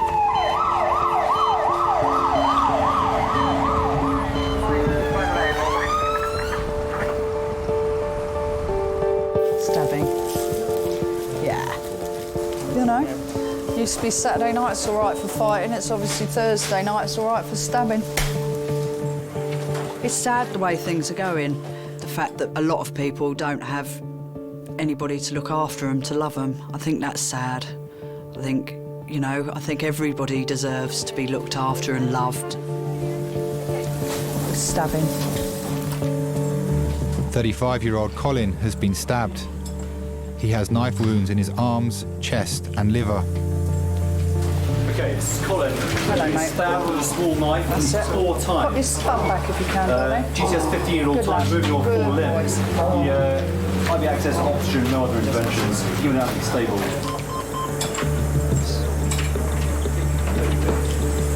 Take some nice deep breaths, all right? We're going to get you some painkillers shortly. A stab to the liver can be fatal. The team need to assess him as quickly as possible.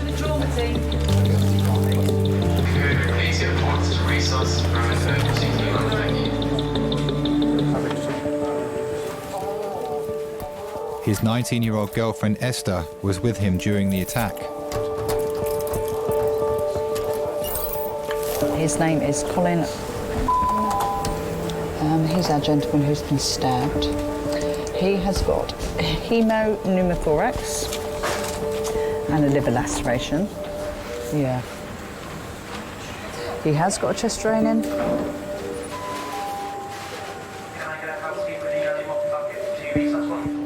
Cheers, Gordon. Thanks, mate. Bye.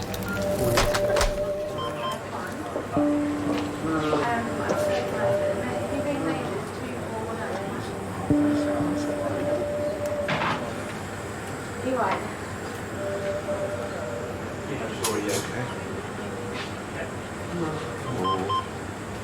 Come here.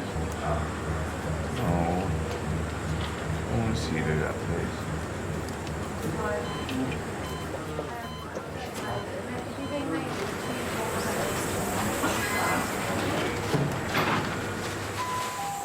I told you I needed to move out of there anyway. Yeah, I mean, I'm blaming the council though for leaving my entrance door open for so long, you get me? And not giving me a key, you get me? It's their fault. Yeah, I mean, they're getting blamed for it. They have to pay me for me getting attacked on my property, you get me? We were just asleep in bed. So I didn't hear anything until the door was just completely broke open, and some just peeked up, and some people were standing above his head and my head with a gun, with their face masked, saying, "Where's the money?" and all sorts of crap. I ain't had no argument with anybody. I ain't beef with anybody, I ain't trouble with anybody, anything. I ain't done shit. I've been with you most of the time, you get me? And I just basically just came into my house to rob me, like. So why don't you move somewhere? Babe, you know I've been trying to move for ages now. I've asked you to get me out of there ages ago, you get me? You know I wanted to move.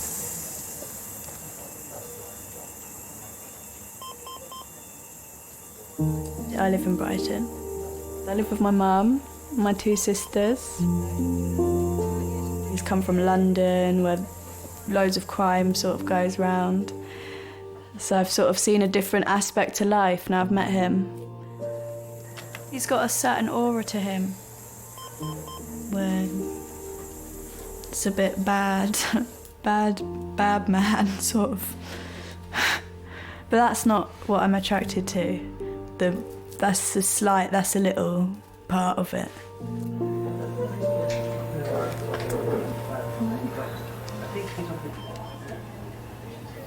Hey babe. Colin is in hospital and someone broke into the house and stabbed him. He's got a punctured lung and punctured liver. They said we'll tie him up, and they were going to tie him up. And they kept whacking around him with the gun and stabbed him 5 times. If he hadn't jumped out his window, I don't know what would have happened. Girlfriend looks quite alright. Do you think the girlfriend looks alright? It's got a lot of tattoos and things, so. So what do you mean by that? I've got a tattoo as well. Well, no, so have I. Oh, nice bit of chocolate though. Keep me sweet.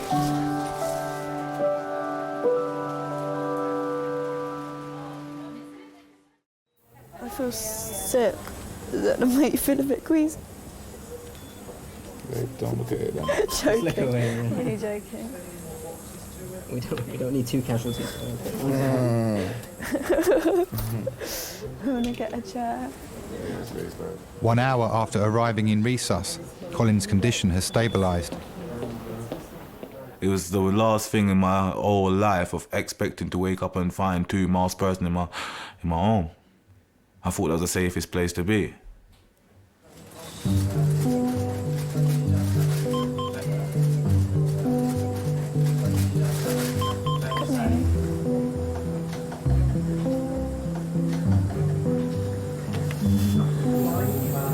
Your breathing looks fine.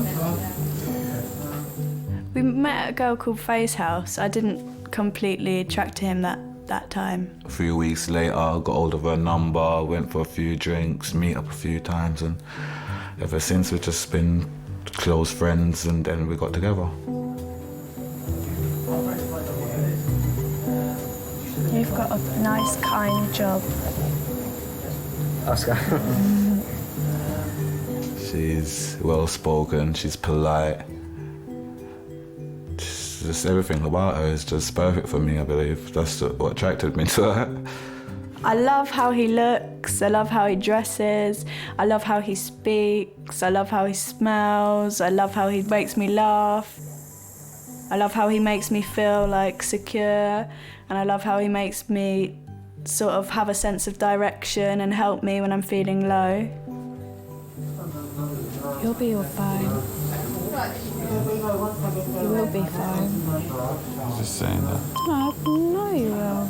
Oh, I'm gonna kiss and hug, please. Yes. I just felt like he was so, like he just needed hugs and like smiles, and just me telling him he was going to be okay. I just felt like I had to really be there for him when that happened. A little bit. Sorry, is it okay to have another cup of tea? 3 weeks, yeah. Thank you. In 3 weeks' time.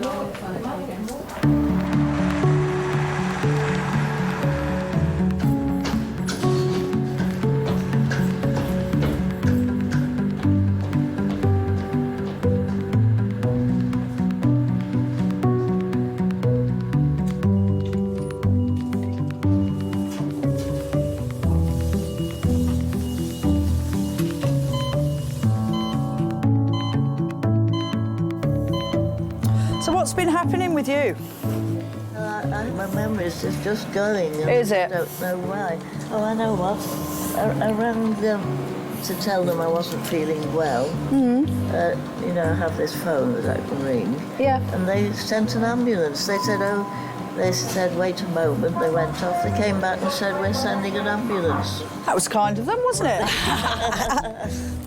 87-year-old Nancy has been brought in after collapsing at home on her own. All right, my darling. Yeah. Is that all right?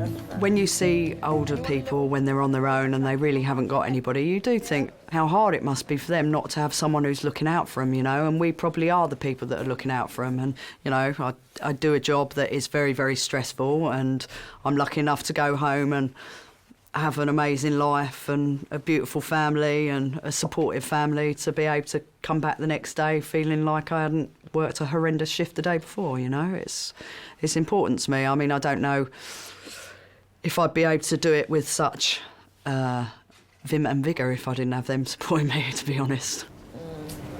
Let me have your arm, my love. Oh, and you've had a blood test recently. What was that for? Oh, I know. I went on a cruise and I felt sick after it. I had a kind of sick feeling. And, yeah. Right. Where did you go? We went to Southern Ireland. Oh, lovely. Spain and France. Oh, lovely. It was very interesting. So do you live on your own? Yeah, yes, I do now. I'm just beginning to feel the disadvantage, you know. Yeah. I was all right for quite a long time. I was used to it. Yeah. Yeah.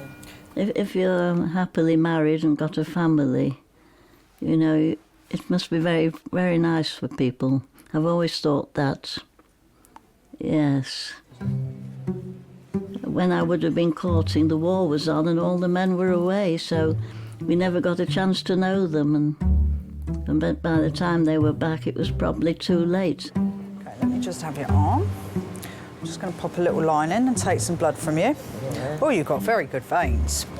I come from a long-living family, though. Oh, do you? Yes, and I've never known anybody be in a home. Well, that's brilliant. That's really, really good. Really, really good. Oh, yes, I get around as well. And I like living independently. I wouldn't want to go into a home. And kind of have your books and your music and your things around you. Of course. Yeah. Should have got too many things around me. Are you a bit of a hoarder? I think, yeah, that's right. Don't get rid of anything. She's gorgeous. She is gorgeous.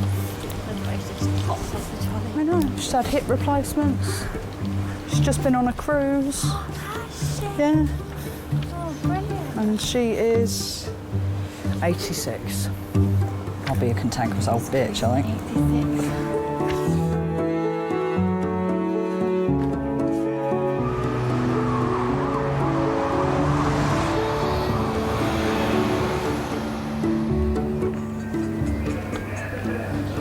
Mother of mine.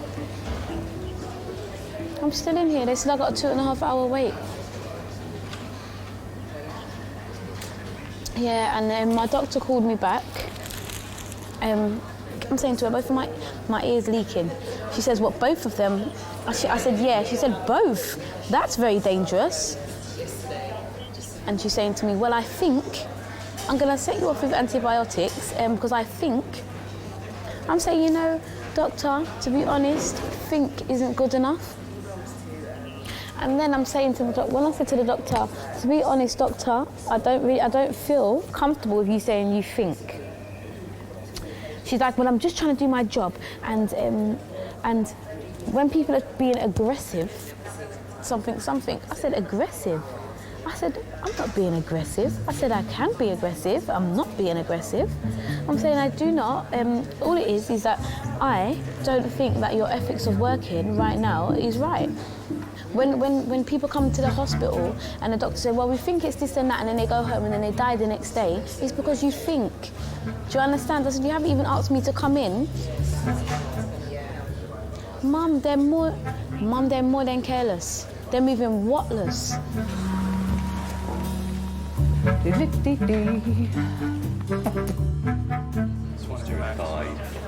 The results of Colin's scan are back and reveal the extent of his internal injuries. Obviously the scan shows that this wound here particularly has gone into the liver. I don't think it's caused any major injury that needs operating on, but we need to keep an eye on you, so I think you will be in over the weekend. Okay, all right. I'll let you eat and drink as well.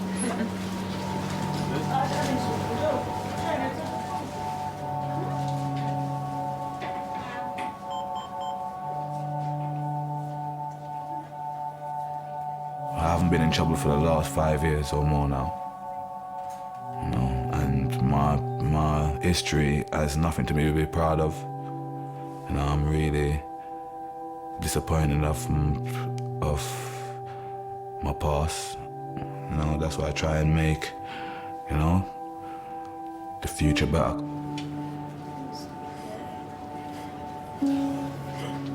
It's made us quite a bit closer.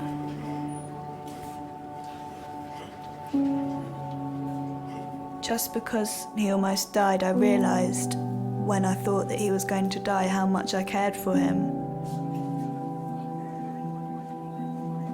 She did save my life. She actually made a phone call to actually get me to the hospital.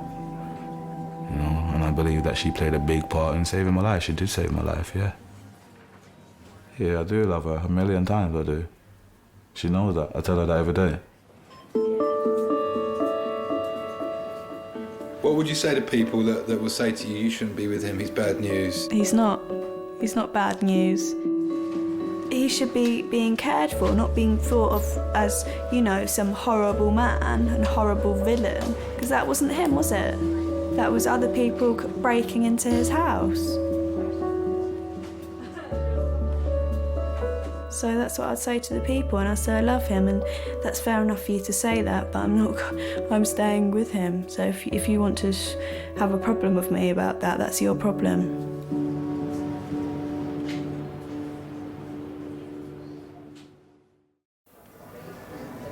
And then they said they ain't got no appointment, so they do that phone consultation thing. And I'm saying to her, I've got a lump on my neck. She's like, I think. You see, babe, thinking doesn't work for me, because Sandy's ex-boyfriend, yeah? His ex-girlfriend went into hospital with a headache, you know, babe? They sent the girl away. The next day, the girl died. Do you understand? Like, come on, man. These people are slacking. And even my mum said it, because they're not getting paid what they want to get paid, they're just taking a piss.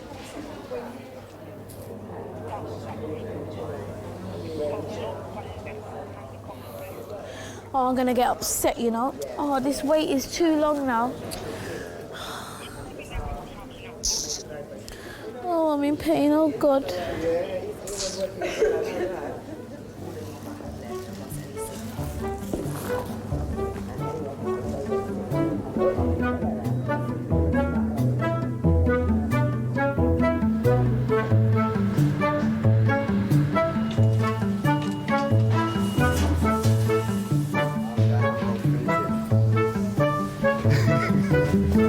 So, how do you feel right now? Well, I feel fairly all right, really. I feel better with it. Okay. And at home, you're completely independent? Do you have any carers coming to help you? Well, I've got someone coming to do my housework. And, okay. Yes. Although she's not been very satisfactory, I'm actually changing at the moment. She's once a week, isn't it? Well, it's twice a week. Twice a week. We've got social workers in the department who will be able to see whether they can organise some care if you so need it, okay? Being on your own at night is probably the most difficult time. There's loneliness, for instance. Well, you couldn't expect a friend to be coming round. Well, I wouldn't worry somebody in the night.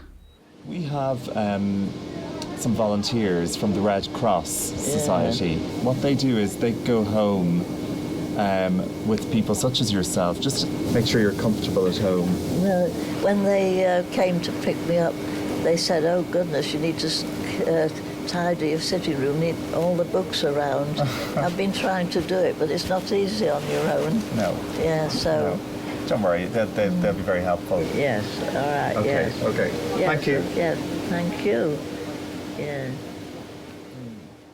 When you had no experience going to hospitals, you could feel frightened, and the sight of an ambulance used to worry me. But now, I'm really grateful and pleased to go there, and that there really is nothing to be afraid of. They really do look after you well. You ready to go? Ready, steady. You just take your time. You're welcome.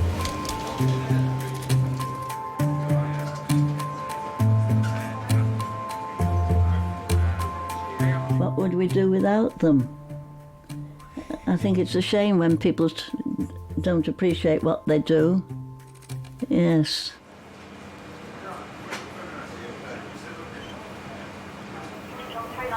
Oh. So you're not coming no more? Oh, do you know, she'll probably say that because I got seen. You know, I was saying I wanted you to come in with me.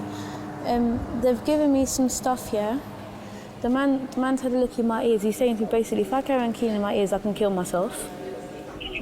Carry on cleaning my ears, I can kill myself because I'm pushing the infection into my brain, yeah?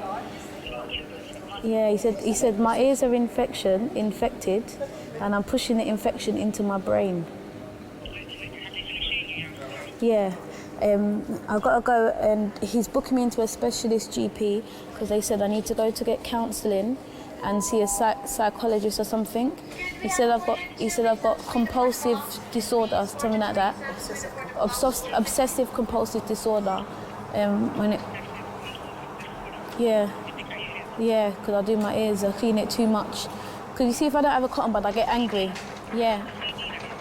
When I don't clean my ears, you know how I get funny. You get me? Bye. Thanks very much. My drink, Kelly, keep leaving. I'm going to look for you. Be good next time. I will. Bye. Bye. Get in there. Get in there. Daniel, get in there.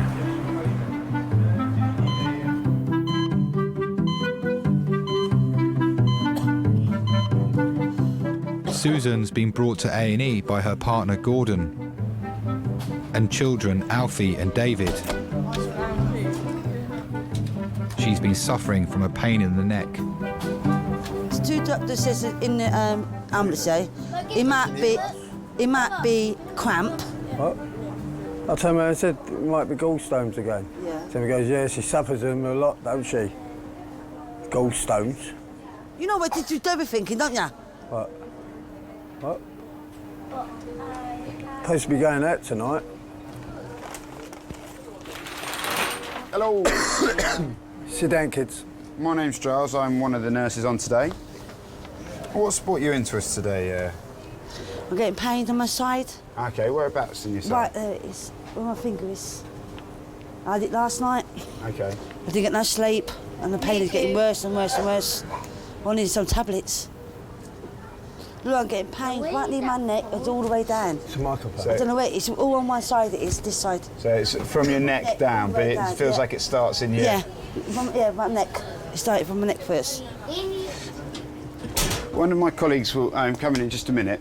I just want to do a quick scan of your heart. It's nothing to worry about. It's something we do on the majority of people. But at that point, just a good opportunity to take your kids down to the paediatrics department. One of my colleagues will show you the way. You can get some toys or something to keep them occupied. But we'll just, and then I'll do the scan whilst they're down there. All right. OK? What? The scan, I don't like scan. It's just going for a little while. I eat it. That used to look like going for a black tunnel.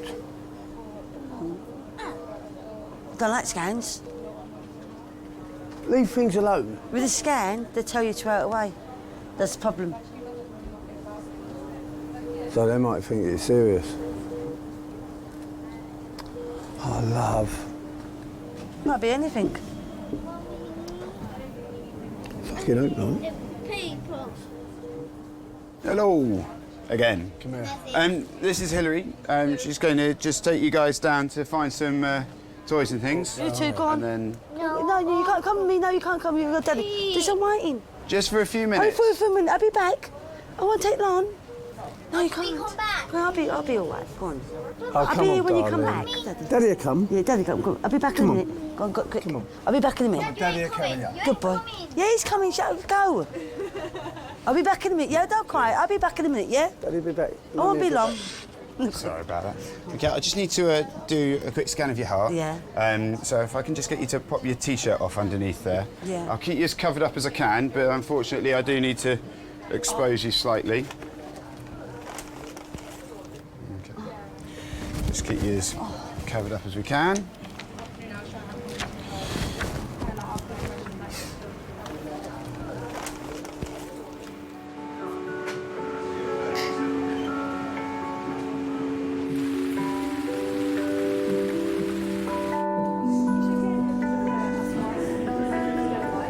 I'm sorry. I'm a 54-year-old guy, and when I listen to you speaking about yourself, I just think, my God, what is that woman up to?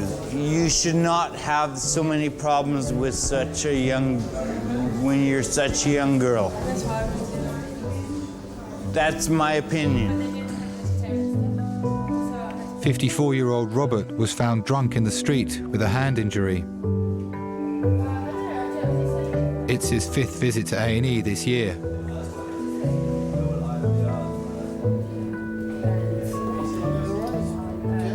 Yes, thank you. What is it that you're drinking? Is alcohol? What? Is it alcohol? Yes, of course it's alcohol. You're not allowed to take alcohol. Oh, sorry. Yeah, I'll put it away. Sorry. No, you have to bring it outside. I have to drink it outside. Yeah.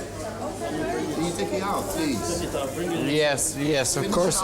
Yes, of course I can finish it outside. No problem. I didn't realize it was such a scary offense. Yeah, security offense, you can't drink alcohol anymore. My name is Robert. I'm 54 years old. I came originally to do a postgraduate law degree in international law topics. And I stayed because on the 5th of March 1984, I met my beautiful wife.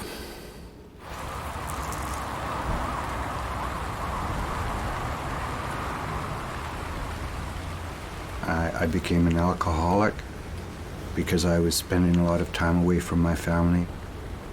And I drank because I wanted oblivion. I spent much of 2010 very angry and saying to myself, pour me another drink. That's me.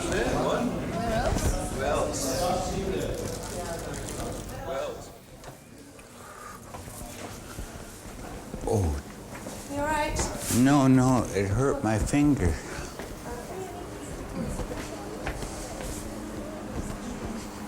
I think what we need to do with you before we look at your hands, Robert, is get you into a cubicle and give you some fluids. All right? Yes. Because I think you're a little bit too drunk for us to assess properly at the moment. Is it all right? I don't really know. Never mind, just leave it to us. I'm going to try and find a space for you, okay? And then we'll sort out your hand. Do you know what? I think you're the most wonderful woman that I have ever met in my life. A lot of people say that, Robert. Thank you.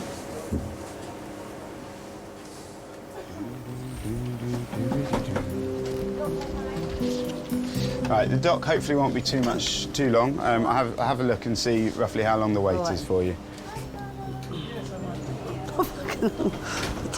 Leave it. I took all my clothes and I put the butter in, Robert. It's on the bottle. Oh, God's sake. What? Oh, for Christ's sake. Was he in here when you took it off? Yeah. When you took your T-shirt off? Yeah. He shouldn't be in here. I'm going to end up hitting him. What? I will, I'll end up hitting him. Why, the doctor? It don't matter, he shouldn't be in here. It's fucking nice. I don't mind. You'd be my doctor anyway, mate. Yeah, I'll be kicking his head in. There we go. I'll just go and dip that urine for you. Oh, I've got one of my... Oh, ow.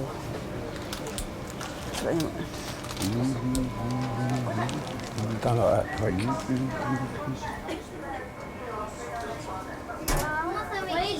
Susan, is it? Yeah. Susan, I'm Amanda, one of the technicians. Has anyone taken a blood sample yet? Yeah. Doctor did, yeah. Yeah, he done it. What doctor saw you? No, it was that geezer who's there. Just walked out of here. One with a blue suit on. Blue suit on? The idiot, man. Is that idiot, man? Is that nice? Yeah. The idiot. Oh, I wouldn't mind kicking his head in. What is your problem? Don't like him. Because you don't like him. I like him. I don't like him. It don't mean like that, Susan. No, you don't mean that. But he's touching you. Yeah, he's a doctor. Like it. I don't care, shit. He's a doctor. Shut up. Oh, one there. Susan is suffering from an undiagnosed pain in her neck. Dan, can you pull the cane, please? And can you stop what you're doing, please? Don't touch the computer. Leave it. I know what to do it. No. Next time, you're not coming up here, Daniel. Leave the computer. You're getting really Daniel. bad now. Leave the computer. Hello, my name's Malcolm. I'm one of the A&E doctors. How do you do? Pleased to meet you. Oh, we've got to go in order here. Hello, sir. Young ones? Daniel, yeah. Good stuff. Can you describe the pain for me? Is it like a stabbing pain or pressing pain? Maybe a burning? Do you like having a baby? No. Or worse? Worse. Worse, right. It's worse, yeah. that. Wow. It's Okay. worse. Tell you. We gave you some painkillers earlier. They helped at all? No. No? No. Okay. So listen to your chest. Are you able to sit forward for me, do you think? That's gross. Any change in your weight recently? No. Wait. I think she's put on a little Yeah, I put on a lot, yeah. You smoker? Sometimes, not a lot. Alcohol? No. Are you working at the moment? No. Looking after the kids? Yeah. Full-time job, isn't it? Yeah. They're at school at the moment. Good. Can you think of anything you've done differently in the last few days? Have you done any lifting? No. Picked anything up? No. She just sits on the sofa watching TV with the kids. But no change from normal. That had been what you'd normally do. Yeah. I think this is going to be a muscular pain. Certainly up in the neck there, Yeah. and where your tender here, we can press just over where the ribs are. Yeah. There's a lot of muscles, 3 sets of muscles attaching all these ribs, and all these can get inflamed. I see you've had some codiagamol already. It's a pretty good painkiller. Yeah. What we could do on top of that is give you an anti-inflammatory. Yeah. So like ibuprofen, we give you something called diclofenac, which is kind of a little Yeah. bit more punch to it. Yeah. All right? All right, then. Good stuff. Thank you. Any All right. questions at all? Yep. Thank you. All right. What's your All question, young man? Where's the pen? Where's the pen? My pen's here, because I've lost my top and I can't put it in my pocket. Oh, yeah. That's all right. I'll see you later. Thank you. All right. I'm starving. So am I starving? I am too. 45 minutes, they're going to give me some more medicine. In 45 time, you're going to come back. Then I can go on. I'm like popping out fish and chips. Or McDonald's. Yeah, Dad, give me McDonald's. I want McDonald's.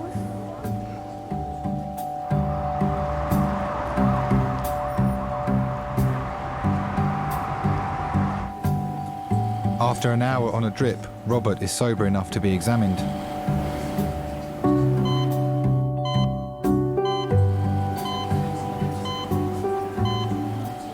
Hello? Sir? What? Have you been in hospital recently? Yes. Which one? Lewisham. Lewisham. With what problem? I'm drunken alcoholic asshole. Did you fall over then? Yes. Did you bang your head? You got some scars on your head then? Yes, I have several scars on my head. I was in 5 different A&Es over the course of 2010.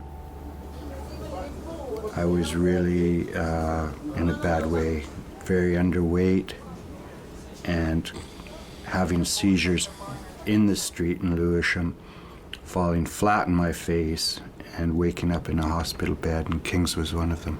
I did it about 10 times. How are you feeling now? To be honest, fuck. Do you remember me? Yes. Okay. Do you remember how you got here? I know that I was brought here by ambulance. I don't know how I actually physically got here. What happened to your hand? This one. Which one? This one.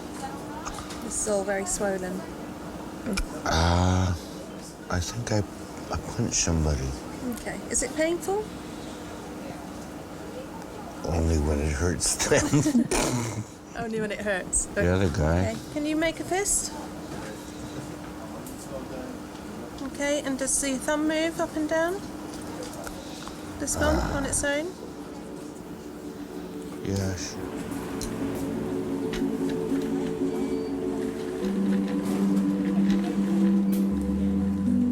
I was always a loner, and like a lot of addicts, I thought that that was just me and I was just different.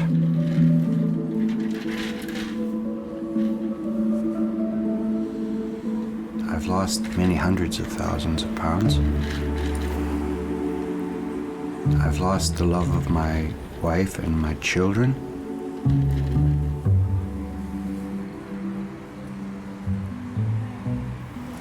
Why didn't you put your shoes on?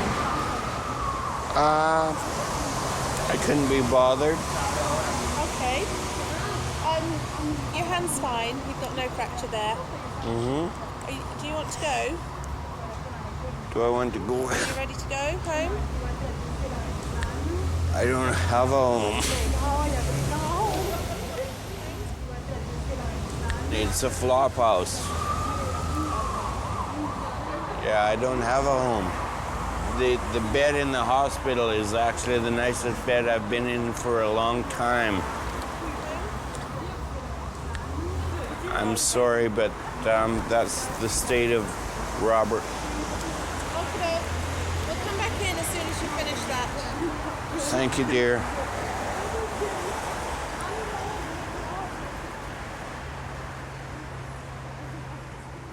Of course, it's a wonderful thing to wake up in a nice, clean bed and have a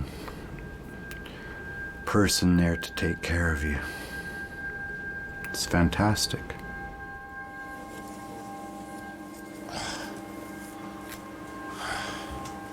If you sleep rough or in hostels which don't have any heating, actual physical warmth is extremely nice, but also personal warmth of the staff, people who care about you. I did tend to think rather paranoically that people were often kind to me because they wanted something from me. And here in emergency, that's clearly not the case. They just want you to get better.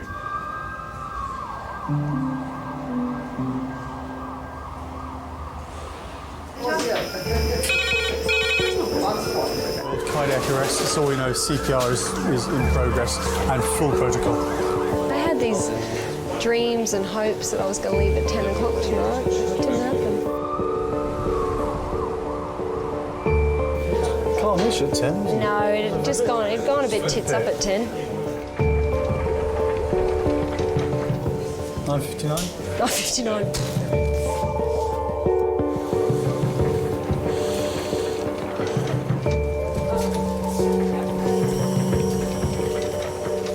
A patient has been brought in by ambulance after suffering a heart attack.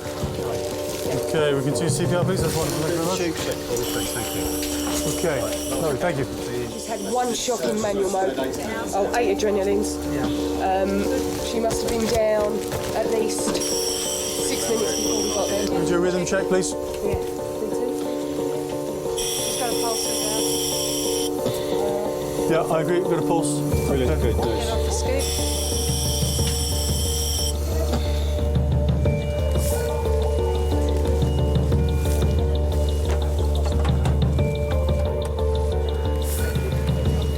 She's had 8 milligrams of adrenaline in total. She's had nothing with us. She had an output on arrival here, but she did have an episode of VT. Yeah, but with pulse still. I suspect as the adrenaline wears off, it's all going to wear off. And so I just want to have a chat to the family now before we get to that point.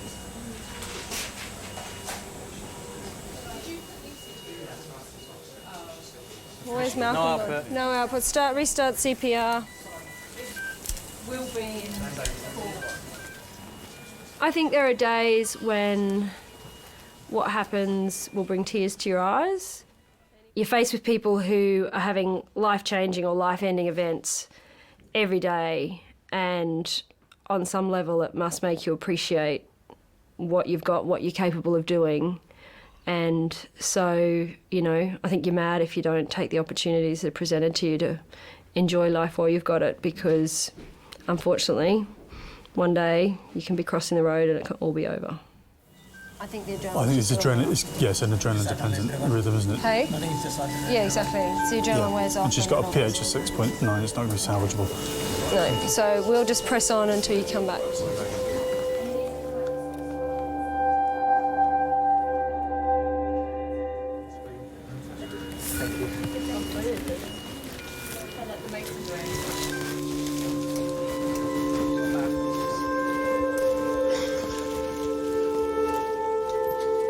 Have had instances where I will go and get the family, and essentially it's the point at which you've realised it is futile and there's, you know, it's a non-recoverable situation.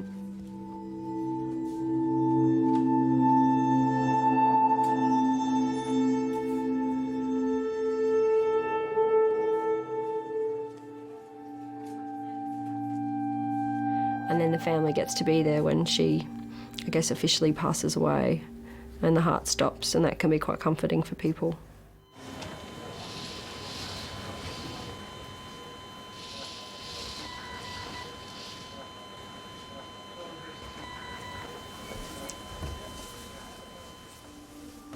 The majority of patients who have heart attacks away from hospital do not survive. It is very emotionally draining to have to break that kind of news to people, and to be witness to that last moment that loved ones have together.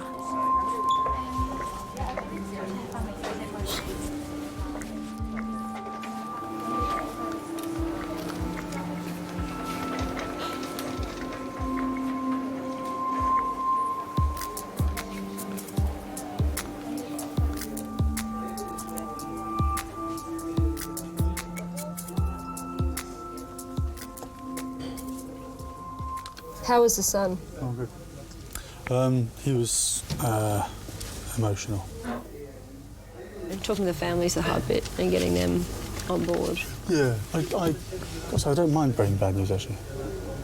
Because I think if it goes okay, it's good. In the end of the day,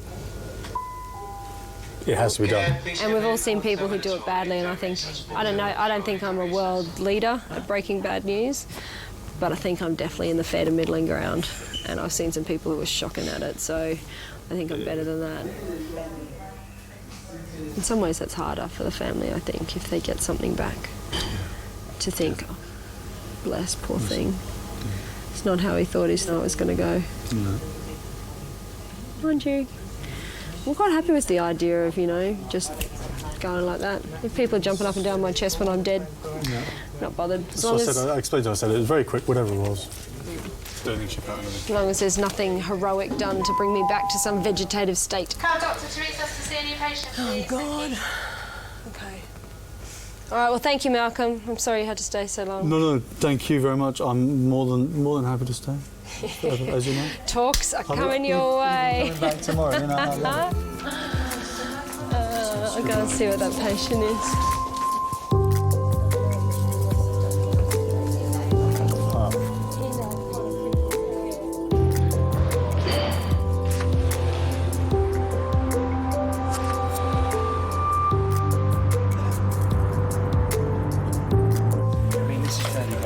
House, Jackie speaking.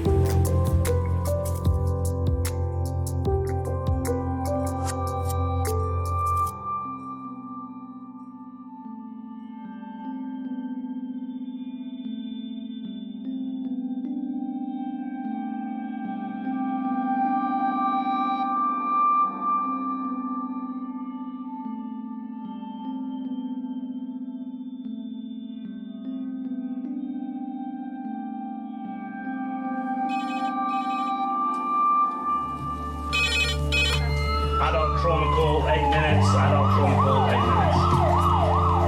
When you work at King's, you see everything. 2 stab wounds to the legs, small one on the left, big one on the right. I witness more violence here than I do in Jamaica. No trouble in here, do you hear me? It's a hospital. It is a dangerous environment. It is. Do you think... Listen to me! All right, it's a hospital, for Christ's sake. You don't have to watch the television to see what's going on in Britain. Right here at King's, it takes place right before your eyes.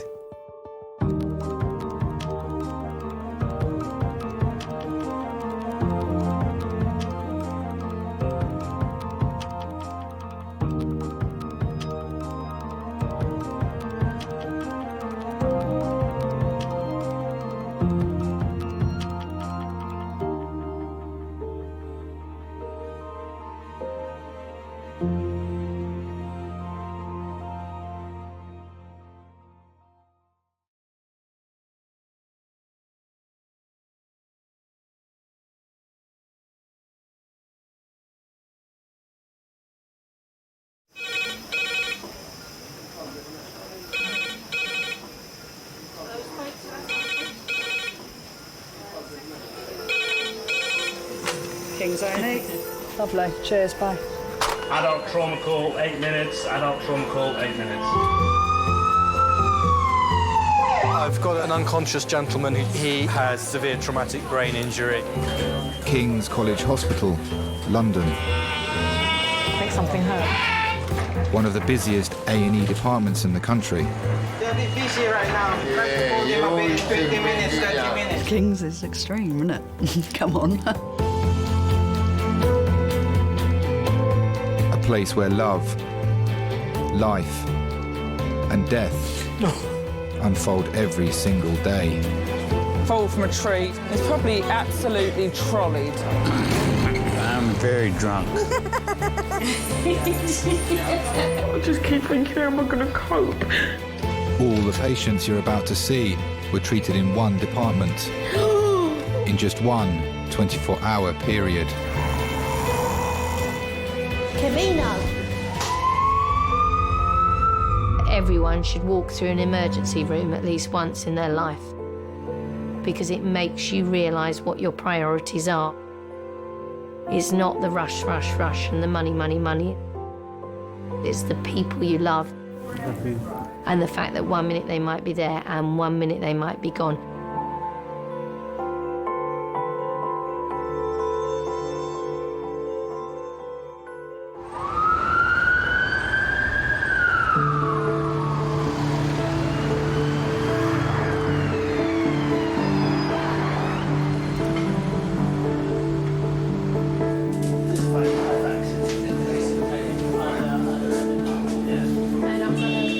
I'm Amanda, I'm one of the technicians. We need to take some blood from you, OK? What's your name? Obviously, people are very anxious and nervous and scared when they come into a department like ours and they don't know what's going on, and it's quite nice to sort of put them at ease, which I think that I do very well. So, sharp scratch. You can open your hand, don't move your arm. Thank you. When I see couples come into the department, it just makes it more real. The emotion is more real because you're dealing with two people and, you know, one person, the patient, is in agony, but also their partners are feeling their pain as well and get quite upset.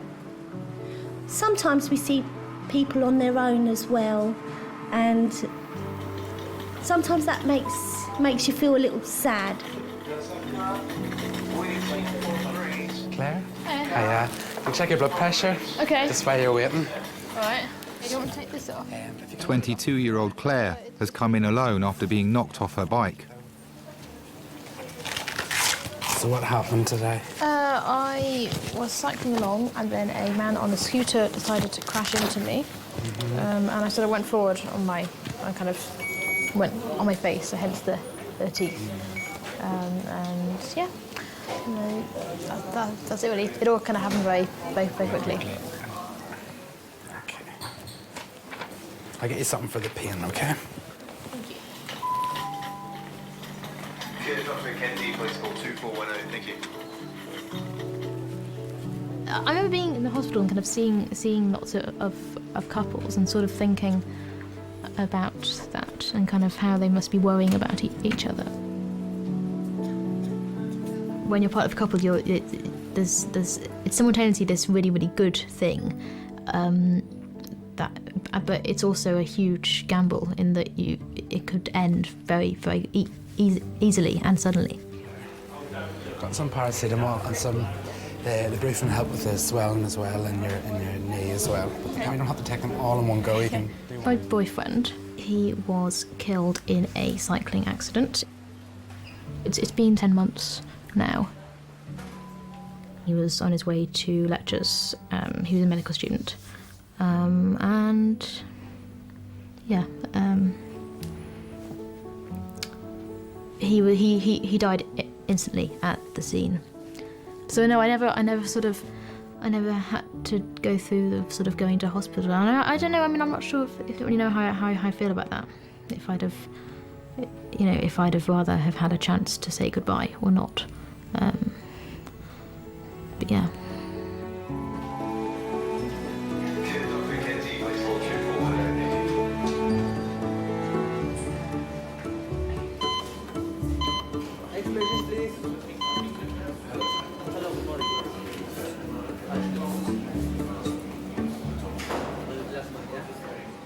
John and his wife Brenda have been together for 29 years. At Brenda's insistence, John recently had a private health screening. The results have sent him straight to King's. So just to reiterate, I just need to get the story right in my mind. Seen on Friday privately, did an ultrasound scan of your tummy. Take me back in time a bit. Why were you having the ultrasound scan? What were they looking for? Routine health screen. Oh, routine health screen. My name's Jackie Butler. I'm one of the other A&E doctors. Sorry, I'm going to have a quick look with our ultrasound machine as well. So I'm going to lie you down a bit flatter. Is that okay? Yeah. People can actually come in and physiologically be quite unwell, but because there's still enough blood pressure to circulate to the brain and the skin and all those sorts of things, they don't necessarily appear sick. Okay, now I'm going to try not to press too hard. John's health check revealed an aortic aneurysm, a dramatic swelling of the body's main artery. Okay, so you're going to feel a big scratch in your arm. It's just going to pop a little needle in and take some blood. So, you know, someone can come in and go, oh, I've got a bit of belly pain. Their numbers can all be basically fine. And then they have this big balloon of a aorta, which at any moment could literally pop. And if it pops, then that can be the end of you. No, that health check was worth having. It was money well spent. Yeah, sure. How much did it cost you? I think it was around 140 quid. Best £140 you ever spent, I reckon. Well, you know. I had a funny feeling that there was something wrong. Didn't know what it was. Couldn't put my finger on it. I mean, I had to persuade him. You know, John's very, oh, I'm all right. But I got him down there, and I mean, they said to him, you are just a walking time bomb. Did you want to sit up a little bit? He's got a AAA. He's got an aneurysm. Yeah, he's got an abdominal aortic aneurysm. He's been picked up incidentally on Friday. They've just done a scan, just routine, and they found it. It's about 8 centimetres in diameter. So yeah, it's big. Vascular registrar Ranjit has been brought in to assess how urgently John needs an operation. So guys, if you can see, I'm just holding, this aorta normally runs down there, and I actually got my hands around it, so it's that big. And can you see my hands are just being pushed away from each other, kind of a pulse. That's his pulse. So you see, it's that big. You can see it's 10 centimeters, I think. Yours and mine, it would be about that, about 2 centimeters, basically. Okay, so it's quite large. It needs urgent intervention. We're going to get the cardiologist down, as I say. All right, so I'm going to go to the meeting where we're going to discuss you. I'll come and we'll have a talk to you, okay? I'll deal with you. Okay. Dad had some quite colossal accidents. He's competed with bikes all through our lives. But Dad being Dad, he's got up and walked away and come back and done it again. Well, you better get going or you'll all get caught up in the traffic. We're not going anywhere, shut up. Stop worrying. We're here until we find out what's happening. Well, you know what's happening. No, we don't. Haven't had a meeting yet. He likes talking bikes. He likes to be able to get his say in, which he does tend to sometimes get, I suppose, talked over. We weren't making a fuss for nothing. I mean, every time I dragged him up the doctors, it was like, oh, well, you know, we're checking on him, he's all right. And there you were, threatening to mow the blooming lawn the other night. That's all right, the lawn takes me round, doesn't it? Yeah, just what we need at the moment, isn't it? That could have caused that to go, because, I mean, you might have pushed enough pressure on it. Not my paddock, it's a brand, that's what I call it.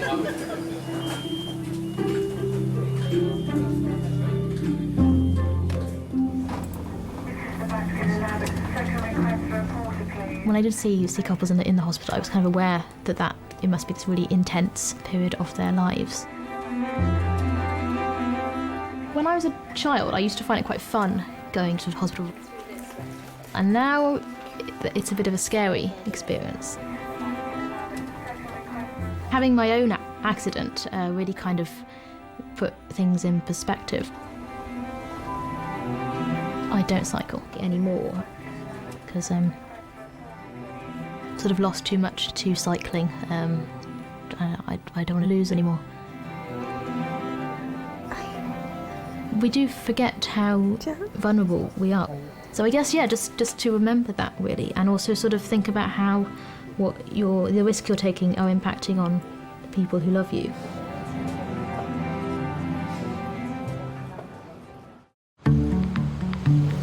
What kind of sandwich would you like? What kind of sandwich would you like? Tuna, chicken, ham, cheese? Cheese sandwich. Cheese. Must eat something with the last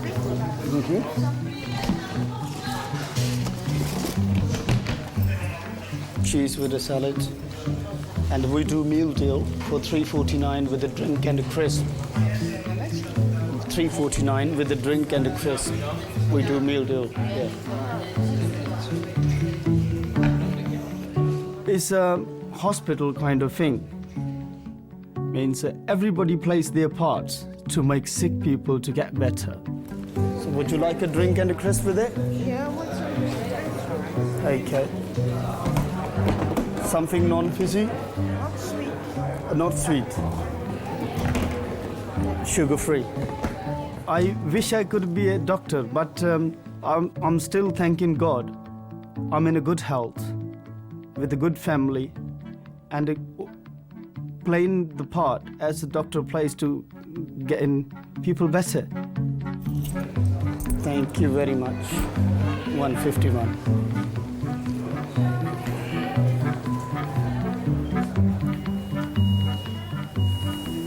Body is the most incredible thing. It's the cure-all. Oh, that's the most. I know, you use it for cleaning and everything. I told Rowan and Leader that, they wouldn't believe me. I said, use it on your surfaces, you won't believe how shiny they'll come up.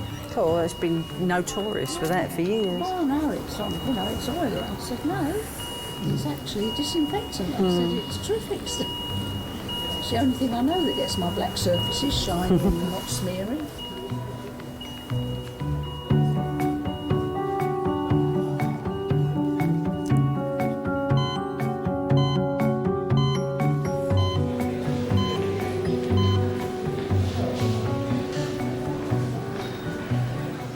"82-year-old Frida has come to hospital on the advice of her GP. Hello. Come through. Thank you. Thank you, nurse. Thank you. Okay. So, I'm Nancy. I'm one of the nurse Nancy. practitioners. Yeah. What's the problem? This is the ear of mine. The ears seem to be blocked up. Feels like they're blocked. All yeah, right. there's something in that ear that I don't know what it is. Okay, I need to have a look. I'll just go and get the right equipment. All Okay, right. dear.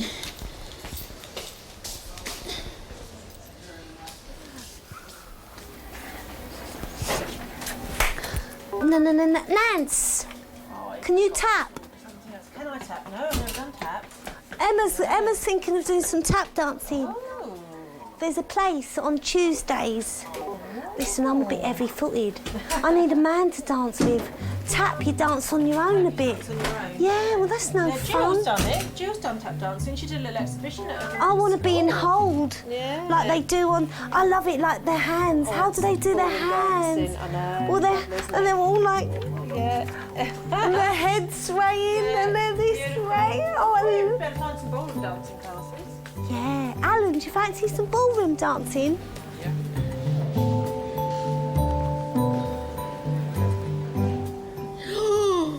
Oh, that's sore, isn't it? Oh. Sorry, sweetheart. Oh, that's sore. Yeah. Oh, dear. You do have an infection in that ear, all right? So I'm going to give you some different antibiotics and some ear drops to put in your ear as well, and hopefully that will settle it down for you. Okay. Hello, how are you? I'm good, yeah. Call the blood lady me. If you need anything. I will. I'll try not to. All right, I wouldn't do my job if I didn't feel it was important. You know, I want to feel wanted and important. Andrew, I just need to put another cannula in your arm, just so we can give you some more medication, okay? My career is, I'm giving up my life, really. Well, I'm not giving up my life, but I'm dedicating my life to other people.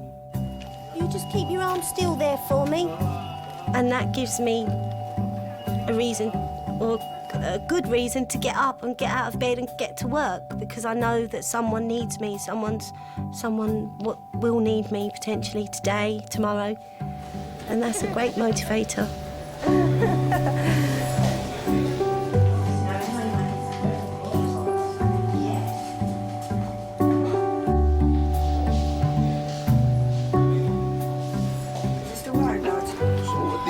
Yeah. I feel absolutely exhausted. I'm the doctor's already. I'm not doing nothing now. I want some service. Just come and assess me, please. Get me down to X-ray quick. I'm not. Please. Patrick has been waiting to see a doctor in Miners for 20 minutes. You know what I mean, babe? I ain't looking to stay in here all day. People's expectations are that, you know, obviously they are the most important person. They can't think about anyone else. So, you know, they just want to be seen and sorted as quickly as possible. Excuse me? Yeah, no problem, baby. Excuse me? Can you get someone to examine him, please? All right, then, sweetheart. Yeah. All right, then, I'll ring you back, all right, darling? Yeah, all right, then, baby. All right, take care. Bye-bye. Hey. OK, you can look after me now, yeah? Could I ask I'll ring you back, one yeah? person to stay, please? Otherwise... I'll ring you back, bro. I'll ring you back. Good. What happened? I don't know, really. I just stepped up a step. You know what I mean? I must have lost my footing somehow. So it was twisted, basically. I think I've Nothing twisted fell it. on it. You No, didn't stumble no, and fell I'd on fallen it. over on it. Oi! Ah, you see? As soon as you come outside, real air, man. That fucking recirculated shit going around in there. That's why all the fucking old people catch the old superbug. The old MRSA, RSI, whatever.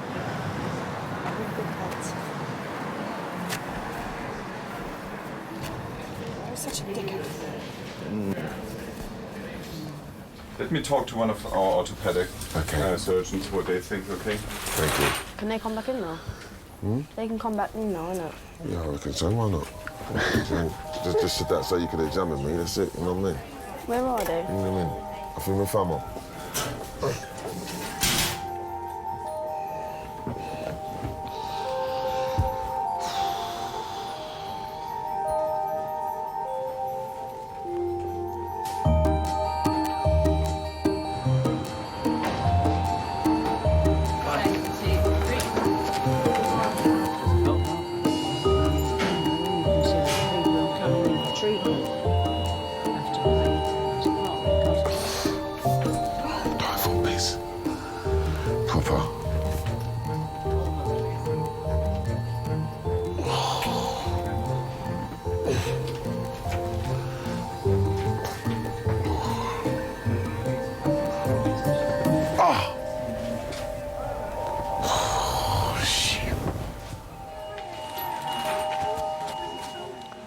92-year-old widow Eileen lives alone.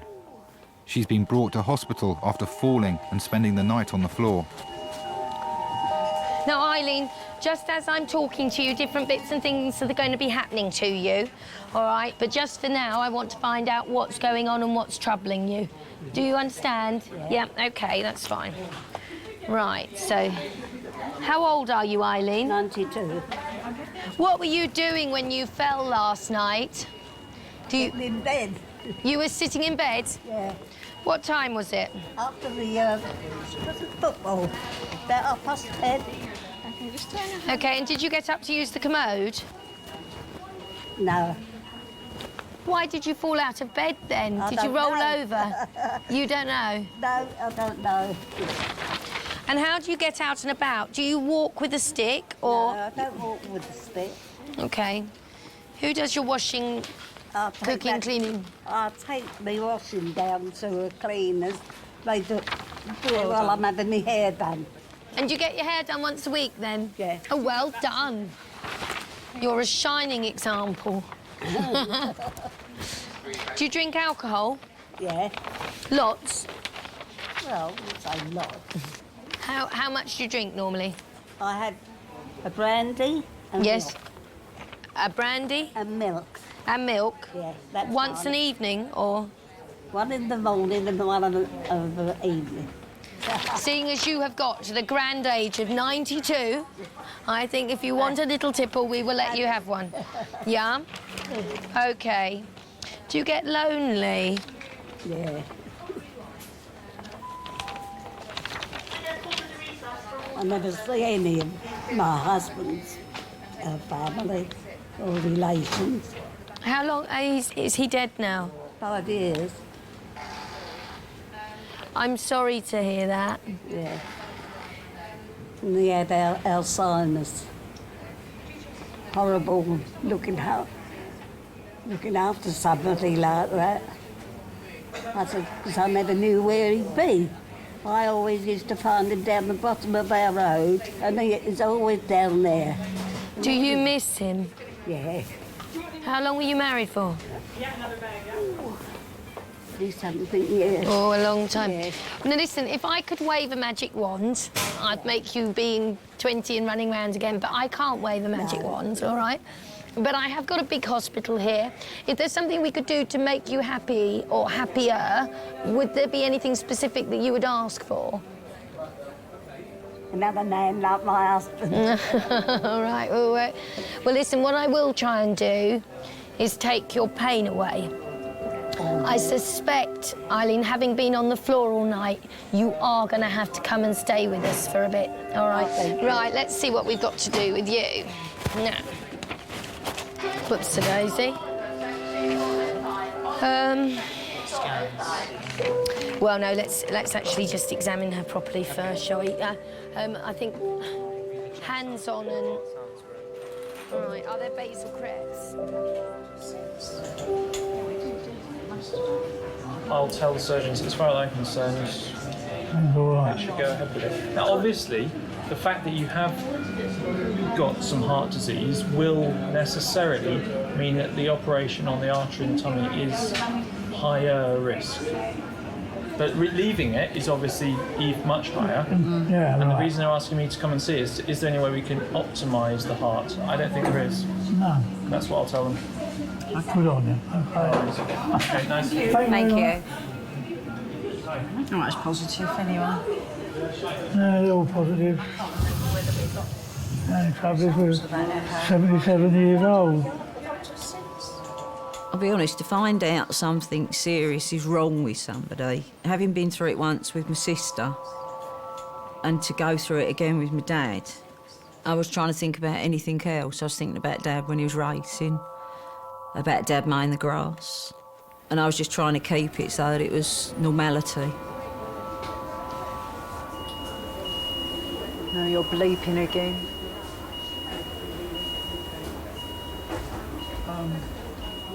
Oh yeah, according to that, you've got apnea now. What have I got? Apnea, you're dead. I'm gonna have to go and move my car. You know what? I shall have to move my car in a minute. What's it? I'm here, I'm living. Yeah, I know you're here, I can see that. Still be alive at 7 or 8 o'clock. He's what, Dad?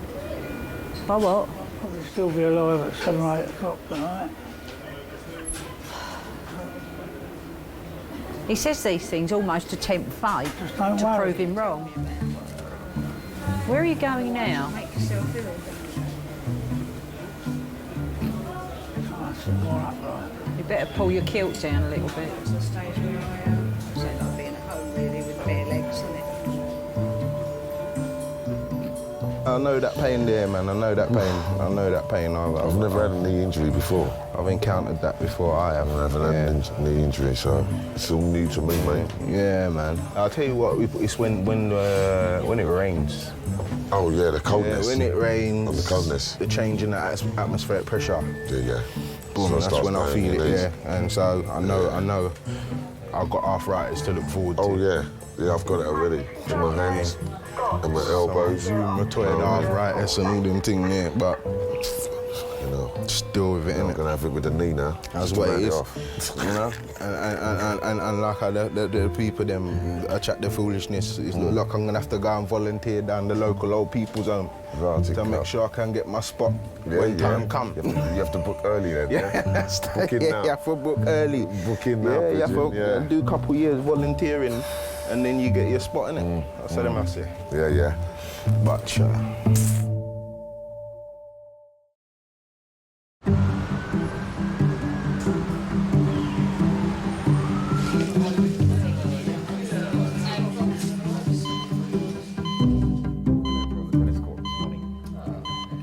backwards for no reason at all. I hadn't woken up properly and I fell onto my and I've really damaged my wrist. Okay, let's see. I mean, I had just got on the court. We were knocking up and it was in the first thing and I just fell over backwards. Okay. It's the men, it's always the men. They're all big boys that have never grown up, do all the stupid things, all the dangerous sports. Yeah.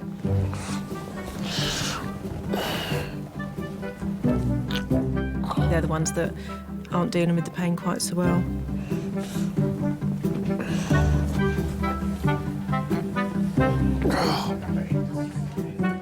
It's usually little old men and ladies that are really stoic, and they come in with a broken wrist that they've fallen over a week ago, and you say to them, why didn't you come in sooner?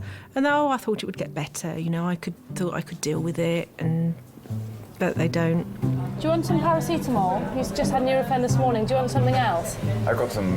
No, I'm fine. You're okay with that? It's Okay, quite painful, but Paracetamol to take the edge off? No, it's okay, all right. But I've got some ibuprofen in my pocket. Just I haven't taken it. It's okay. You don't want them?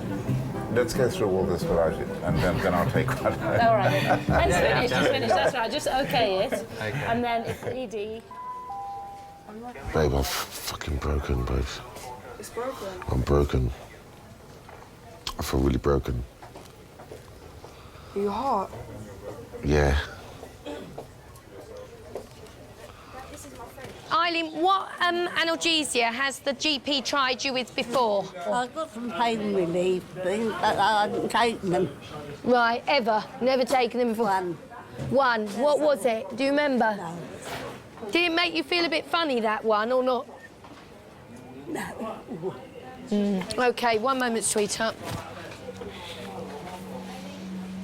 She needs any pain medicine? Yes, she does. Can I have a doctor, Teresa? Hello, X-ray. Sorry to trouble you. It's Liz phoning, the A&E consultant. Hi, X-ray. I've got a 92-year-old lady who's fallen out of bed and been on the floor all night. My suspicion is she's fractured her left hip, all right? But she's tender over the mid-thoracic area and a number of places along her spine. Lots of times, there's nothing I can do. We are meant to grow old. We are meant to get ill. And we are meant to die. I can fiddle about at the edges of that, but there's no sort of magical response in here, in this hospital, that can change that.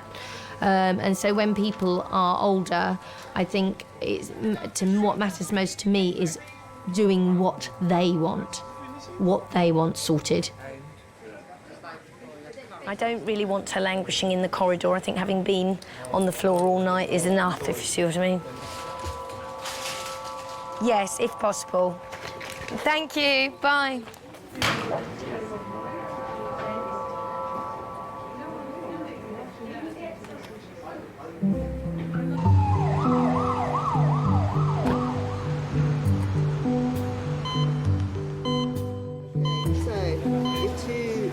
Still in there, she needs to be thrown out. 3 is now empty, she's gone to recess, 4's gone to CDU.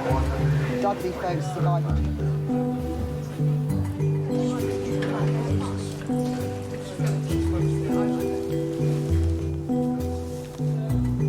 It's the first time I've ever broken a bone.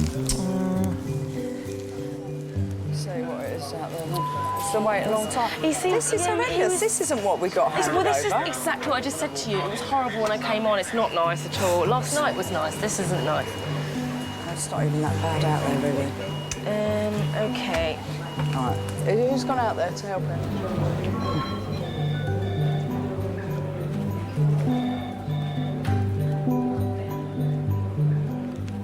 Darren and his girlfriend Alice are waiting to be seen. He's hurt his foot kicking a chair whilst playing a computer game. Sitting beside them is 82-year-old Joyce, who's suffering from a stomach complaint. Mind you throw yourself over me, you know. Pardon? I said, mind you throw yourself over me.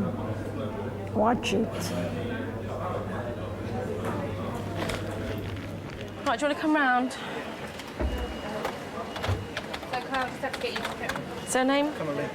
C-A-N-N-E-L-L-Y. He was the one that was meant to have had... Not looking very well now. Oh, God. What's the problem? I don't know. Yeah.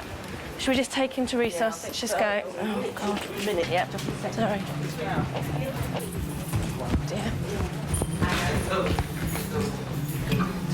Hi, Charlotte, I'm going to bring someone in that's just gone flat with ambulance. I'm going to have to bring them in. Thanks. I'm going to have to bring them in. I'll get a trolley, yeah, he's just suddenly taken a turn. Oh, let me get a trolley. Is it passed out?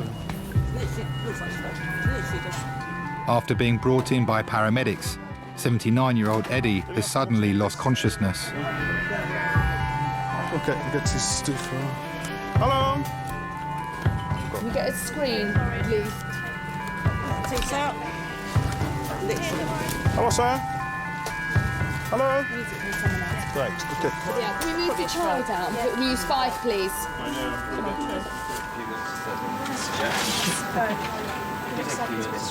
It is, it's all stressful. I've had something just literally almost crushed on me and had to rush around to resus. It's just, what was Fiona saying about it being nice? It's absolutely living hell.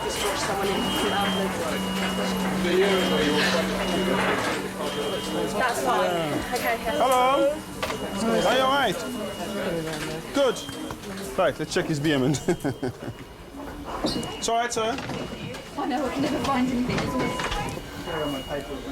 Yeah, his son-in-law is on the waiting room, but family couldn't speak to him all day today. I don't know if he had a faint. I'm not sure. But either way, he didn't look too good. He didn't, did he? Surname? Yeah, but he is conscious now. He knows where he is, and we're just going to check the blood gas now. Okay. It'd be nice just to make sure that what we're seeing on there that doesn't look like he has P waves, in fact is, I mean, this is perfectly regular actually. That's perfectly regular. I'm glad you're awake. You had a funny turn on me. Yeah. Lovely Charlotte looking after you now. It does make you afraid to get old sometimes. I do fear getting old sometimes. I fear being vulnerable and not in control.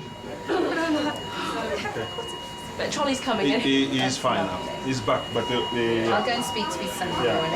Is his daughter here as well? I don't know. I didn't have a moment to blink. I'm sure. But a trolley will come to you first, and then I'll get my one. Okay. I'm gonna fuck you tonight. Hey, can we go for a split? My legs are tired. No, what? A split? No. We'll have a fag, but not a spliff yet. You can wait. Oh, I'm not sitting here 3 hours without nothing in me, I don't care. We'll go out for a fag, but we'll have one soon, yeah? Can we have one now? Please. Darren, you're just so... We're outside the fucking hospital. Just please, for me. Just leave it, we're going to have one. And when you do have it, it's going to be nice. Yeah? Yeah, can we go have a cigarette? Yeah. Don't try and make me change my mind outside, because it's not happening.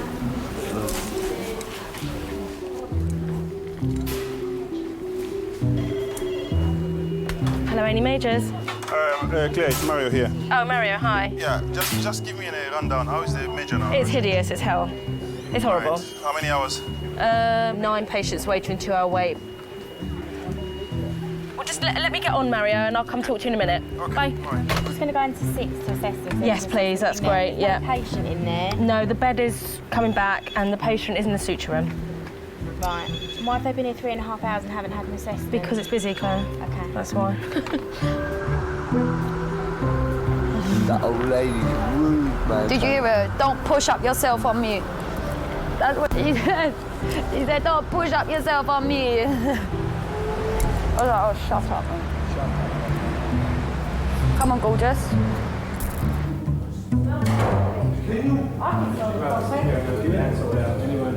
Right, take a seat, I'll get you booked in.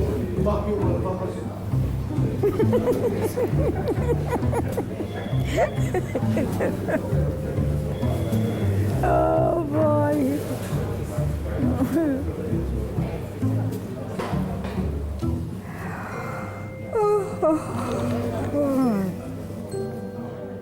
A bit of genuine sympathy you just squeezed out of me there, Pete. A genuine bit of sympathy. Genuine bit of shit. You know what they're gonna say? And push me out when they're ready. Yeah. You take 1 and 2 tablet anti-inflammatory and an antibiotic. Yeah. And we can't do nothing more for one you. crutch. If And you one get crutch. 2, you're well unlucky. Isn't it? One crutch and out the door, bro. Isn't it? Yeah. King's College special. Patch up, heat up, 2 tablet, 1 crutch and out the door later. Yeah. That's your thing, On the boy. road again. That's your thing. You're not lying at all. You mean? It's like we none of us like we don't know I come in there, big stab wounds in my face and all sorts. The people, them stitch me up, itch me up, 1 tablet. And throw you out the door. 4 o'clock later, yeah. Peace. You know what I mean? You're just getting a bit wary now. No, mate. Yeah, for real. Oh. I'm fucking shattered, me, man. Proper. Shit, overtiredness. Yeah. Straight up and down, man. Overtiredness, you know Straight what I up and down, man. Proper. Okay, your body repairs itself better when you're sleeping anyway. Yep. Sure.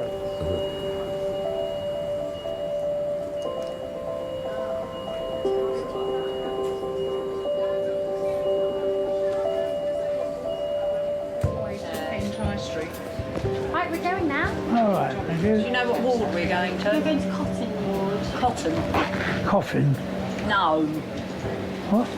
Coffin ward. Trust you. What was it?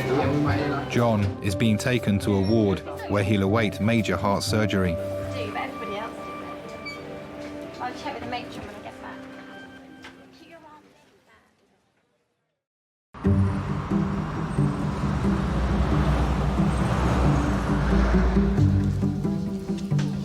Hello, it's Claire. You've got somebody, he's a guy with a beard and he's got bandages on his hand or wounds to his hand. Can you not let him through to majors or minors? Because he's a nightmare. And he was in this morning abusing everybody, shouting. He may have walked out the department, but he may come back. He's got a beard and he's like, rah, rah, rah. He's Irish gentleman, shouts a lot, quite abusive. Cheers, darling, bye.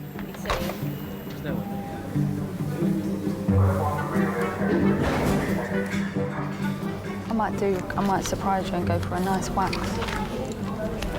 Go for a wax. Meaning saying that they wax off your hairs? You're getting wet. I'm getting wet.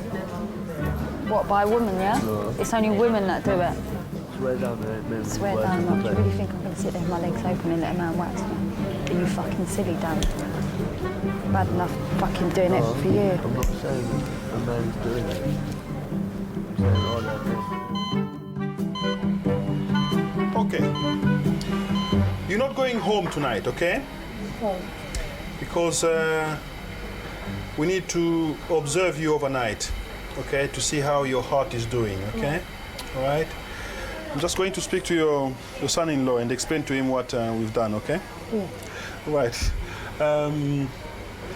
I've just spoken to the cardiologist. As I told you, I just don't like the way the heart is.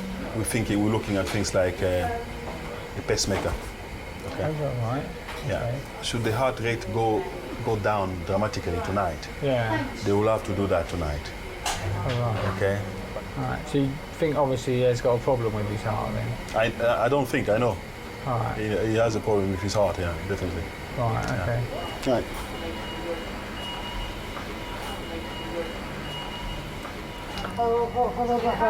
You might have to have a pacemaker fitted. But don't worry. Nothing for you to worry about. What matters is that you get well again and you've got to stop falling into the bath and things like that. How many times have you fallen into the bath then? More than once? Well, why didn't you ever tell us before? You never ever told us. Hey? You never mentioned that you can get out of the bath.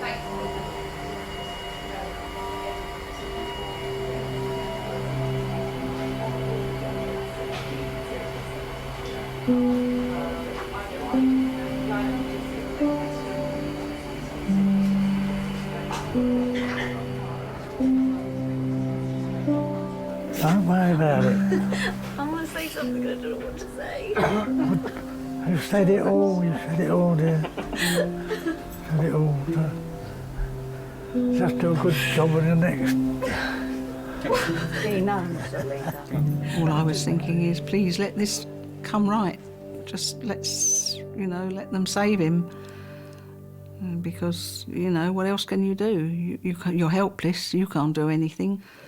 But on the other hand, of course, you've got to stay strong for everybody else, haven't you? You can't give in. He'll be all right. Just told him, Alida. Yeah.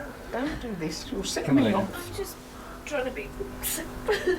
Sorry. It's all right, dear. Probably better. To you. I've been trying to get to you and tell you all the things that I never say. Don't worry about it. Don't you start. Someone's got a big stand. Be tough. You're not going to leave me. I know, all right now. Now look, you're not loud. No. You know I love you lots and lots. Yes, don't dear, you, yes. And I love you too. Yeah. Don't go and leave me because I can't No, manage without you. God. It just can't be like this because people is people. I know, and the thing Lived is, for we've so all been long. there, done that. This is the best place for you at the moment for a couple of days. Find out what's wrong. Can't keep falling over, Eddie. One day you're gonna fall over and, All right then. Yeah. Take care. I'll see you later. All right. Yeah. All right. Take care then. See you then.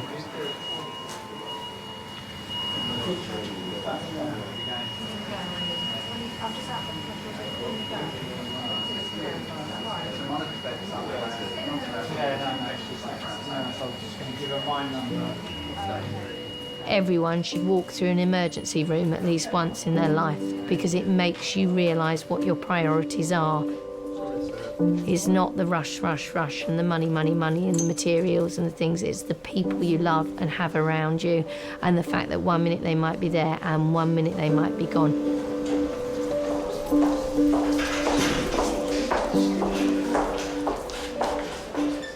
And it doesn't matter how many times you crawl at the ground trying to get someone back, they don't come back. It's so final and it's so shocking, so it makes you appreciate the very simple things of life a lot better.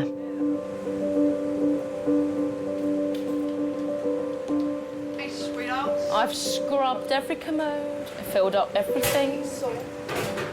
Oh my God. How many sickies have you had today? Oh. All right, sweetheart. That little one, she's a little madam, she was. Now, which cubicles don't have blood pressure leads?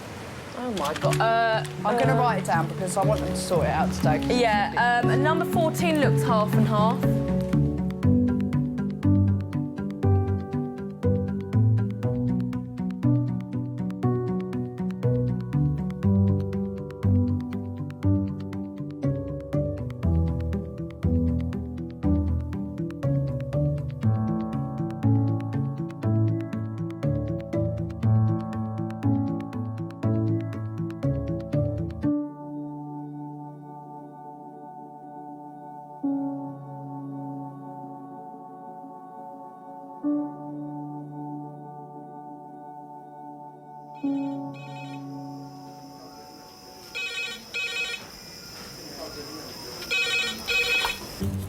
A&E Kings.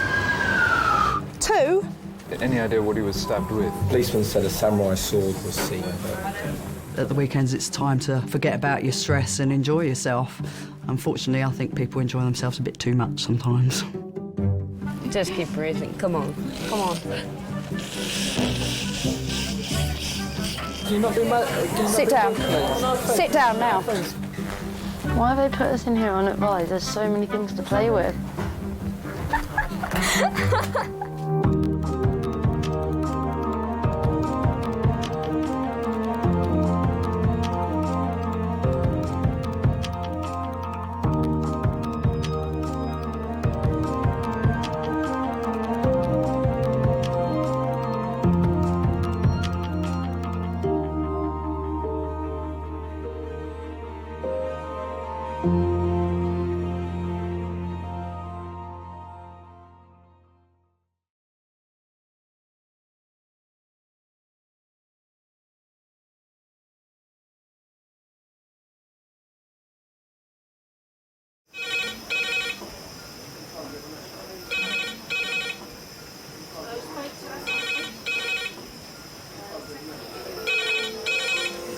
Kings A&E.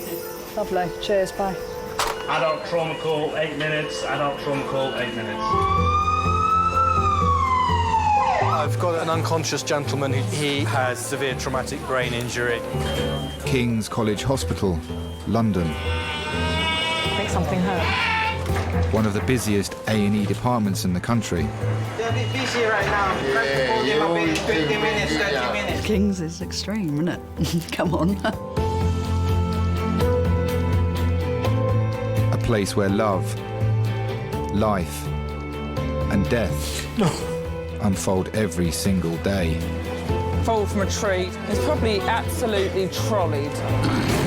I'm very drunk. I just keep thinking, how am I going to cope?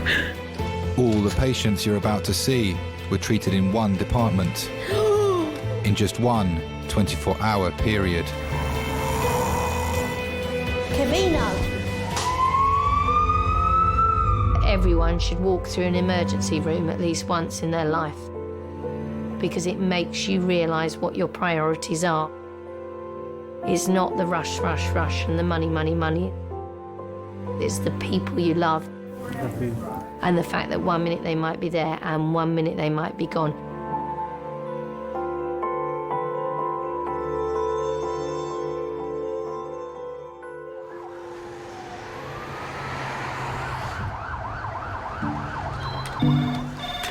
Good morning, Kings A&E.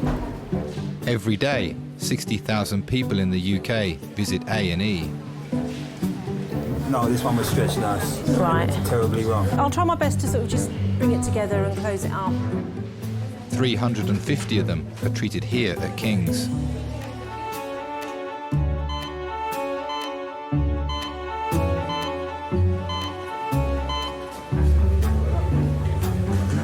You think they'd see me pretty quick, wouldn't you? Because obviously every time I move my eye, it's scratching a little bit more. It's more like, it's not painful, it's more like irritating. Yeah, like you are. Do we have a porter, please, to nearer CT? Thank you. Up to 140 staff work 24 hours a day. They're prepared for anything. Just to test whether the battery was working. And so... And the gun was loaded? Yes. And you didn't realise that the gun was loaded? Yeah, there you go. People coming in with their coughs, colds, a cut on their end of their finger, to the extreme of people being thrown out of cars in the ambulance bay who've been shot. Man with nailed hands. That's the gun. Ooh! Right result. It's not a fetish having injured people coming through the door. Well, for whatever reason, you still get a buzz from hearing the words gunshot wound. It just sounds sexy. Just take some deep breaths for me. Say 99 for me. 99. And again. 45. And again. 99. All those people that have chopped off limbs, digits, people that have fallen over and dislocated their shoulders, I salute you. Thank you so much for making my job enjoyable. Have you got glass in there? Probably. That's coming through a lot more. I wasn't there that a minute ago. I thought, oh my God, my son's going to lose his hand, or he's going to bleed to death, or things you put me through. God, he put me through earlier with the police, and then this. I mean, what are you trying to do? All right, well, the police thing's kind of died out. Yeah, no, I know. You know when my 5 months are done, my record's clean again. It gets wiped off. The yacht people told me that. You've got lovely ears. I do. Hasn't he? He has. He's got really nice ears. No, he's hasn't. You've got real... That's you. That's about time. 19-year-old Alex Ford is being seen in minors, where non-life-threatening injuries are treated. All right, my name's Kim. I'm one of the emergency nurse practitioners. So, what happened today? I just got a bit angry and put my hand through double glazing. I'll just stand over here, mind my own beeswax. Oh, good one. Special. Oh, no, I can look at it. That we're going to have to stitch. Yeah. Tess? Do you like that one, Mum? No. That one was Hollywood for you, yeah? No. Do you know what it looks like, Mum? Do you know when the zombie bites into your Yeah, hand? it's all right, yeah. Oh, God. What I'm going to do, I'm going to send you round to X-ray. Yeah. We'll have a look, see if there's any glass in it, and that one up here is going to be stitched. Yeah. It felt quite good, actually. I know that sounds bad, but when I did it, it was like an achievement. Like, I've just broke a window, yes, with my hand. It's double glazing, wow. I think I might be stuck in the suture room for about 2 weeks trying to sew this bloke's hand up. Nice great big laceration on the hypothenial, on the thenar eminence, right down here. Lovely. That's what you get when you lose your temper at 17 and put your hand through a glass door. Yep, right. They think that we can just put them back together brand new and that they're invincible. Won't be doing that too often, I hope. That we've got spare parts in the drawer. And we just, you know, a bit like Meccano set. I was going to stay. I was just going to stay at home in bed with the curtains drawn and just sleep it off. But obviously, I ain't going to sleep off a bit of metal stuck in my eye, am I? Could Dr. Robbie contact him on 2405? I know my eye hurts, but do you get feeling in your eye? Has it got nerves like your fingers? No, I don't think it has.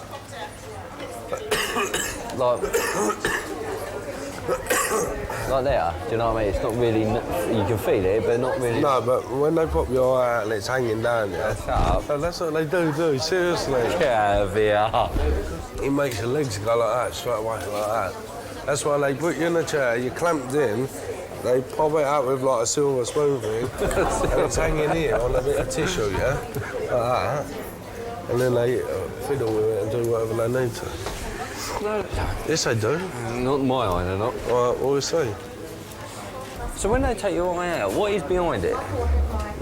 What's behind your eye? It's a lot of nerve things, isn't it? I don't know, 3 tendons, isn't it? Yeah, but what is that bit there? What is behind it? Is it like skin? No, it's just hard, isn't it? It's flesh. When they pop that out. Disgusting, man.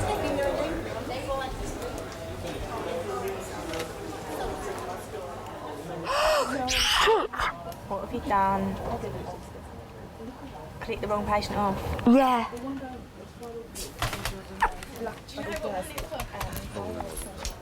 Yeah, the patient I'm about to see. And it's me. Guess what I've done? I've just discharged a patient I've not seen yet. Yeah, it will, won't it? Thanks a lot. Bye. Ah, you see, this is what happens when you make me get up in the morning to come to work. What do you want to be? What do I want to be? A legend. No, what do you want to That's be? it. I just want to be remembered. Is that a problem? You're not listening. It's the easiest. It's a job. Without no one really, like, I want to be remembered. Like, no. Yeah, but I want to be remembered. Like, I don't want to be a nobody. I want to be a somebody. Like Achilles. My little baby. My little baby. Your mummy's baby. Don't grow up. I have to. Don't grow up. Be mummy's baby forever. Sorry, Mum. Oh, that's all right. I ain't Just got to calm down. My little boy's growing up too fast. Did your mum and dad? Do you know what you can get me for Christmas? You know what you can get me for Christmas? A punching bag. Because you know that'll be the best thing for me when I get angry. Just go and work it out. I was going to get you something really nice for Christmas. What a punching bag will do. Don't be silly. Anyone. Just tell anyone in the family, get Alex a little small punching bag. He's always had what he wanted, this one. I have, I'll give them that. If he wanted a flat screen telly, he got one. Think about it back in the day. If he wanted a console, he got it. Right, OK. I'm going to give it a good irrigation, a good clean out. We have to develop relationships very quickly because we're about to do some horrible things to you. We're about to hurt you, basically, and it's legal. Can I hold my hand? Yeah. He puts his hand through a glass window, then he needs somebody to hold his hand while he has an injection. Sorry, darling. Sorry. I've just got a vision of Drogba scoring against Arsenal for some reason, and that really hurts. You're doing well. You've certainly done a good job on this, Alex. I know. I probably won't ever hit anything ever again. It might be a good idea, actually. I'm just going to be some peacemaker now. Yeah. I'm going to go around the streets of Brixton preaching. Sorry. It's very, very deep. This may be a bit too much for us to do. We may have to send you... I didn't even hit it that hard. I swear to God I didn't. Well, sometimes you don't. It's just the way you hit it, isn't it? It was the angle, yeah. Yeah, it was definitely. It's like I did a martial arts move. Sorry, Alex. I'm sorry.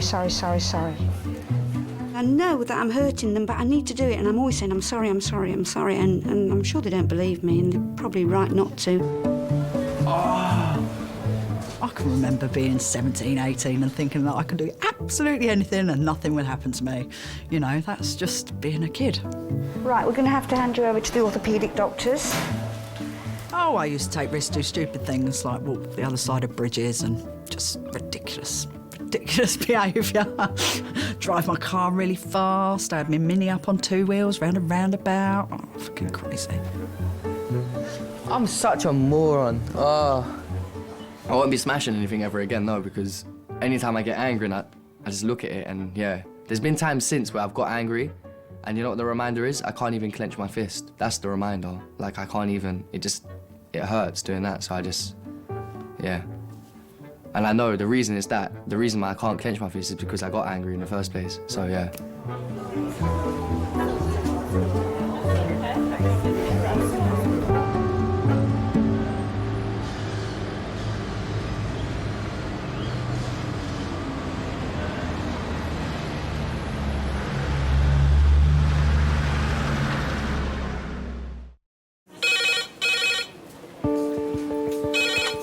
King's A&E.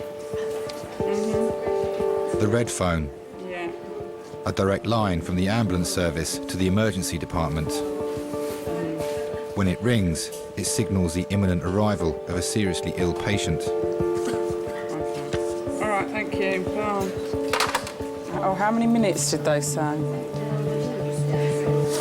It's about 5 or 6 minutes. Adult red phone in 5 minutes. Adult trauma red phone 3 minutes. 100 patients brought here by ambulance each day. On average, 10 of them are victims of road accidents.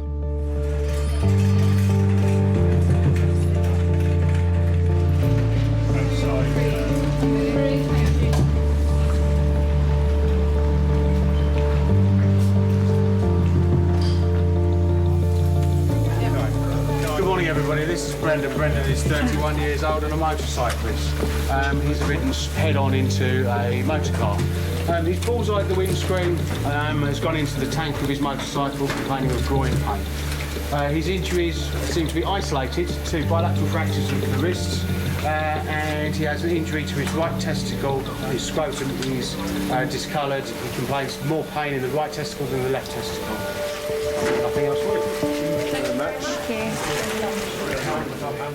They're in a completely alien environment. One minute they're riding their motorbike or something, the next minute there they are strapped down to a bed, lying stark naked with about 8 people around them with some strange man putting their finger up their bottom. Brendan, we need to put a drip in, but because you've broken both your wrists, or you might have, I'm going to put one in your ankle, so it's going to be quite uncomfortable, okay? Just to let you know. Okay. All right. You don't mind just holding his ankle for a minute? This is going to really hurt. Sorry. You know, and they're in pain and they've got no idea what's happening. All they can see is the ceiling. You know, they've got no idea what's going on, and it must be petrifying. I'm from the waterworks side.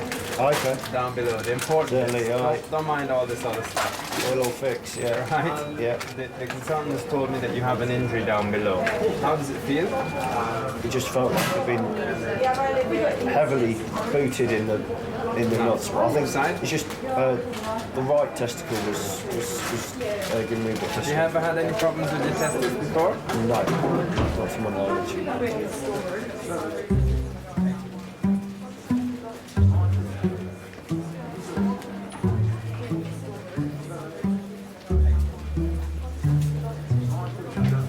I think your fellas are right.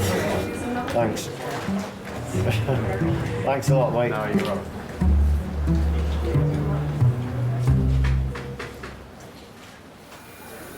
It looked like a purple carrot, I can tell you that much. I thought it was touch and go at one stage, because a couple of days when I was on the ward, going to the toilet thinking, lifeless. There's not a lot going on down there, and not even the nurses can help me out in that respect, and it's lifeless. I'm like, okay, well, hopefully when I get back home, might see some signs of improvement. But it was black and blue for a couple of weeks.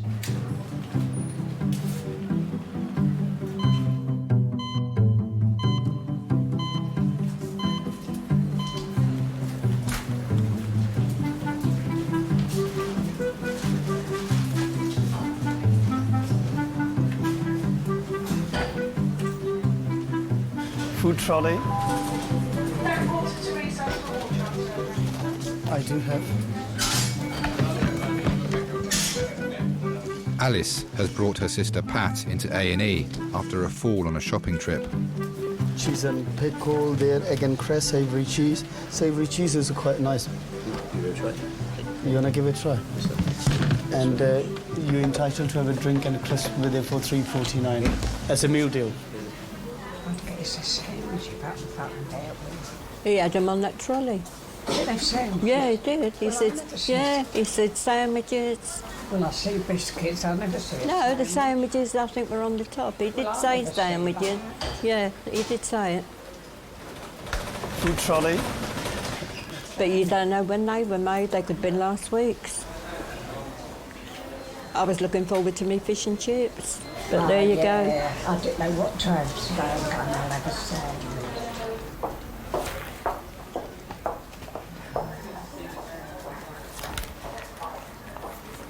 I bet it's 1 o'clock, isn't it? I don't know, I ain't got a watch.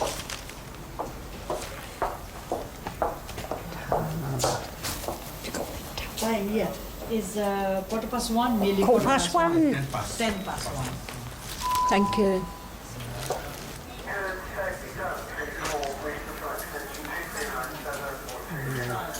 Mine just then he said, would you want to have that? He it's too much. She went, you wouldn't live to spend it. She went, if I won $1 million there, that would see me through. Yeah, but they've both got families, don't they, that they can leave it to? Yeah. That's the good part. Yeah, and they but why should they could go bust just like that. Why should they have to leave it to them? I mean, look at Gordon Ramsay. He's gone skint nearly. He's relied on Peter Jones for help. Going to Peter Jones. Yeah, that's what I say, with all his money. So you can go bust. I wouldn't stick with him. I mean, this horrible man, effing all the time. Every word is there. Patricia Powell. You're right. Can I come you in hold with that bag for me? Yeah. What you got in here? Bomb? Dr. Aisha, come to me, just please. Can Dr. Aisha come to me, just?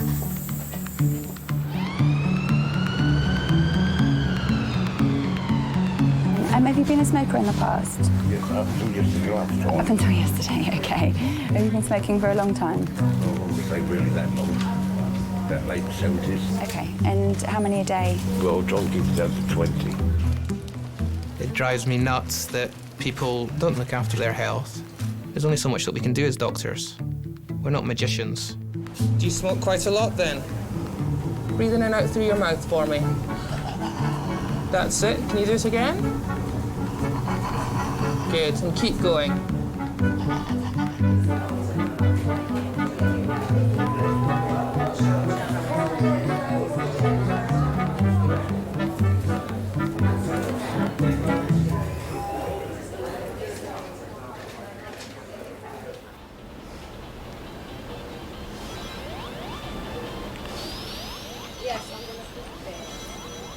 What are you playing?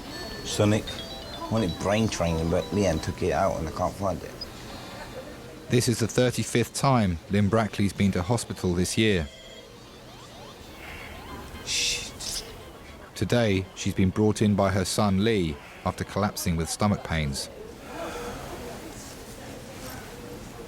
Do you want a drink?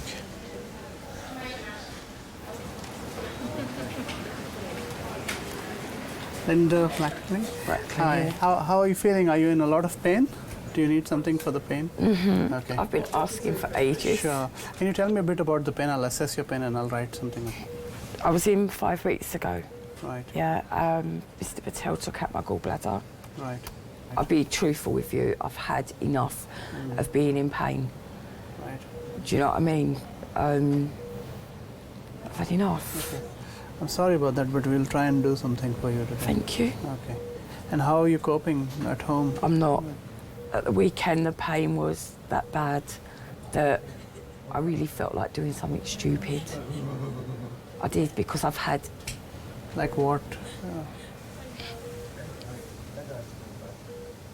I haven't got to say, have I? Yeah. I haven't got to say it. It's just... No, I just want to know... What, how I'm feeling? No.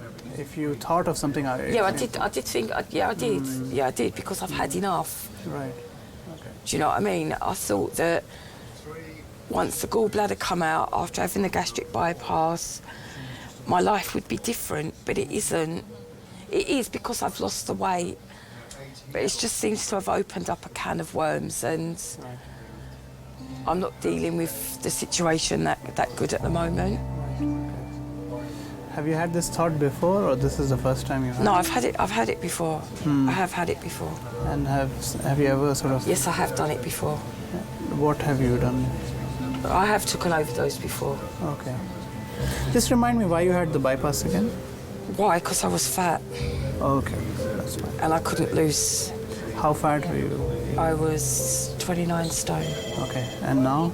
I am 15 stone 13. So you're getting more and more thoughts of harming yourself recently, is that right? Yeah, because of the pain. Oh, okay. When you're fat, everything gets put down to your size. Yeah?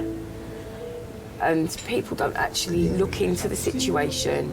It's, oh, there's nothing wrong with you. It's your size that's causing the problem. Like, big people have rights as well, you know.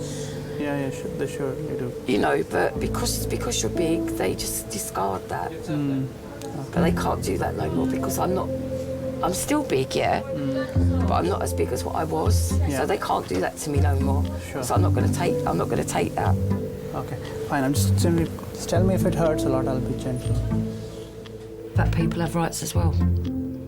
We have feelings just as much as skinny people or anything else. Do you know what I mean? If anything, fat people might have more feelings than skinny people, to be quite honest with you, because I think that fat people are more loving.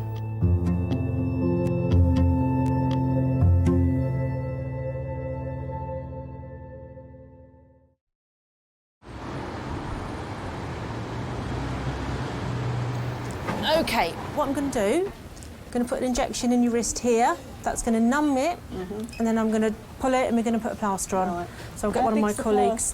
It goes from here to here. Oh, right. X-rays show that 78-year-old Pat has broken her arm. Nance, do you want somebody to help you pull? Would you mind getting the plaster trolley for me? I will. If you're going to be my glamorous assistant. I have to batter her up. Take that last time, please.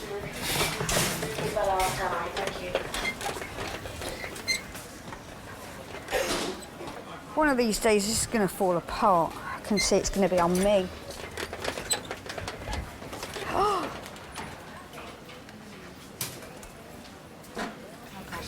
I think she's all herself. Yeah, she's not bothered. Talking about me again? No, darling, no. We can't let the die ever. All right. Yes, I'm trying to tell her some good news. Hang on. Tiger Woods. Yeah. Here's another one, paid too much. Dirty Dirty sausage and she likes Johnny Depp. I love Johnny Depp. I've got a photo of him just above my oven, so Oh. I can have him when I'm Only cooking. the oven? I have. No, it's on my tie. He is absolutely gorgeous, isn't he? So that when I'm cooking, I've got a full eye view of him there. You're going to get burnt one day looking at it. I really don't care. You're going I to get just all love splashed. him. Come on. I don't care. Men's can you tell me look? If he was in here now, she'd go through torture. She'd just look at Oh dear, what you got to do is when I'm doing this, you've got to think of Johnny Depp. I'd let him pull it without doing the needle. Oh. Love him. He is gorgeous, isn't he? How come I'm doing this, by the way? Show him a glamorous assistant. Get on with it. It's going up my nose and everywhere. Think I of don't know. yourself as Angelina Jolie. That's right. Oh, she's nice, Angelina. No. I've gone off Angelina. No, since she stole Brad from Jennifer. I'm not into Brad Pitt either. Right. Claire, would you both like a cup of tea? Oh, lovely. Could you? Have there any sandwiches in here? Oh, I was going to get you a sandwich, wasn't I? I will get you a sandwich as soon as I've done this, I promise you. I will get you a sandwich. Yeah. Oh, Yes, yeah. once we've done this. Lovely.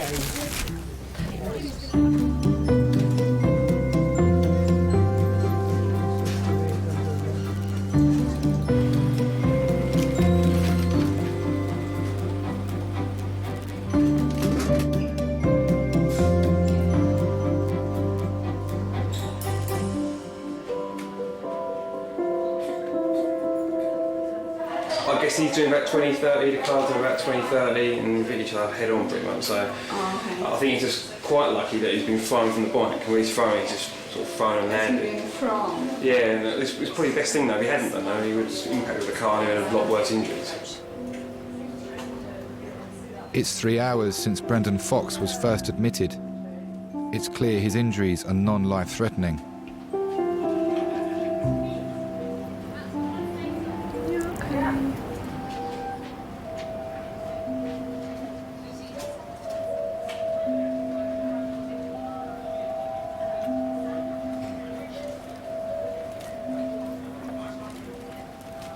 Does your job make you more aware of your own mortality and think about your own death and those that you love? I think there's days where it does. There's definitely days where it does. Yeah. I could be brown red, so it don't really matter about 2 broken wrists. It's that'll heal. No, all in. Yeah, you got thank the lucky stars. Because had something been coming down the bus lane, i.e. a bus, could have been interesting. Now that I'm married and I've got a baby on the way, I'm even more aware of it. And I'm even more aware of, actually, I I might be dead in 10 years, let alone 40 years. Very scary, was it? No, but I just think it's somebody trying to tell me something that there's only so many lives you've got. How many have you used up? Well, today, I reckon I've used a bloody good chunk of them, because, you know, quite easily have been dead, so... Wasn't my time. Wasn't my time, so... Every day when you go out on the bike, there's always a nearly. You nearly got me, got away with that one. And eventually your luck runs out, you know. The odds are at some point you're going to get it, but how you escape or how you get away with it is it's all down to luck at the end of the day.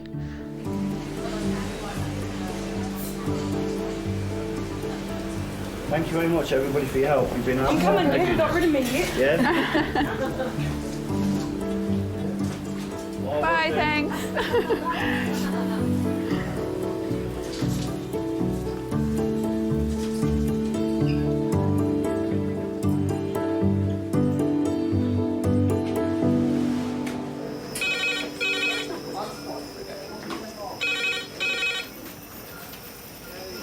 King's A&E. Hello.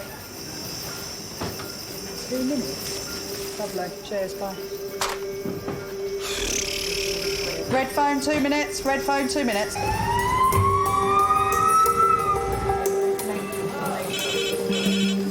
Hello, Kings. Adult trauma, red phone, 3 minutes. This is George. Called us today with a bit of difficulty in breathing. I love resus. It can be a bit stressful if we've got more than the 5 patients in there, because we've only got 5 trolleys. Okay, and how long? What? Head injury. But it's a buzz. The adrenaline's amazing. This is Alan. He's 50 years of age. Fell down about 7 carpeted stairs onto a carpeted floor. I've never ever had a problem with the sight of blood. The crunch of bones when I'm putting fractures back to place, I think that's great. Even seeing someone's chest being opened in resus. It's not ideal, but it doesn't faze me. Great for me personally, not for them. No, he can go. He can sit here. That's what I was thinking. This one's going to go to X-ray. That he can move there, and then. Yeah. Yeah. If we get another trauma in the next 20 minutes, I'll be upset. Absolute carnage. Right, how many red phones is this now? Because this is nearly getting close to my 15 in a bloody shift. 15, you reckon? Yeah. I only did 11 the other day. 56-year-old Michael Brown crashed his van on the way home from work. His chest on the steering wheel. He's got Parkinson's. Okay. His left side tremor is normal for him. Yeah. He says this is quite bad. It gets bad when he's stressed, which obviously he is. Stressed. He's calmed down quite a lot, but it's just got bad again. Okay. Michael, have you got any pain in your legs? Can you lift this leg up for me? Lift it up all the way. Cool. And this one? Lovely. Michael, my name's Firas. I'm one of the A&E consultants here. Okay. How are you doing? I'm all right. Yeah. You feeling quite anxious? It's just my Parkinson's kicking. I know. It's very easy for me to say try and relax, okay? But do try and relax as much as you can. Yeah. I'm not worried about you, let me put it that way, okay? Just because of what's happened and what symptoms you've got, I think we just need to be a little bit more cautious. Yeah. But I'm hoping that we'll get you up and out by this evening's end. Okay, that's good. Thank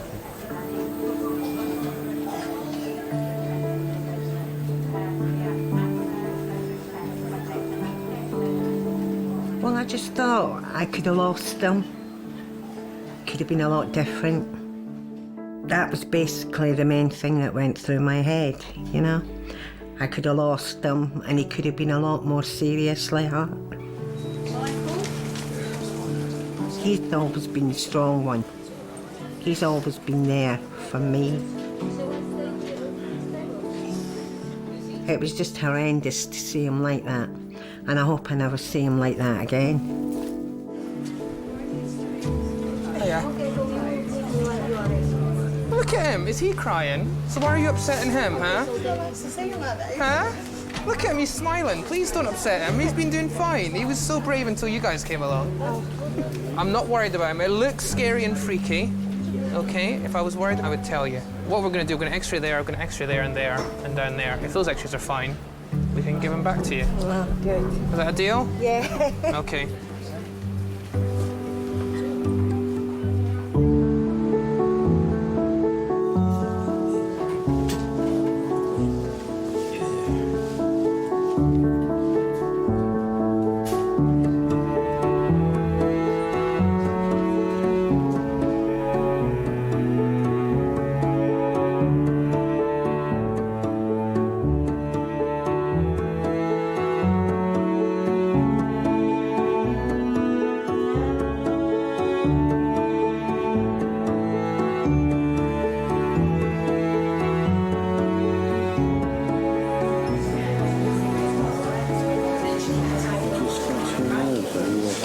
Your nose, where? How are we doing? There. Okay? There.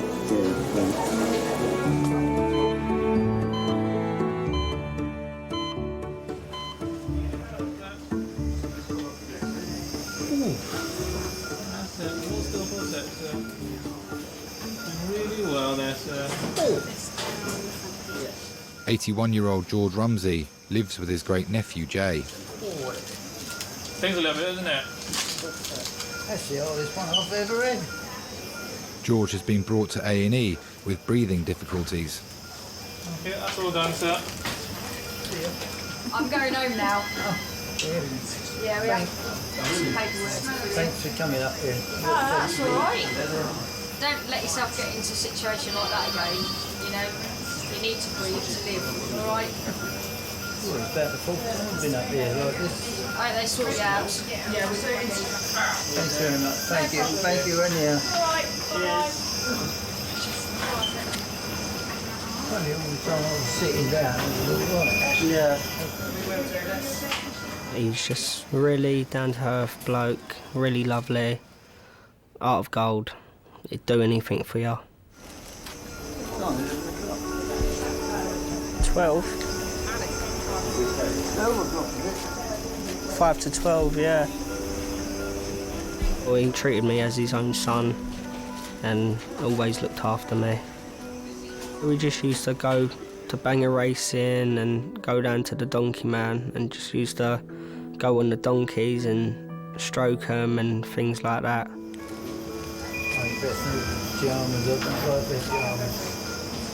Well, if anything, if you're here overnight, I'll bring something up for you tomorrow. Only want the bottom of the plate. Whenever I needed someone to talk to, he was always there, and I could go into him any time, really, night or day.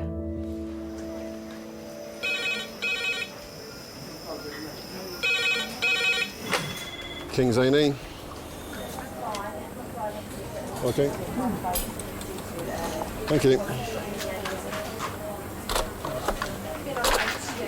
80-year-old cardiac arrest.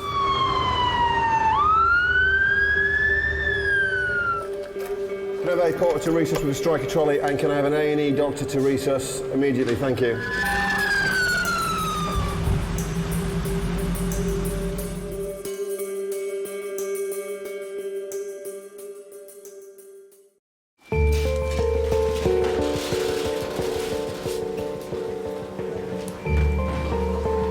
Okay, number 2, please. Number 2. An elderly man has suffered a heart attack. Just get some paddles on and see what we've got, okay? Most patients who have a cardiac arrest away from hospital don't survive. Anyone felt for a pulse? Yeah, present. Pulse is present, yeah. Okay. We got a pulse. Yeah, we've got sinus rhythm.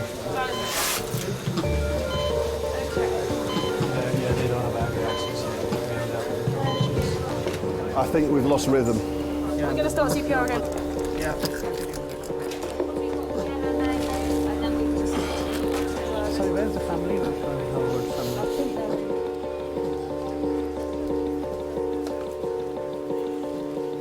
If I ever get to the age of 85 and have a cardiac arrest, I do not want to be dragged to an emergency department with people pouncing on my chest, people putting tubes down my throat.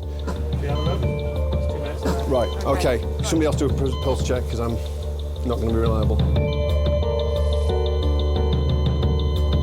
What's the point? If a person dies in that circumstance, it's not dignified. I just want to die at home in peace. After several attempts to resuscitate the patient, he is pronounced dead.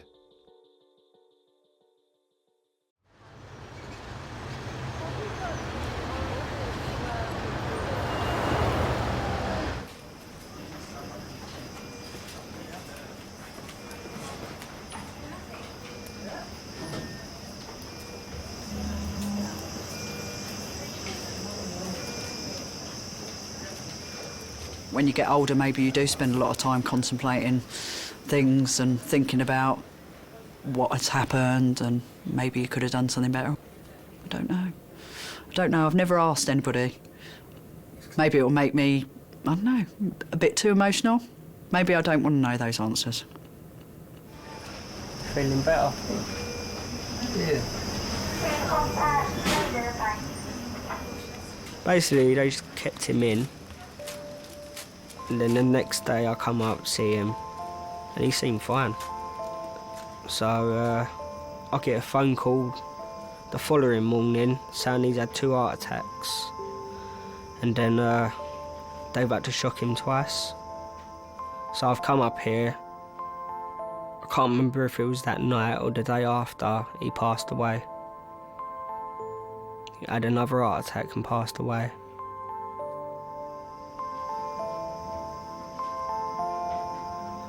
It just probably was his time.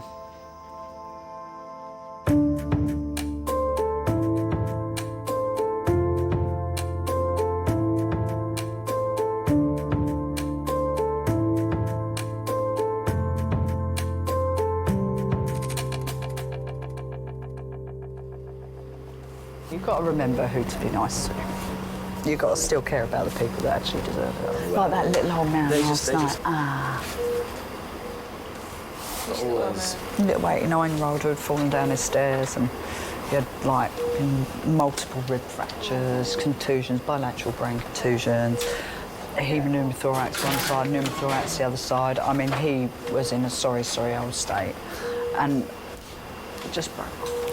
And the vicar came and did the last rites. Well, me and the anaesthetist were nearly in tears outside here. Because he was just, you know how lovely he obviously was, and his daughter, he lived with his daughter and his son-in-law, and they just couldn't, you know, he always kept the place tidy and did the washing up and had just, you know. As soon as they die, they've gone. The person, they're just a shell. They don't look like they did. And it's funny, because even if you've only known that person, been with that person for 5 minutes, when they're dead, they don't look what they looked like when they first came in. Right, well, let's get him kind of somewhat reasonably reasonable. I might take... Could I have a pulse X-ray, please? What makes your features in your face and everything else just goes. If I roll into me. Yeah. Good lad. Good guy. I mean, I must admit, I do talk to the bodies, though, when I'm laying them out. Well, I think they could be watching. I'd hate for anyone to think that I was treating them horribly. Do you know what I mean? I think it's just... I don't know whether it's a... Maybe it's a getting over it mechanism, coping mechanism, maybe. I don't know, but I've always done it. I've always spoken to the bodies. Sorry, mate. Oh, that wasn't great, was it? Managed to make a mess of that side now. They can sometimes ooze from their back passage. They're, you know, come out there, they can wee, and sometimes when you turn them, it can all come out of their mouth as well. It depends. Sometimes you don't have any, and sometimes you have a lot, and sometimes they moan when you turn them over, but that's just because there's a lot of air in the lungs. They go, like that. The first time I heard it, I did run out of the room, but I was only 22. I was a baby. Oh, you've got some suction. Let me just... suck out what's come out.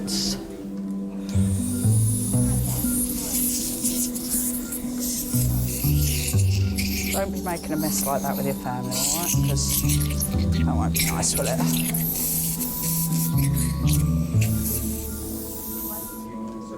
That's better, isn't it?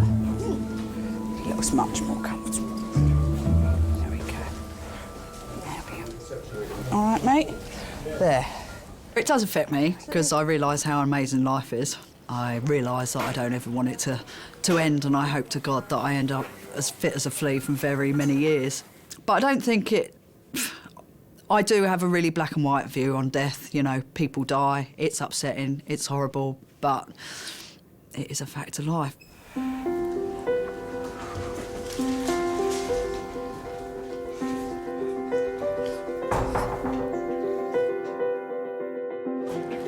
Right, anything you don't eat on your sandwiches? She likes cheese. Yeah. Cheese or ham, love. Cheese or ham. Okay. Cheese or ham. Can you remember where to go? All right, Thank you I'll so see what I can much. get.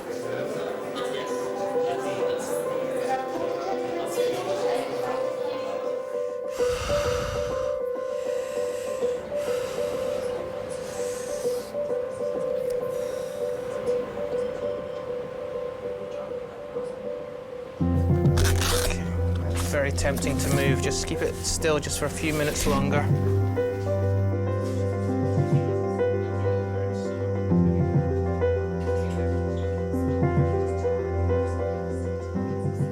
I ring him a lot more during the day to check on him and that.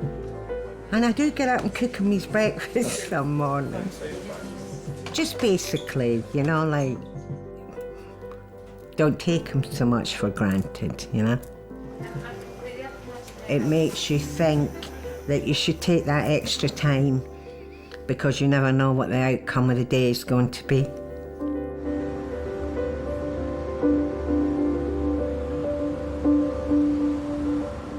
Right, should we start in one and work our way down? Oh. No, we went back. It is. A&E Kings. What do you think? Oh, brilliant. Thanks so much. And bye. Red phone, 8 minutes, please. Yeah. 62-year-old male with chest tightness. Red phone, 8 minutes. For last hour.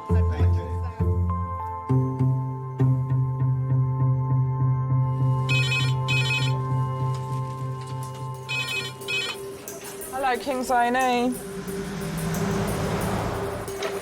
Got some bad news for you, man. Kofi got knocked over today. 2, 3. We have another trauma call coming in with a stab wound. There's a guy over there with a knife sticking out of his head. Yeah.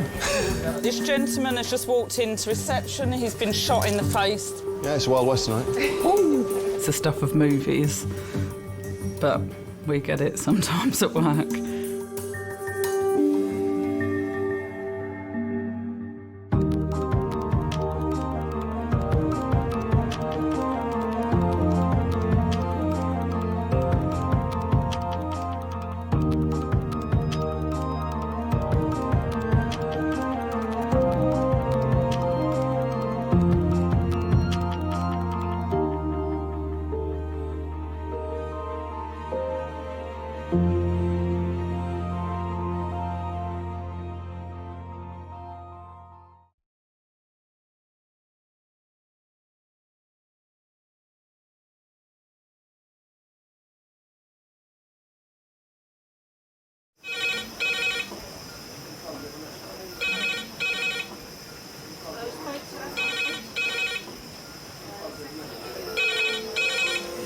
King's A&E. Lovely. Cheers, bye. Adult trauma call, 8 minutes. Adult trauma call, 8 minutes. I've got an unconscious gentleman. He has severe traumatic brain injury. King's College Hospital, London. I think something hurt. One of the busiest A&E departments in the country.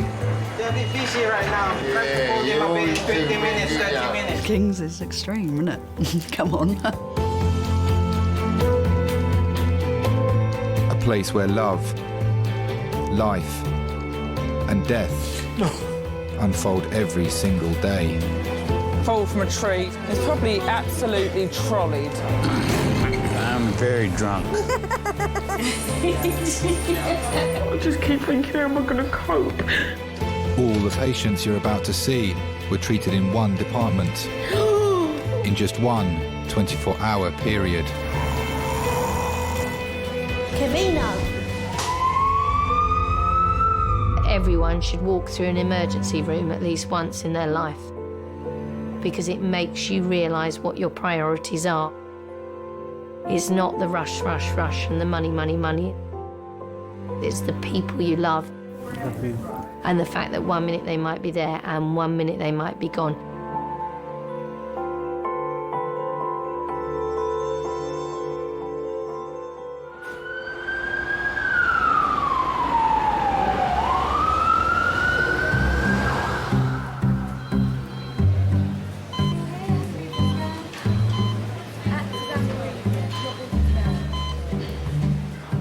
Just my luck to like get hit by a ball on my head.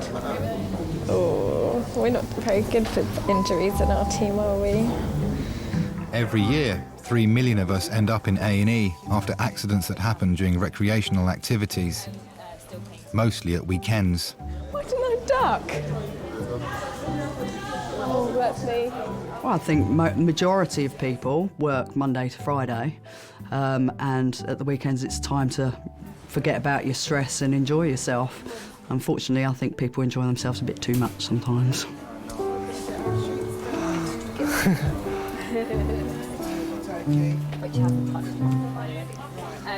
Still paying score 8 out of 10. Look at that, we're cooking with gas. This is how it should be. And we've been busy enough. Scott has worked at King's for 10 years. I came into nursing reasonably late. I didn't start my training until I was about 22. But, you know, in my career, I've seen absolutely everything. I remember when we used to have just the big whiteboard here and used just to write everything on it. Yeah. Yeah. Piles. Can I have a project an X-ray, please? Carrot in anus. Carrot in anus. I had ping pong balls in anus the other day at triage. Yeah? Yeah, it was a bit embarrassing. Because I For was who? sat there and, like, you know when you really want to laugh? And then I was trying to be serious and asking the questions. I couldn't do it. I couldn't do any obs. I was like, I can't do it. So what was, sorry, male or female? Male. And they'd been playing with, they had 4, and he noticed they only had 3 left. Fair enough. How are you more comfortable? Standing. Okay. Right. Can I get you... I know these gowns are not flattering at all. If we get your top off now, just because it's going to make it a lot quicker when they come to examine you. Hello. Hello, sir. Have a seat for me, please. I'm fine, thank you. Well, how can I help you? I just got hit in the face with the ball.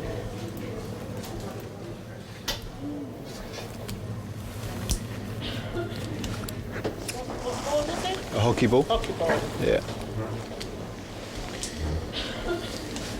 Any vomiting? No. A loss of consciousness? No. So you have it smack in the eye, yeah? Okay. Pain here? Yeah. Okay. Anything here? Yeah. Okay, we'll do an X-ray. I don't think there's anything broken. More than likely, you've probably torn that ligament a little bit.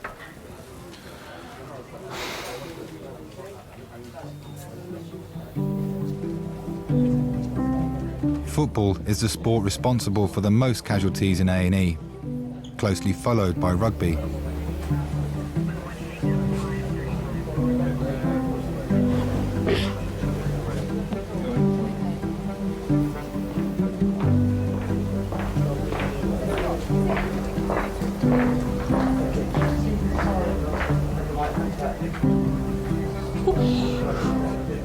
Or is It doesn't hurt. It doesn't hurt? No, it hurt at the time, but it's fine now. My teeth feel weird, but that's it. It's not, yeah, it's fine up there. Okay, yeah, that hurts. Yeah. Yes. There we go. Clean knee. Why am I washing your knee. You're quite capable of washing your own knee. Wipe it. Thank you. What am I doing? It's clean.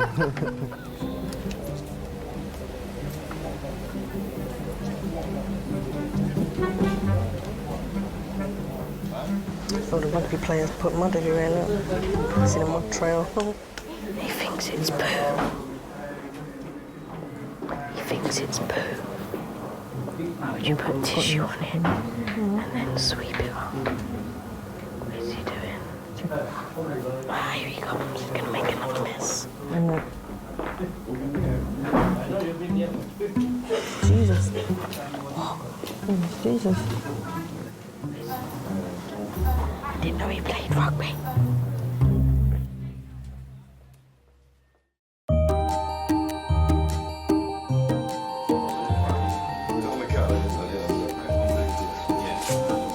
Saturday. As evening approaches, sporting injuries make way for another recreational pastime. Before you come on shift, you know it's going to be busy, pretty much. Days can be full of football injuries and nights can be full of drunken injuries. You know, unfortunately, alcohol does funny things to people. I don't need that chair. I don't need that chair.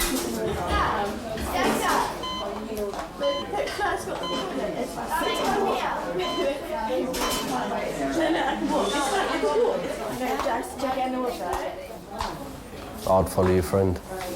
I would. A party has ended prematurely for a group of university students. What can you say, eh?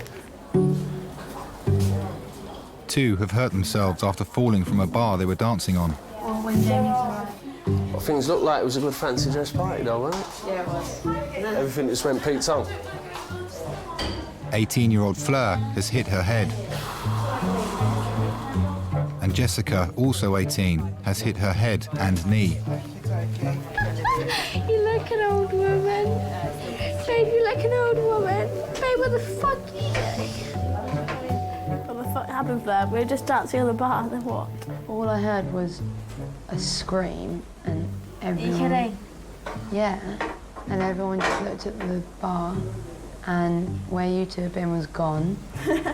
And it was funny, but then it was horrible because you didn't get up for like 20 seconds. I mean, you've hurt yourselves, but I thought you'd really hurt yourselves. I thought it was oh, God, don't. For a minute, I thought. Please don't. I don't want to think about it. That's what I think, you know, like, I have like, babe, rest your head back. Shh. I got, babe, shh. Stop it, Fleur. Rest your head back. Rest your head back. Rest your head back. But then when I start to fall asleep, I feel really drunk, like really drunk. It's because you are really drunk. It's true, babe, it's true. I'm not even react because what I want you to do is the toilet and just sleep because you've been knocked out in the head. I'm in the hospital because of it, okay? Shh, shush, okay? It's fine. No, you're fine. Just talk about you, okay? You're fine, okay? I'm fine. I'm absolutely fine. Okay, shush. Head down. You're fine. Shush. Shh. It's fine. It's fine. Go ahead. It shouldn't be long. Half an hour, hopefully. Half an hour. Like your wishful thinking. My name's Colin Sykes-Wilkinson, I'm 32 and I work in construction. You've got an air of Robert De Niro about you, mate, I've got to tell you. There it is. What's wrong with you? Arm, get it. How come? What happened? Little cut on it. Didn't move out of the way quick enough. I was out with mates having a drink in the area and that, and I was coming home from the petrol station. Two people have approached us. So they've asked us the time. I said, no, I don't know the time. And then they've tried to lunge for my phone that I had in my hand, So obviously I've tried to fend one of them off. The other one's tried to throw a punch. And well, next minute I knew there was a knife in the air and one of us cut us with a knife. I Spy, my little eye, something beginning with M. Alice is worried about her friends. We're playing I Spy, my little eye. Okay, what are we missing? Okay, cool, that's fine then, that's fine. Beginning with what? M. M? She wants to talk to you. Mobile. Not many people can say they've had a knife pulled on them. What were you thinking when the knife got pulled out? Well, to be fair, it ain't the first time I've had a knife pulled on us, but yeah, of course you get scared, you see that coming at you, you know, you don't know what's going to happen. Your turn. Mister? Who's my turn? Yeah, your turn. Oh, blimey. I've been stabbed about 3 times, and I've lost count the amount of times someone has actually pulled a knife out on me. It happens so many times where I'm from, so, you know, you tend to get used to it. Do I actually have to say I Spy as well? Something beginning with, J. J. Jumper. Babe, this is so hardcore. You bonded. Colin? I'm fine, don't worry. Well done, Colin. Good luck. Woo, enjoy it. What happened today then? Someone tried to mug us in it or something. Hit you with what? Knife, machete, sword, whatever. Okay. When was this? About 10 o'clock. Oh, sounds pretty bad. Well, it's not Did you too get any bad. other injuries apart from that? A little scuffle in there, but no, that was it. That's the main one. Well, for me, being a kid up to it is now, it's just got worse and worse and worse and worse. Did you hit your head? Huh? Did you hit your head, sir? No, I hit his head. You hit his head? Yeah, Okay. his nose. Okay. So if someone comes in with a broken nose, it was him. Okay, well, I'll keep an eye out, sir. My opinion, they ain't got the bottle to stand up and have a straightener one-on-one, so they use knives. Okay, let's have a look. Yeah, bring it towards me a little bit.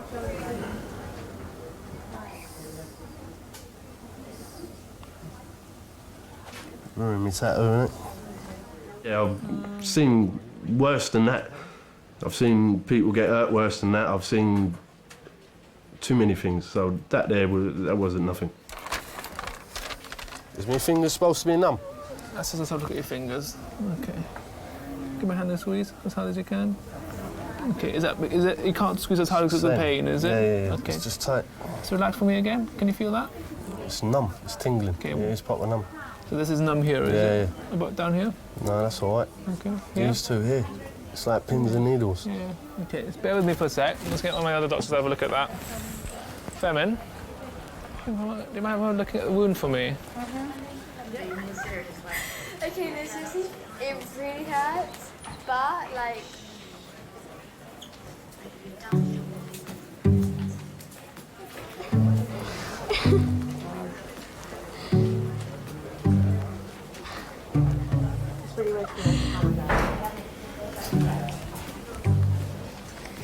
I feel so old right now. Oh, I'm so upset because you look so fit. Oh no, you're so fit as well. Oh, feel that. I'm serious from now on, okay? Let's be serious. Stop giving him leaflets. It's so bad. What are you doing? Darren has collapsed at a party. His friends Ian and David are keeping him company. I'm going for a cig. Just go on your own. No. I'd rather just go on my own. I don't have time. It's fine. Okay, no, I need to down. Okay, oh, for God's sake, I'm just outside, baby girl. It's fine. You stay here, you can see me. Just... Hello. Yeah, I'm fine. Oh, you fagging. Bad time, me time. Okay. You let her go out and do that? No, Dave, seriously. Dave, bad move. Jen is one of the most experienced nurses at King's A&E. I'm tired now. Do you know what I fancy? You've done all kinds of nursing, haven't you? You've been a nightclub nurse. Yeah, a rave nurse, yeah. I'd walk around the club all the time, making sure people were all right and making sure no one was sleeping. You like doing a dance walk? Having a little bit of dance, yeah. Jen the Dancing Medic, that was my name. 46-year-old chap, GI bleeding, vomited blood times once a night, smells of alcohol, probably a anaphylactic tear, nothing on his bloods. I spent many years, like 8 years I spent at Heaven. It was good. It was good. Crazy, but good. The House of Commons were on the RAS last night. We had a few on our money come in. Anyway, she came in, she got picked up by a pre-booked cab, which was a Bentley, wherever she had been drinking. The poor driver, she vomited all over his beautiful Bentley and pissed herself all over his Bentley. I think I've seen pretty much everything. What used to shock me 10 years ago, I've seen it. I've seen things up people's bottoms. I've seen people, you know, come in, you know, both of them locked together having sex. I've seen all sorts of things so things don't particularly shock me. Locked together having sex? Yeah. What do you mean? Well, I don't know if you've ever seen the ER episode when a couple come in and they've been shagging and basically, I don't know how quite it happens, but the woman's pelvis kind of like locks, so they can't actually become uncoupled. We had a little chat and I said, look, just have these fluids, get yourself sober, and if you still want to talk to someone about how rotten you're feeling, about the fact that you can. Yeah. But at the end of the day, it doesn't matter who comes in and why they've come in, they still need our services and our care and attention. Gonna be okay. Relax, honey. We're just going to try and roll over on her front and over. Unfortunately, some nights you can have more drunk people than actually genuinely medically sick people. In my past, I've gone out and enjoyed myself till whatever time in the morning and never needed to go to A&E with any of my friends or myself. I find it a bit unbelievable that people do end up with us.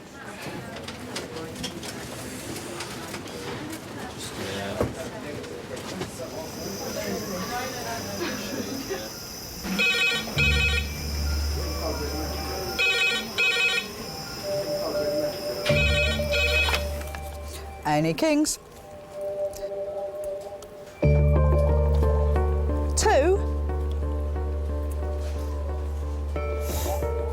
with 2. Right, yep. A birthday party has gone horribly wrong. Right. The ambulance service are en route with 2 patients from the same event.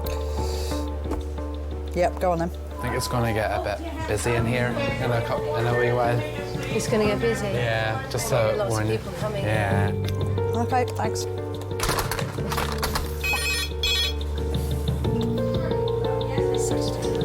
Saturday night, yeah. 2 HEMS trauma calls, 10 minutes. 2 HEMS trauma call, 10 minutes. No way. Yeah, way.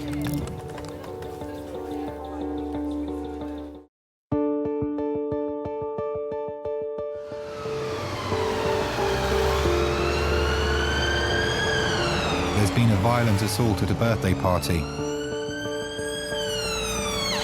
Reports suggest a samurai sword was used in the attack. Ah! We have 2 from the same incident coming. One a 50-year-old male, head injury, LOC on scene, now GCS 15, that's as far as we got. The second one from the same incident is a 20-year-old male who's been stabbed in the neck and the back. Father and son, so I think they're keeping the family together.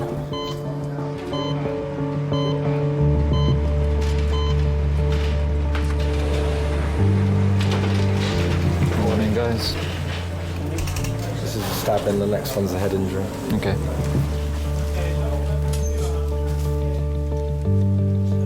Okay, guys, this is Jamie. He's 22 years old. Approximately 50 minutes ago, he was in a brawl with several people.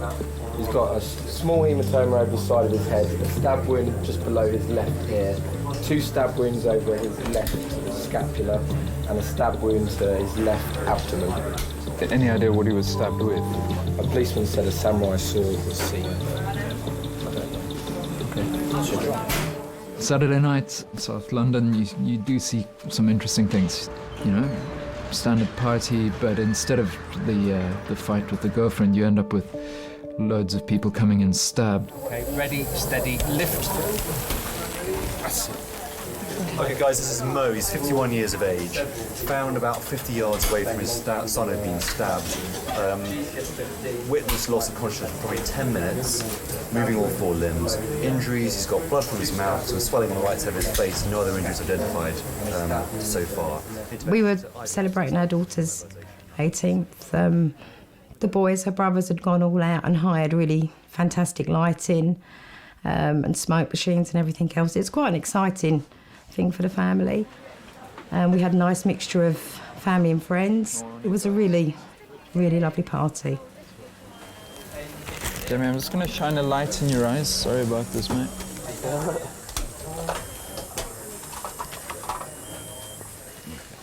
There were some boys that said they wanted to come to the party, and I said that the party had ended, that they hadn't been invited, and one of them, who was very tall, came down in my face and was very menacing and said, "Don't push me," in quite a scary way. One of them punched my son in his face, and with that, all hell broke loose. So what other time is dead? I don't know the doctors to know that. I'll ask in a couple of minutes, all right? Just have it there, my stomach. You've a wound there, yeah, just underneath your stomach area. Stabbed 4 times. Stabbed in my stomach, back twice, and my neck.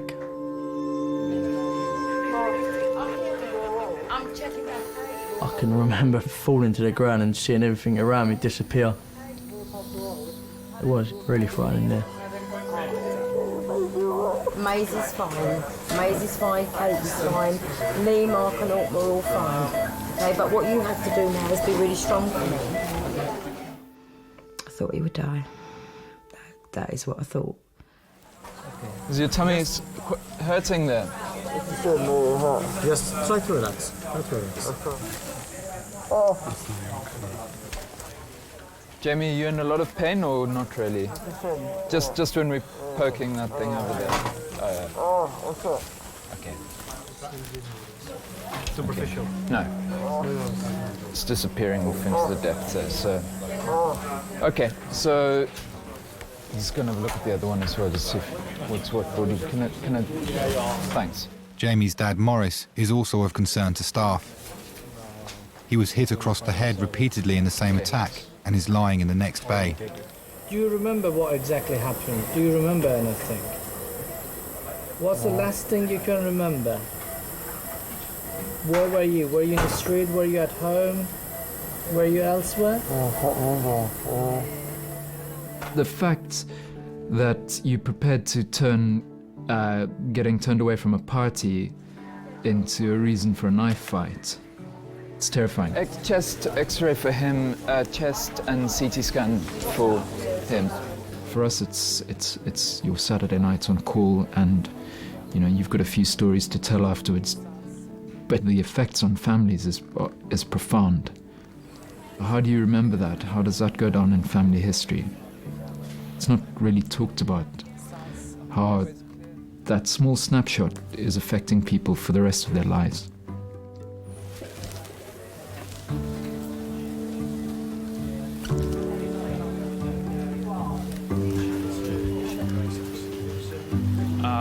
It's quite a deep cut. No. Hi, my name's Samina, one of the other doctors. 2 hours ago, Colin was also attacked with a knife. I'm just going to have a real good look, yeah? I just need to see how deep this goes, yeah? I'll be as gentle as I can. Tell me if it gets too much, yeah? Doctors think he may have suffered some nerve damage. No, I'm just going to go a little deeper. Tell me if it gets too much. Tell me if you get any pins and needles anywhere. Just that baby finger there's the one. You getting pins and needles in there now? It's been there constantly. Okay, I know the numbness has been there. Yeah, that hurt. Tell me if that pins and needles gets worse. That hurts. Sorry. You got fascia exposed, yeah? Just the surface of your muscle, alright? So I need to flip the skin back a little. Try and bear with me, yeah? Okay.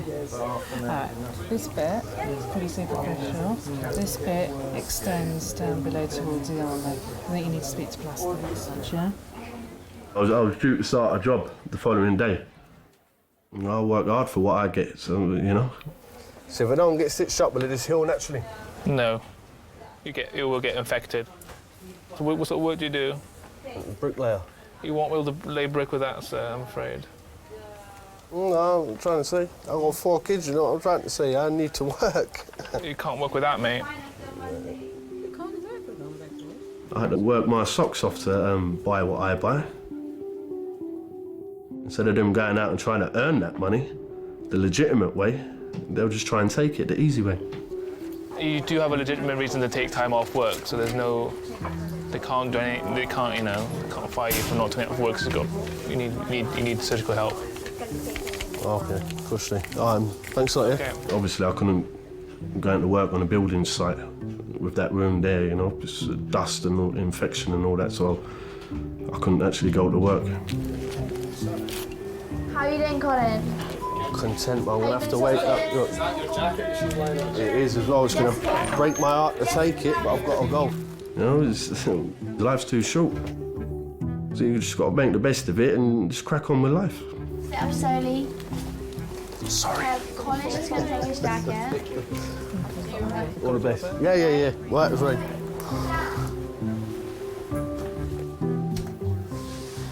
Why am I the only one in a gown? What happened there? Did I miss a trick? Why am I the only one in a gown? What happened? Why have I been victimised like this? Like, my mum, when she worked at A&E, she's like, it's awful. Like, she's a qualified doctor. The amount she had to work, like, day and night. It takes so long. No, it's awful. Think people come in, they've just inflicted it upon themselves. If that were me, I would have no sympathy whatsoever. What happened tonight? Catherine, try and answer me. You have to answer the guy's questions, Yeah, spit it out. Spit it out if you have to. Catherine is 21 today. She was out with friends when she began to feel unwell and then started to lose consciousness. Okay. Catherine. Catalina. Catherine. Kiki. Catherine. Catherine. Catalina, your doctor. Come on up. Charlotte, Nikki, can you give me a hand here, please? So just get out of the way, please. Yeah. Catherine. Kiki. Stop breathing there for a minute. What about apnea? Yeah. Catalina. 40. I said that to you. She's all right now. Relax, I got you. I don't know. Their friends are all right. Like it's just they're querying maybe ecstasy or something, but I don't know because everyone else is all right. Wake up for me. Catherine, wake up and sit up. Come on. Okay, stop worrying your friends. Sit yourself up for me and wake up a little bit. No. Come on, open your eyes. Yeah, spit it out. Spit it out if you have to. Is this Jen? Yeah. Beautiful. Thanks, mate. Thanks. Bye. Jen is the senior sister on duty. A&E Kings. Hello. She's responsible for coordinating all medical care in the department. You know, all my staff are out in CT and I'm the only one in Risa. Yep, go on. What's the wrong? Brilliant. Okay, thanks. Bye.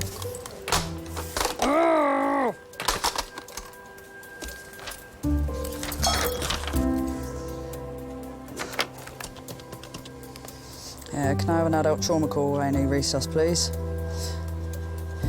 Yep, thanks. Bye.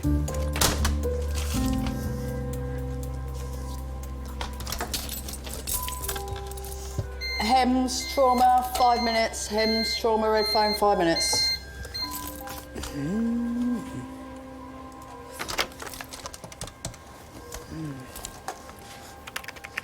Darren, it's Jen. Is there any free nurses that could give me a hand, seeing as I'm the only person in resource and I've got another trauma call? No. Sure, thanks. Cheers, mate. Bye. Just keep breathing. Just keep breathing. Come on. Come on. Yeah. Yeah. Good girl. Did she say she took drugs tonight? I don't know, it's a possibility. Yeah. Yeah. Possibility. Yeah, no, got it all over you. This way. Relax. Sorry, she's been asleep quite a long time. That's all right. 3 hours after falling off a bar, Jessica's knee and head are about to be assessed. Okay. Okay. Take a seat on there. She's fine. It seems like she's really disorientated, but she's just tired. Okay, so the longer we keep you awake, the easier it'll be. Okay. Do you want to tell me what's been happening? Yeah. What happened? Well, tonight, I think I got very sleepy, and I think I fell asleep. No, as in with your knee. Oh. Well, I think I got very tired. Should we tell you what happened? And I think... Okay. No, I know. I'm not stupid. No, I know. No, I know. Do you know where you are? Yes, I do. I know I'm in a hospital, in an NHS hospital. I just need to ask you a few questions. They might seem a bit silly, but it's important, especially if you hit your head. What day is it today? It's Friday. Must be the 21st today. Okay. Today is...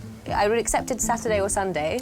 I'm sorry. That's sorry. all right. But I know it's 22nd. I know. I'm sorry. And do you know the name of the Prime Minister? Yes. No, it's not Tony Blair. It's Gordon Brown. Sorry. Sorry. And now she's sleeping on my head, and there's nothing I can do. Following her arrival 2 hours ago, Catherine has caused some concern. Catherine. Hiya. Catherine. Kiki. Wake up for me.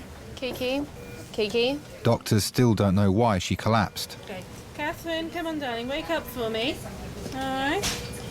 Turn around for me. Let me have a little look at you, okay? You have to be on your back. Wake up, sweetie. I love the eyelashes, by the way. Come on, sweetheart. Up you come. Come on. Come on, sweetheart. Up you come. There we are. Sorry, it sounds like we're being forceful with you, and I know it's horrible. She'd sort of said to us that she'd wanted to go out and maybe take something, Right. and She was talking about she talked. I'd get the coffee away just, and she said that she had taken something, but she wasn't alone at all to take anything. There was she didn't have any drugs on her at the house. Right. There's no one in the house that takes We don't know if drugs, that someone's has actually drugs. given it. So we don't know if she has taken it, first of all. We don't know I where don't she's think got so. it. To be honest, she can be given to exaggerate sometimes, and I think that, and I've just dismissed it as her exaggerating that she'd taken something. So, Kiki, if you have taken anything tonight, you need to tell the doctor. Okay. If not, we do need to do some blood tests. Okay. To be honest, knowing Kiki, that's probably actually your best bet. I think you should do a blood test. We see the extremes. We see the people that have too much of a good time. You know, there's still probably 2 million others that don't actually go to A&E at all, and that's what you've got to remember, you know. The minority of people that go out end up with us.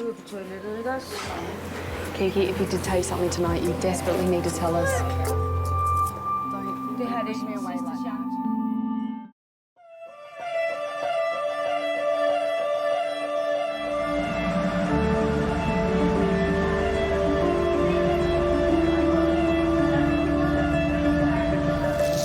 5 minutes. 5 minutes. And we're just, because I said, do you not think you could have gone somewhere else, not being funny? But, you know you've just brought 2 traumas. All my nurses are in CT.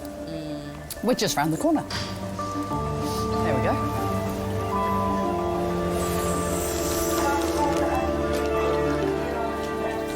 It is that time of the morning, isn't it?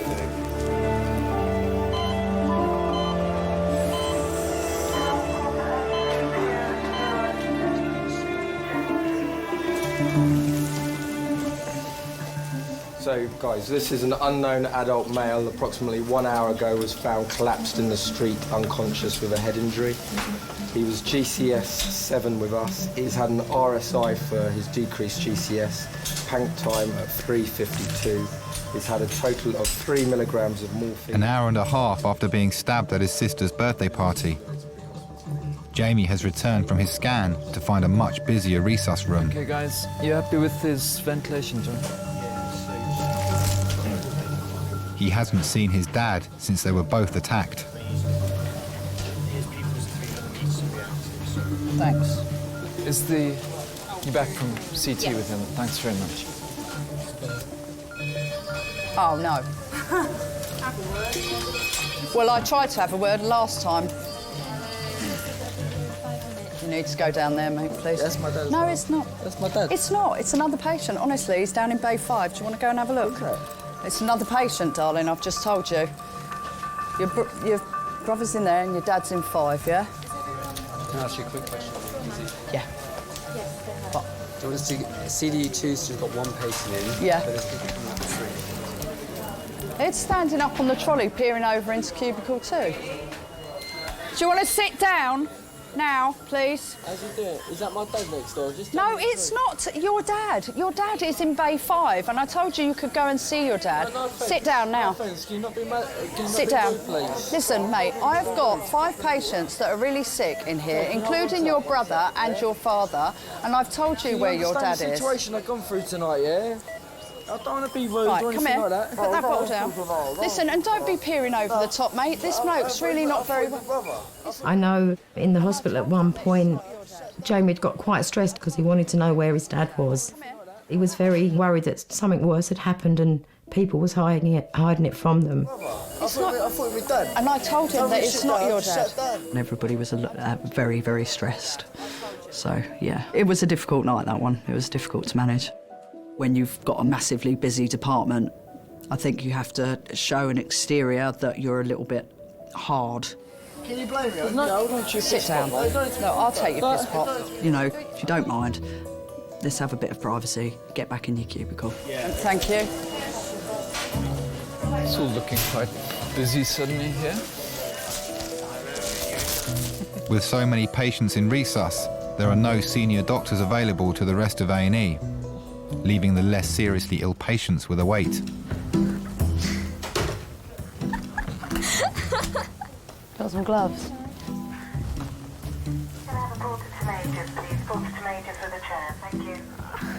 Why are you taking them? I'm going to put them on. It goes all right.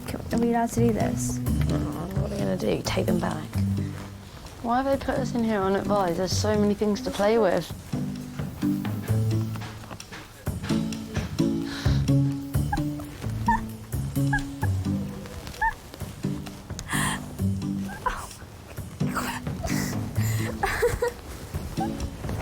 Oh my god.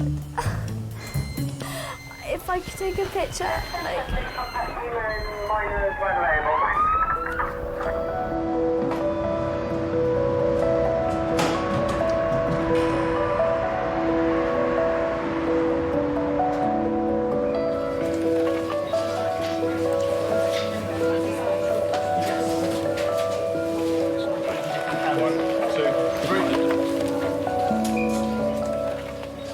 Oh my god, it actually fucking hurts. It says, how are we doing? You're doing shit. They're not doing shit, they're trying their hardest.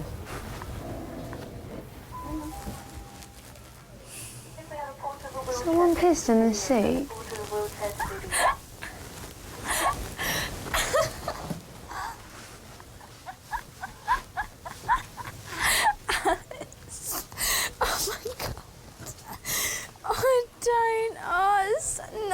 It's so bad. Fucking hell. Okay, hang on. I'll get back to you. Okay. You've got 2 patients in minors that want to know what's going on, apparently. I've already told everyone down in minors that no one's... No worries, no.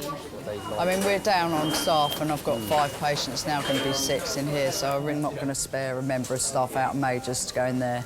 This is ridiculous. There's no point, like, let's just go. The girls from the fancy dress party are still waiting to be seen. They've been joined by a university friend.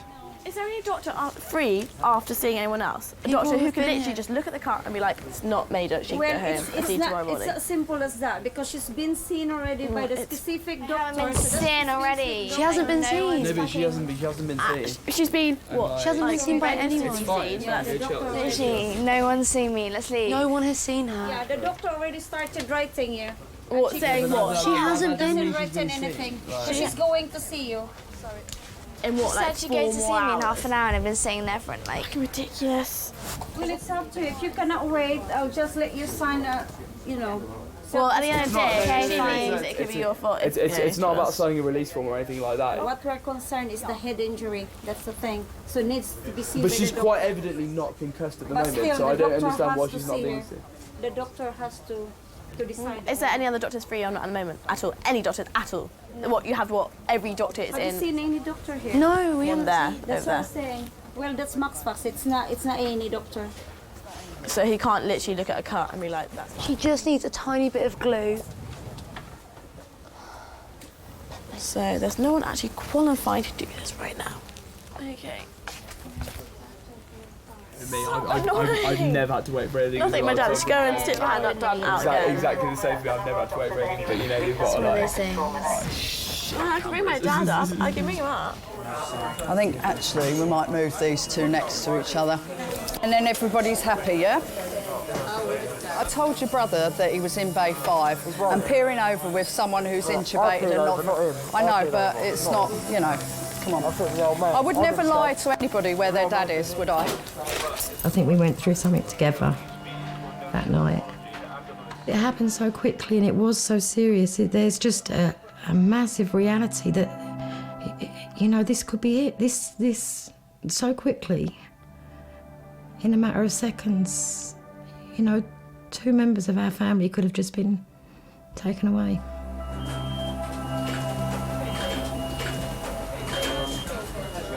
It's difficult because you've been drinking as well to know what the amnesia is due to, if it was due to the alcohol or to the head injury. But I'll come clean that up and we'll just glue that. There's 4 traumas in the stroke, like all in the last, I don't know, they all came in one after another. It's crazy. Really? It's crazy. Everyone's everywhere. I think everybody deserves to be looked after and loved and cared for.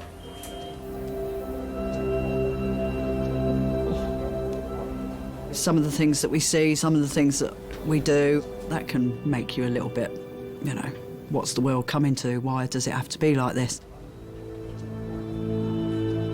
Thank you. Thank you so much.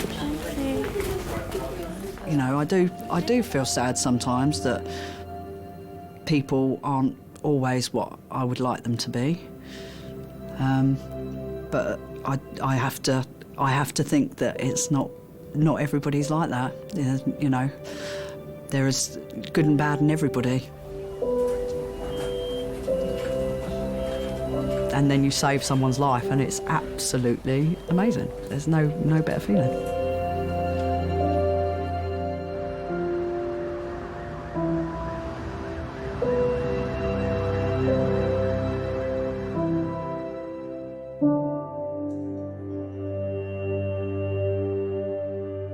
Catherine, the 21-year-old birthday girl, has had a dramatic change in condition.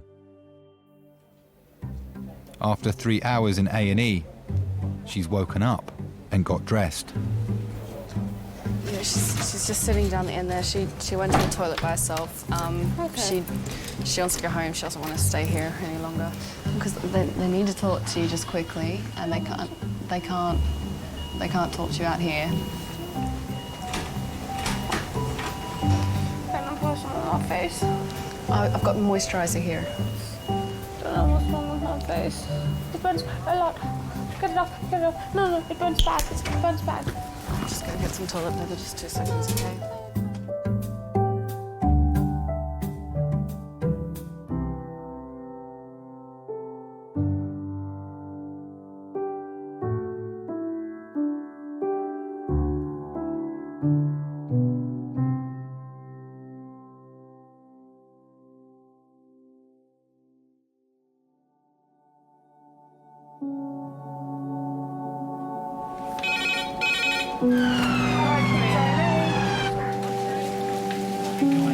He's basically been crushed between a cherry picker and a parked car, and he's managed to have his chest and his abdo and his pelvis all kind of crushed in this single motion.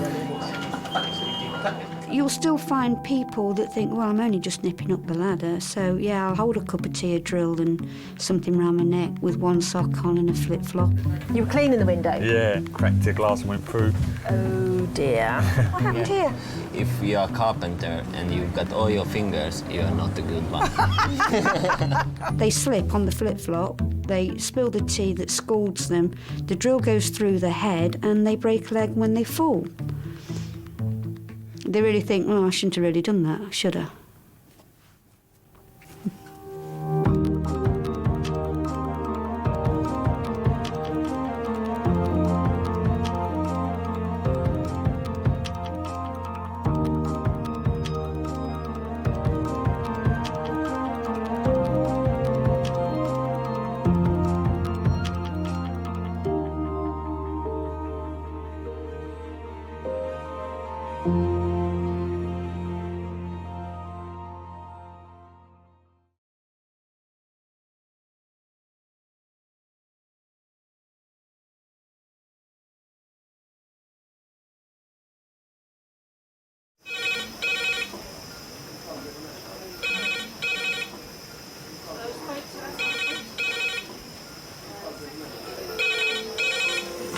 King's A&E.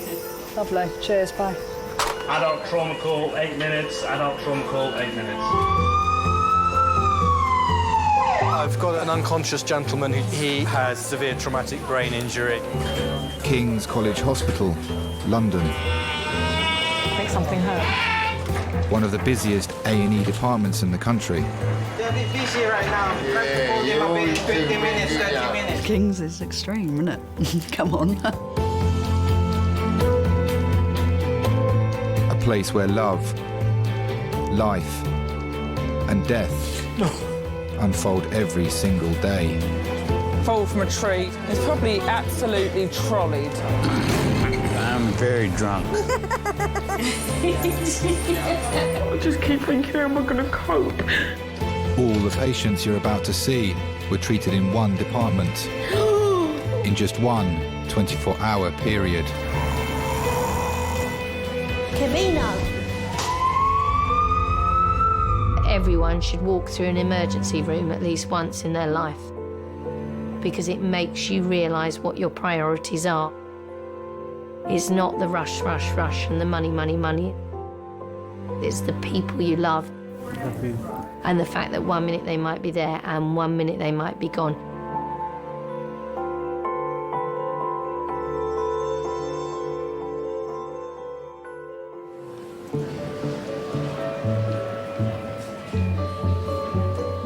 King's College Hospital's A&E department sees on average 350 patients a day, 150 of them in minors. I remember I got a massive splinter under my nail and I thought, oh, I'll go out and get that cut out. And there was a notice that said minimum waiting time and approximately 4.5 hours. And I thought, I don't think so. What did you do then? Once you get the splinter out?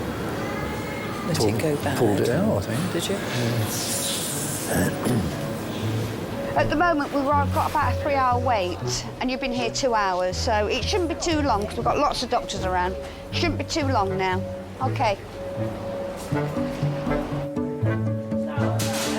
Okay, stay sitting up.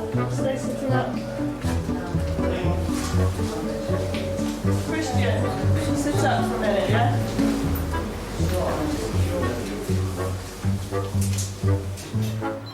You know that old adage, it takes all sorts to make a world?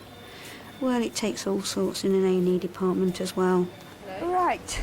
So what happened to you? Well, I was drilling a door. Yeah.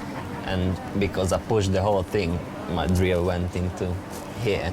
I just pushed out the blood and then pushed them together and tried to... Put the electrical tape on? Yeah, because this was... Yeah, no problem. the closest thing. You'll still find people that think, well, I'm only just nipping up the ladder, so yeah, I'll hold a cup of tea, a drill and something round my neck with one sock on and a flip-flop. get stuck back. Wow. I think you ought to have my job. I've been a really nice job. What do you do for a living? I'm a carpenter. That is brilliant. I was lucky because I don't hit my bone. Yeah, yeah. They slip on the flip-flop, they spill the tea that scalds them, the drill goes through the head and they break a leg when they fall. They really think, oh, I shouldn't have really done that, should I? And you can feel all my fingers, Yeah, yeah. you can feel my fingers. Yeah, what happened here? Benzo. Maybe you ought to come in and do my job. You're not doing very good on machinery, are you? Oh, well, in So- Hungary, if you are a carpenter and you've got all your fingers, you are not a good one. Oh my God. People are stupid, aren't they? Okay. There was a kid a few months ago and he'd been shot in the leg. It's absolutely perfect in a minute. Then it transpired he'd been trying to shoot the label off the back of his trainers or something ridiculous and had shot himself in the leg.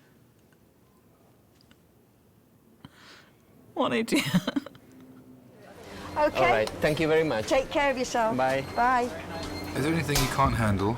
When people trap a finger and you get a blood clot, we have to put a hole through the nail to release the blood. I can't do it without sitting down because my ankles go. Can't do it. Awful. Oh, that's that thing, isn't it? Hi, King Tony. Adult red phone, 4 minutes.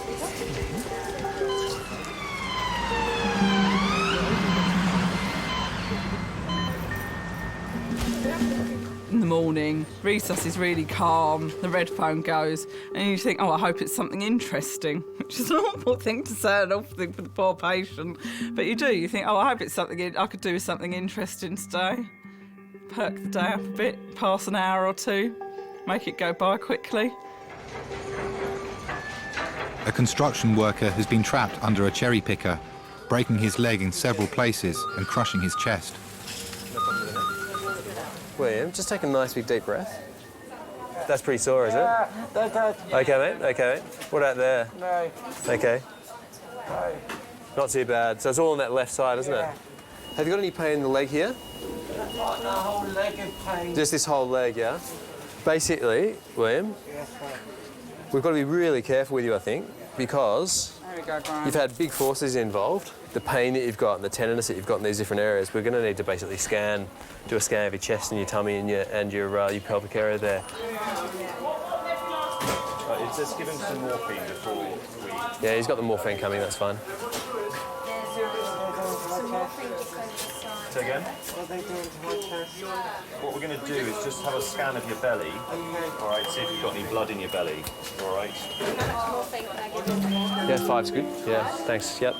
They're in a completely alien environment, you know, and they're in pain and they've got no idea what's happening. All they can see is the ceiling. They've got all these people talking around them. They've got, you know, they've got no idea what's going on, and it must be petrifying. We might get scans all the way down, including his femur. I'll organise those.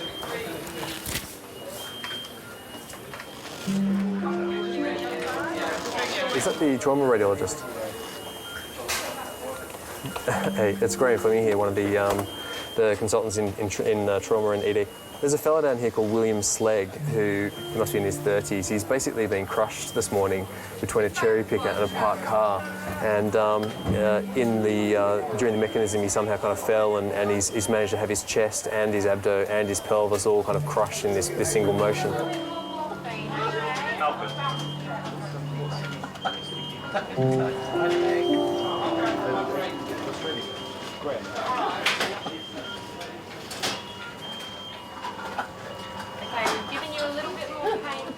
His whole body basically crushed between him and the back of the car. It sounds kind of odd, doesn't it? Odd, but it sounds terribly lucky as well, I mean, given the... What, that he's still with us? Yes. Yeah. One of the saddest cases I ever saw was a man who got home, he smelt gas, so he rang up the gas people as an emergency, and then he hit autopilot autopilot for him was leaning against the wall with the phone under his ear, lighting a cigarette. He burnt his entire body except for the soles of his feet. And I recall even to this day the debate we had, because it was a non-survivable injury, but he was completely lucid. And his wife and daughter came to visit, and the question was, should we look him in the eye and tell him that he was going to die in the next 48 hours or so, and that there could be no treatment for him? Those who are looking for eternal life, for the second coming of Christ, it's not as easy as some people have it.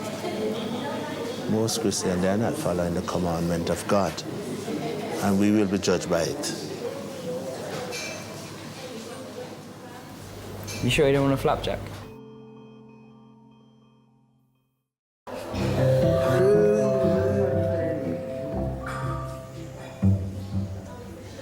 I'll sit up a bit, yeah? Sit up a bit. Can you put your hand there or not? Can you hold it on your nose?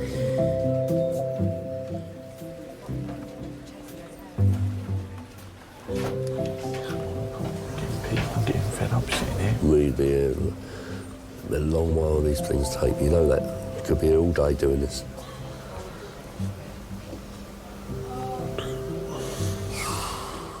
Do you know how long it will be for him? Let me check. What's the surname again? Stoked. Okay. Thank you. He's actually the next patient to be called. Awesome, that's great. Do you want me to wake up now or just wait till they come out? Just listen out for his name. Okay, I will. Thank you very much. Cheers. We went out quite late and someone tried to steal his wallet and his phone and punched him in the face. So we're like, he's got a cut across his nose, which he needs to stitch him. So. He's a good guy as well. I wish like, it's bad that bad things happen to good people, but it happens. Yeah, I'd do anything for this guy. He's my best friend since we were little. So, yeah, he's a good guy.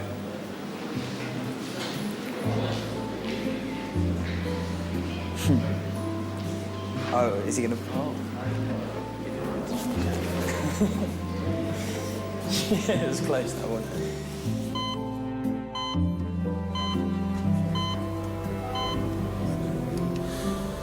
He said to me, like, you're lucky and unlucky.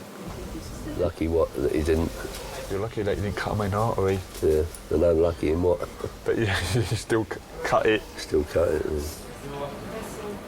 This morning, 39-year-old Darren was cleaning his windows when he fell through a pane of glass. There's like a lot of the skin on the arm. It does. You might have to have a skin graft if it's that bad. I had to hold the skin back in. You know, it dropped like that and I had to push it in to hold it in. Yeah. She said, can you wrap a towel around it? But I thought, how can I with one arm? Well, you just get a towel and... She said, get a clean towel, she said. Wrap around it, yeah. I just pushed pressure on it like that. What did you phone, 999? Yeah.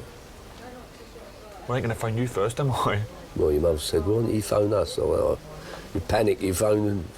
You have to, don't you, though? Phone straight away, don't you? He said, it's a lot of blood, he said. It's a couple of pints, I think. You laughed, you didn't see it, did you? It's all up the carpet, it's all up the passage. All the blood was going everywhere, like, up the wall, on the carpet. Just pumping out, it's like dripping tap. It's like fingerprints on the walls. Oh, we'll have to have it redecorating then. Yeah, like drip, drip, drip. You know, say it's the foot, it goes psh, psh, like that.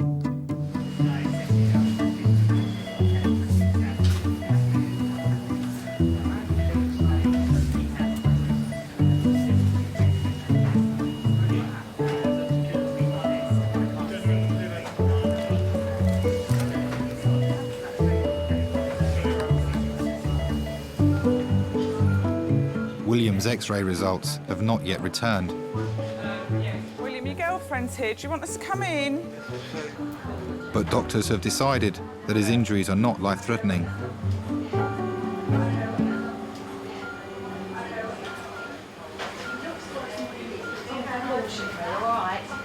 We need to keep him strapped down like this. No, he's fine. This is all just precautionary, all right? You sit as you are. Get you a chair. Can I come round this side? Maybe come round this side. I lower the bed. Right.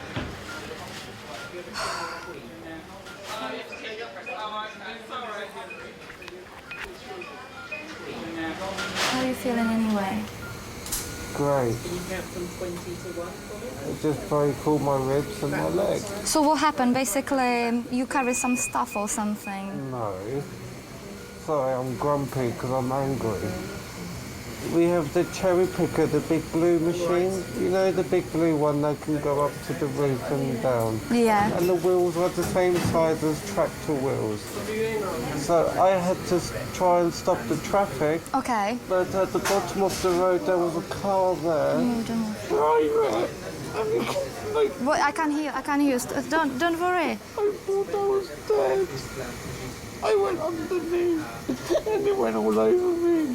With the car, I don't get it. Stop being stupid and listen. Yeah, listen. Imagine a tractor is here. Okay. A car is here. And I'm standing behind the car in front of the cherry picker so that I can then stop the traffic. Okay. The big Tractor. Imagine how much weight.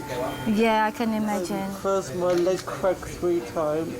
From my ankle to my knee, and I'm shouting, stop! Shoo, shoo, shoo. And then my ribs and my body went underneath. I was dead. No, you're cool. You're cool. See, you have someone up there who looks after you. You're Superman. But I heard everything crack as well. 3 cracks in my leg and ankle. There are some very strange things that happen to people that are not their fault.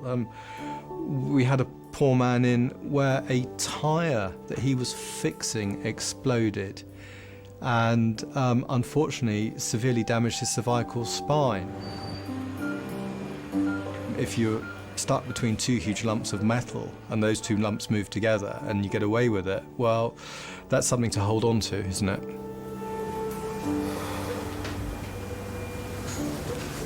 I've had a lot of accidents and injuries in my life, but this is the most scary. This is serious. This was the most scariest because he could... Typical when everything goes quite well. Something like this happens.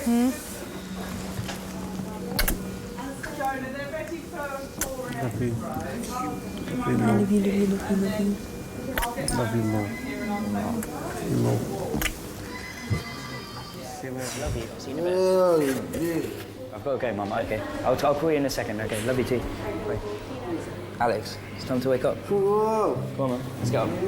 Alex has been mugged and punched in the face. His old school friend Patrick is on hand to help. Doctor's room. Alex, no swearing, man. There's people around. What? Don't swear. Come on. Oh, shit. I think it must have been about 12 or 13 when we first met. Yeah, he's a chatty bloke and just wanted to be my friend from the beginning, so... We've been waiting. We've been here fucking ages. Alex, don't get angry at me. This way, not that way. Come on, this way. Thought he was a bit of a loser when I first met him, but... Take my hand. It's good. Sorry. Wait, shut up. Get. I'm not on you. Can I come with him? Is that all right? Awesome. He's one of these guys who's always quite sentimental, if you know what I mean. He likes to... Well, I was going to say show his affection, but that sounds gay as well. But no, he's a top lad. Yeah, he's a nice guy. Do you want me to push it? He's absolutely massive. I'll push it. It's good. Oh no, honestly, here you go.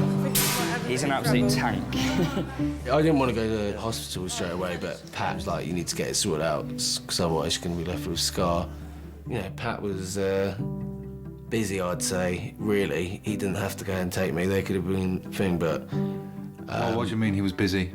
Well, he was with some girl that he just met at the club, and he didn't tell you about this, did he? He didn't want me to say anything about it. Al, you gotta get up, man. What? Alex, no swearing, man. We're in hospital. Would you tell me to shut up? Yeah. You never say that shit to me. We're best mates. You'd be stupid. You swear at me. It's awful. Oh, can I put this somewhere? Yeah, I'll get you that. Oh, thanks, man. That's awesome. I'm tired, man. This shit's fine. Man, you just gotta stay awake for like 15 minutes, just talk to her, yeah? It'll be alright. I've got a feeling this might hurt you a little bit, so...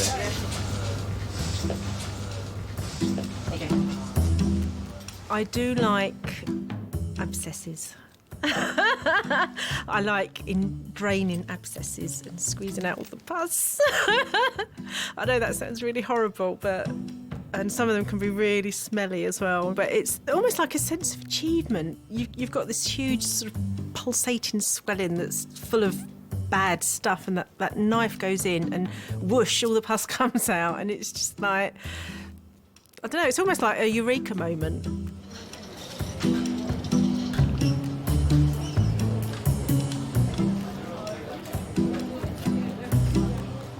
When you touch it around here, man. All right, okay. You see when I touch it like that? Is that painful, yeah? Yes, man, yeah. Okay, It's like someone's whacked me with a hammer. Okay. It's really hurting me, man. Okay. I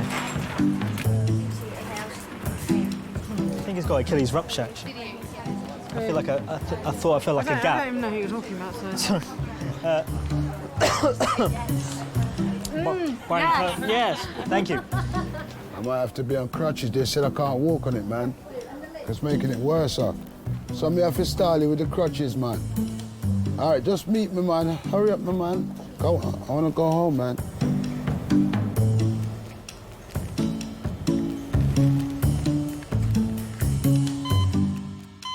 Right, hopefully that was on what they ordered. I'll get the call from Hello. Hello, Andre. Yep. Lovely. I'll get that. I'll get. Oh, Carol! Oh no! Hey, Gingery, see. Oh, I've got to go off now. No. Oh, Carol, sorry. I hit her on the head with the door. Today, when we go home. No, you're not gonna go home today. You're gonna stay for a few days, I'm afraid. No. Seriously, you have to stay a few days, darling. Seriously? Why? Stop being silly. Can't they just frustrate No, you'll fall in love. How are you doing? Fine.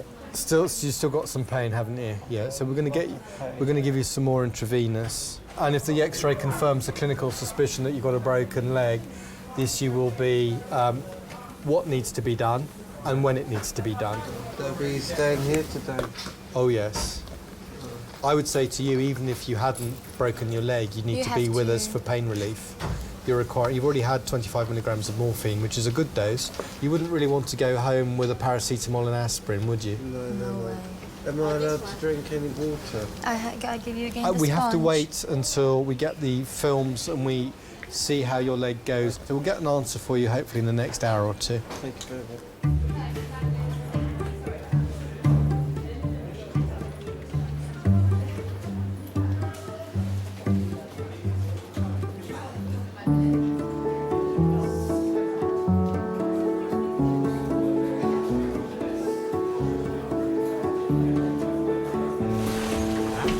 Wagamama's face. Wagamama's. You got a what? Wagamama. Well, I've still got a big crisp from left here from last night. You didn't hide them still left here.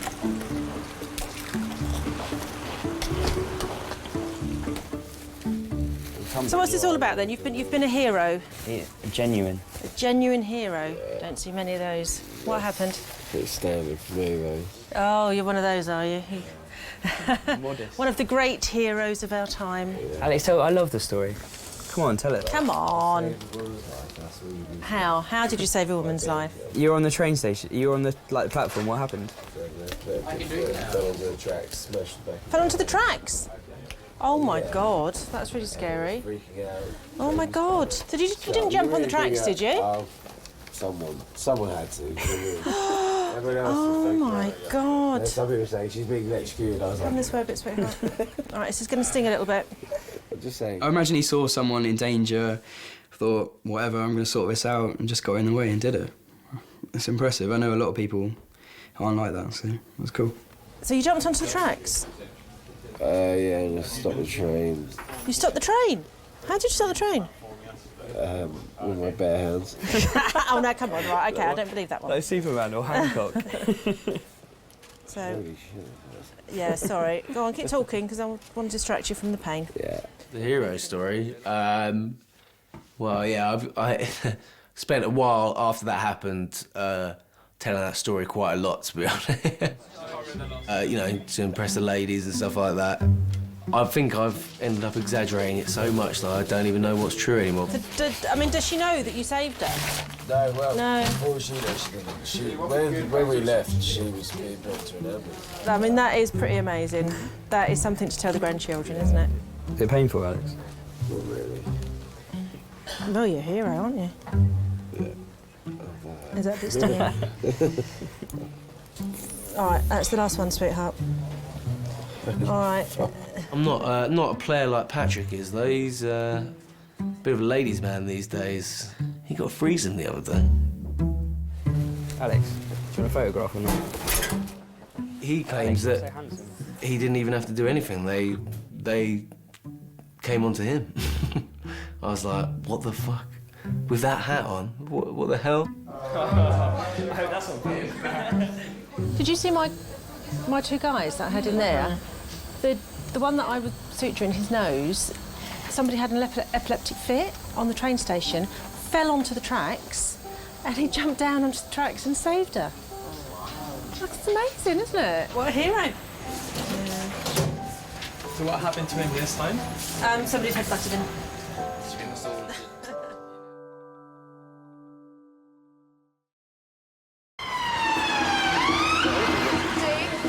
All the trauma team here for you?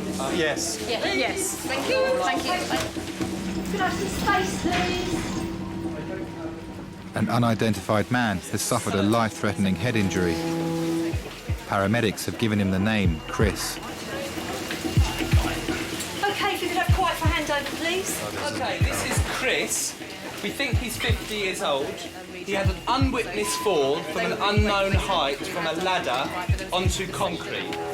His injuries, he had a large occipital bulky hematoma with active arterial hemorrhage. He's got a traumatic brain injury and a query C-spine injury. He had clinical evidence of right posterior rib fractures. Do we know how high the ladder was, although we don't... I said an unknown height. It's an unknown height. No, I understand that, but what I'm getting at is that we don't know where he fell from the ladder, but... No idea at all. I mean, the ladder was a large ladder to reach the top of the tree, maybe sort of 10 metres. OK, but I mean, that just says the maximum height could have been 10 metres. OK, that's Possibly, all... Yeah, Fine, yeah. OK. Someone comes in with severe brain injuries and you know there is not going to be a good outcome, and you listen to the tragedy that led to it, and it's not good, but just get on with it. And the priorities are keeping the patient alive, keeping them safe. So the plan is primary survey. If we're happy with him from a cardiorespiratory standpoint, we're going to try and get him in and out of the scanner. Really trying to unlock this phone. Seriously, I want to ring radiology. This is... Naomi, how do you unlock these things? Look. Where's It's your mobile. Do you know how to unlock a Nokia phone? This is my phone to get him into the CT scanner, and... Shouldn't be the top and the corner. I'll get you these notes. Do you unlock? Why don't you just use my phone? Well, no, because I don't know the number. Oh. Carol. Has it come up? Right, let's find someone who can do.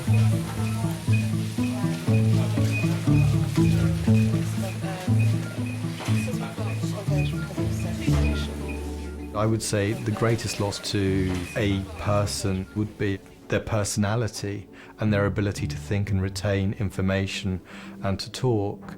So if you gave me the choice between losing 1 or 2 legs and my person being destroyed, then I would give up the legs. Yeah, hi, it's Decotac, trauma consultant. I've got an unconscious gentleman who's intubated, fall from an unknown height onto concrete. He clinically has severe traumatic brain injury. We need to scan him from head to pelvis, please. I don't think... Do we have a name yet? Chris. We're just waiting for a number and a name. He's an unknown male, approximately 50 years old.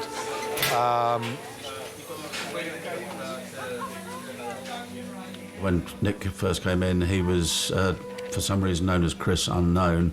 I don't know where the Chris came from, so that was first we heard of it. I just want to get the ball rolling so we know which scanner we're going to. OK, thanks. Bye. It's a sort of story you read about the local paper. It happens to other people. That's the classic. It's a paragraph in the local paper, man falls off van, cracks head, goes to hospital, you think, plonker, and you read on. OK, team, so from the top, Buzz, are you happy? Yeah, tubes. That's just for the gentleman down there. Don't worry about that right now. We're not concerned about anything in the chest. OK. He's probably fallen onto that, hasn't he? I suspect it could actually be what's going on in his head that's causing that blood pressure. There was peripheral damage, but clearly the head injury was all they were concerned about and what was very serious. He stressed from the word go that it was a very, very serious case. And you were left in no doubt that when we're talking serious, we're talking life and death. There was no doubt about that. We need to keep a regular check on his pupils in case he blows one, in which case we need to then obviously hyperventilate him and give him some mannitol or hypertonic. Our aim is, if everything is stable, to get him in and out the scanner as quickly as possible. I've spoken to radiology. And, 1 minute you're bouncing around on a Friday morning about to do something else, and the next minute you're in the casualty unit of a major hospital thinking your brother's about to die.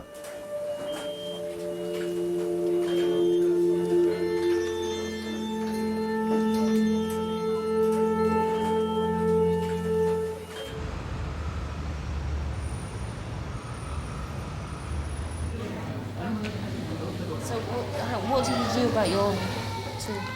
It's kind of funny. I got to work this morning, sat down on my desk. Yeah, I just pushed my chair back to get up. And I just landed on the floor. You know what I kind of... It wasn't a hard landing. It was, it was just like funny and everyone was like laughing, And Miss Taylor!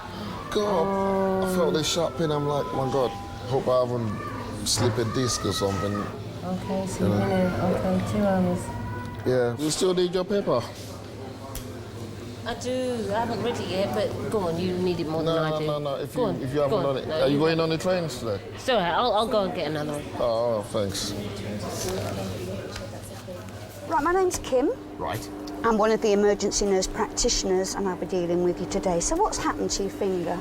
I was preparing a casserole to entertain some people tomorrow, and I was cutting vegetables last night and using what they call, I think, a mandolin cutter. You know those things? You probably have. Yeah. And unfortunately, I took a little piece out of my little finger. Okay. It's not desperate, but it this produced a lot night. of blood. Oh, it will. And this was after 10 o'clock last night, and I thought of coming down, and I thought, no, I'll manage. So in the end, I managed to stop it and bind it so it didn't, and put an oven glove on in bed, really. Those mandolins are very, very sharp. Very good, but very sharp. Yes, they're very quick, but I think it was a bit late at night, really, after 10 o'clock, and I was just beginning to think I ought to stop doing this, really. And then you did. And I did. OK, let me go and get a dressing pack and we'll soak that and try and get that bit off and see what it's like underneath. Okay. All right? Yep, that's Give me great. 2 seconds. Well, more than 2 seconds. I thought, what a stupid thing to do, really, immediately, How very stupid to allow yourself to do that. It's a very difficult position when you're living by yourself, you've got no one to call upon. I've got used to it over the last 6 years or so, I suppose, but, normally my wife or I would turn to one another and say, can you help me do this, or whatever. Did you put cotton wool on it last night? I thought so. Yeah. But regrettably, she died in 2004. I'm sorry about all that cotton wool. That's all right. It's coming off. Yeah. I had to care for her for about 6 years. There's a gradual descent into a worse and worse condition. until you get to the situation where she could no longer live at home. She had to live in a home, of course, for the last year or so of her life. Oh, yes, you're adept at it. I can't go and Or paper shower material. with this. No, put a glove on and tape it up. I suppose that's the only answer, isn't it? Yeah, another marigold. Another one. Thank you very much indeed. Take care. Bye. Okay, bye. Caring is quite tough going, especially towards the latter part of it. And you stand by waiting for the next step where things will get worse. I actually want to go with this gentleman to the scanner because I need to see the images of his head immediately. Because that will... What will happen is... He is, and I strongly suspect that it's going to be not a happy story. Both my mother and father, I ended up looking after to one degree or another. But this was different again. This was another story. I think my biggest concern was the cabbage option. And there's no doubt there's that scenario where you are better off gone and finished than just in a total mess. I think that's a worse nightmare than being dead. Would be for me, I know that for a fact.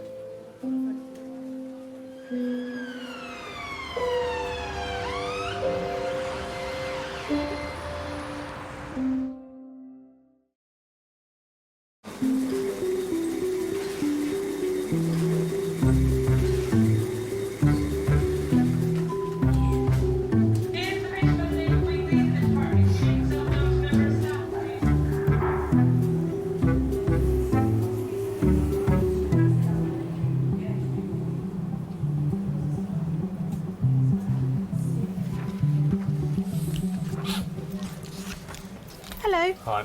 Hi. Can I just eject you from your seat? Thank you very much. I'm Nancy, I'm one of the nurse practitioners. So what's happened? I slipped on, cleaned the window, and as I slipped, I put my arm through it. You were cleaning the window? Yeah, and I leant forward, and as I leant, I lost my balance on the seat, and my arm went on it, cracked the glass and went through. Oh dear. Did it completely shatter? Yeah, there's still like sharp pieces stuck in the frame of the glass of the window, that's it. Oh, goodness me. I think probably what I want to do before I look at all of the rooms is actually send you for an X-ray to see if there's any glass. What I do want to do is just remove that little bit of glass off your face because I can see it there. Okay. All right. You just close your eyes for me. Quite honest, I never thought he'd have it in him to go to the phone like that and actually phone 999. He had a bad accident years ago, which was... But to see another one, and then you think to yourself, oh, no, not again, please. OK, that's that. OK. All right, if I show you where to go for your X-ray. Yeah. All right. When he was about 14, 15, I believe. It's such a freak accident, it's unbelievable. Basically, this moped come from the other side of the road, and his brake handle thing caught his lapel and went into his lapel and threw him up in the air, and he come down on the back of his head and fractured his skull. Freak accident, really. The bike didn't actually hit him. All right, and I'll see you when you get back. Right. OK. I thought at the time he wasn't going to pull through because he was OK in the ambulance, but when he got to the hospital, he passed out. Pretty horrific, pretty frightening. Like saying about that X-ray. That way, look, X-ray. Is it that way? Through having that brain injury, a lot of brain cells died. And who knows what he could have been today, you don't know.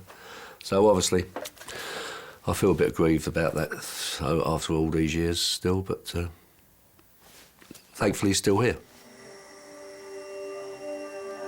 You know, you have a brain injury or you have a head injury like that, it could have been a lot worse.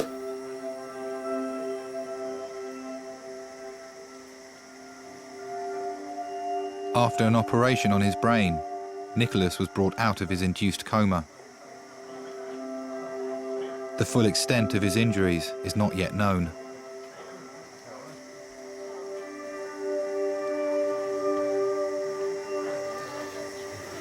We're going in favourites. Cricket starts on Wednesday. First test at Brisbane. and we're starting as favourites. Won all the warm-up games. Not sure that's a good thing.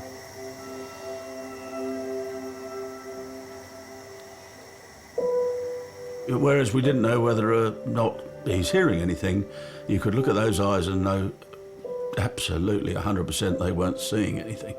Or if they were seeing anything, that they didn't understand anything they were seeing.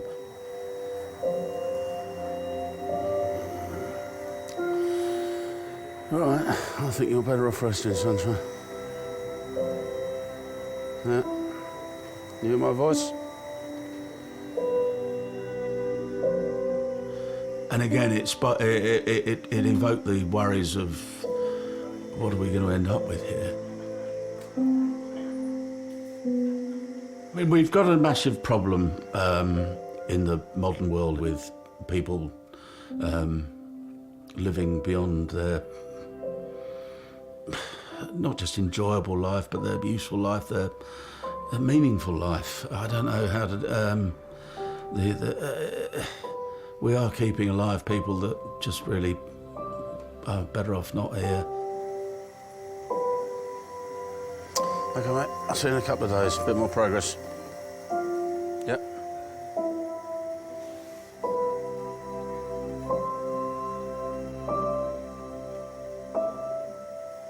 All right. See you in a couple of days. Good luck.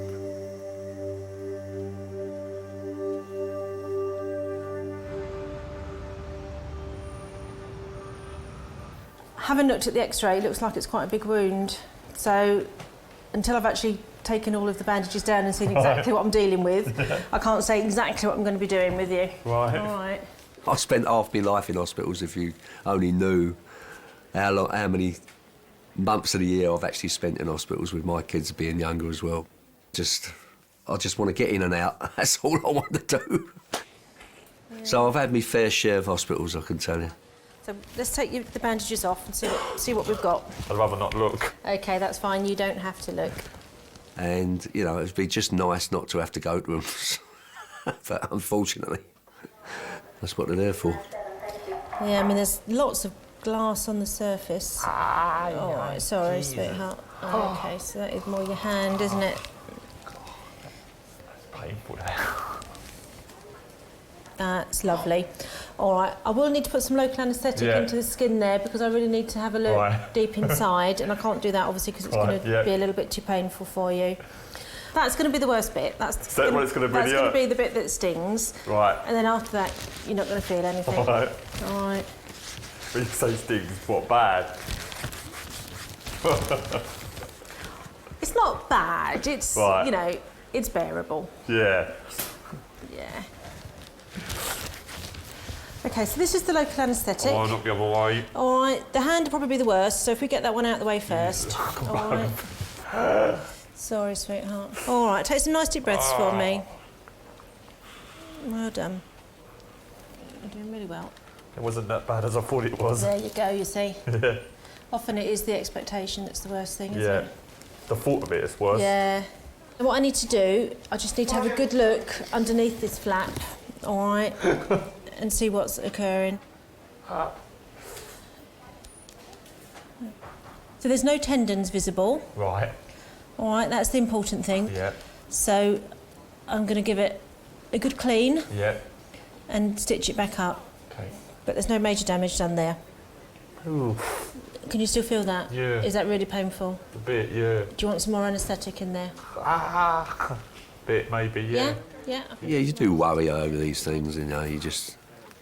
if you're worried about it every day of the year, you put yourself in a box, really, worrying about it all, but you have to take life. Life has to go on, doesn't it? You know, whatever accidents you have to sort of move on from that, and otherwise, you know, if you just keep thinking about it all the time, it plays on your mind all the time, it sends you mad as well, so you have to move forward.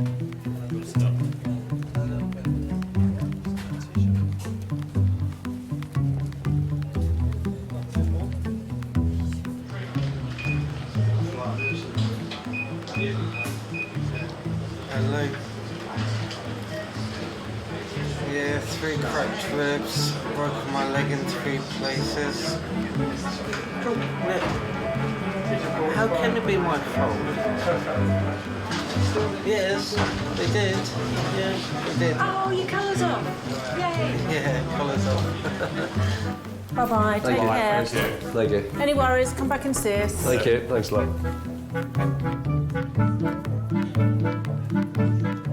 I just think it's not very wise to stand on a chair with socks on because you can slip. Should have used a ladder properly, like a step ladder, you know, for more support. So I think it was a bit silly, really.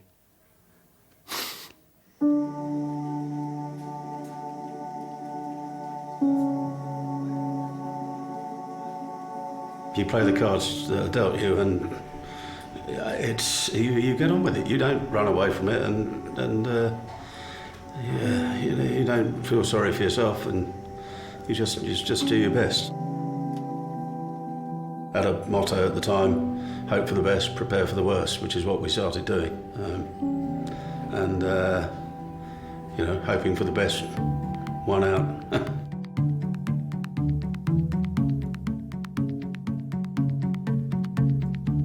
You just don't think that it's going to happen.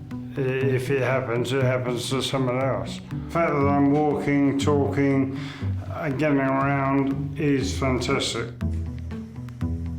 Kings, without doubt, gave my brother back to me, and you're just lost in admiration when you walk into that intensive care unit. You just feel stupid.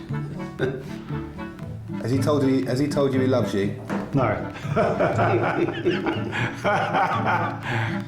No, we're not that close.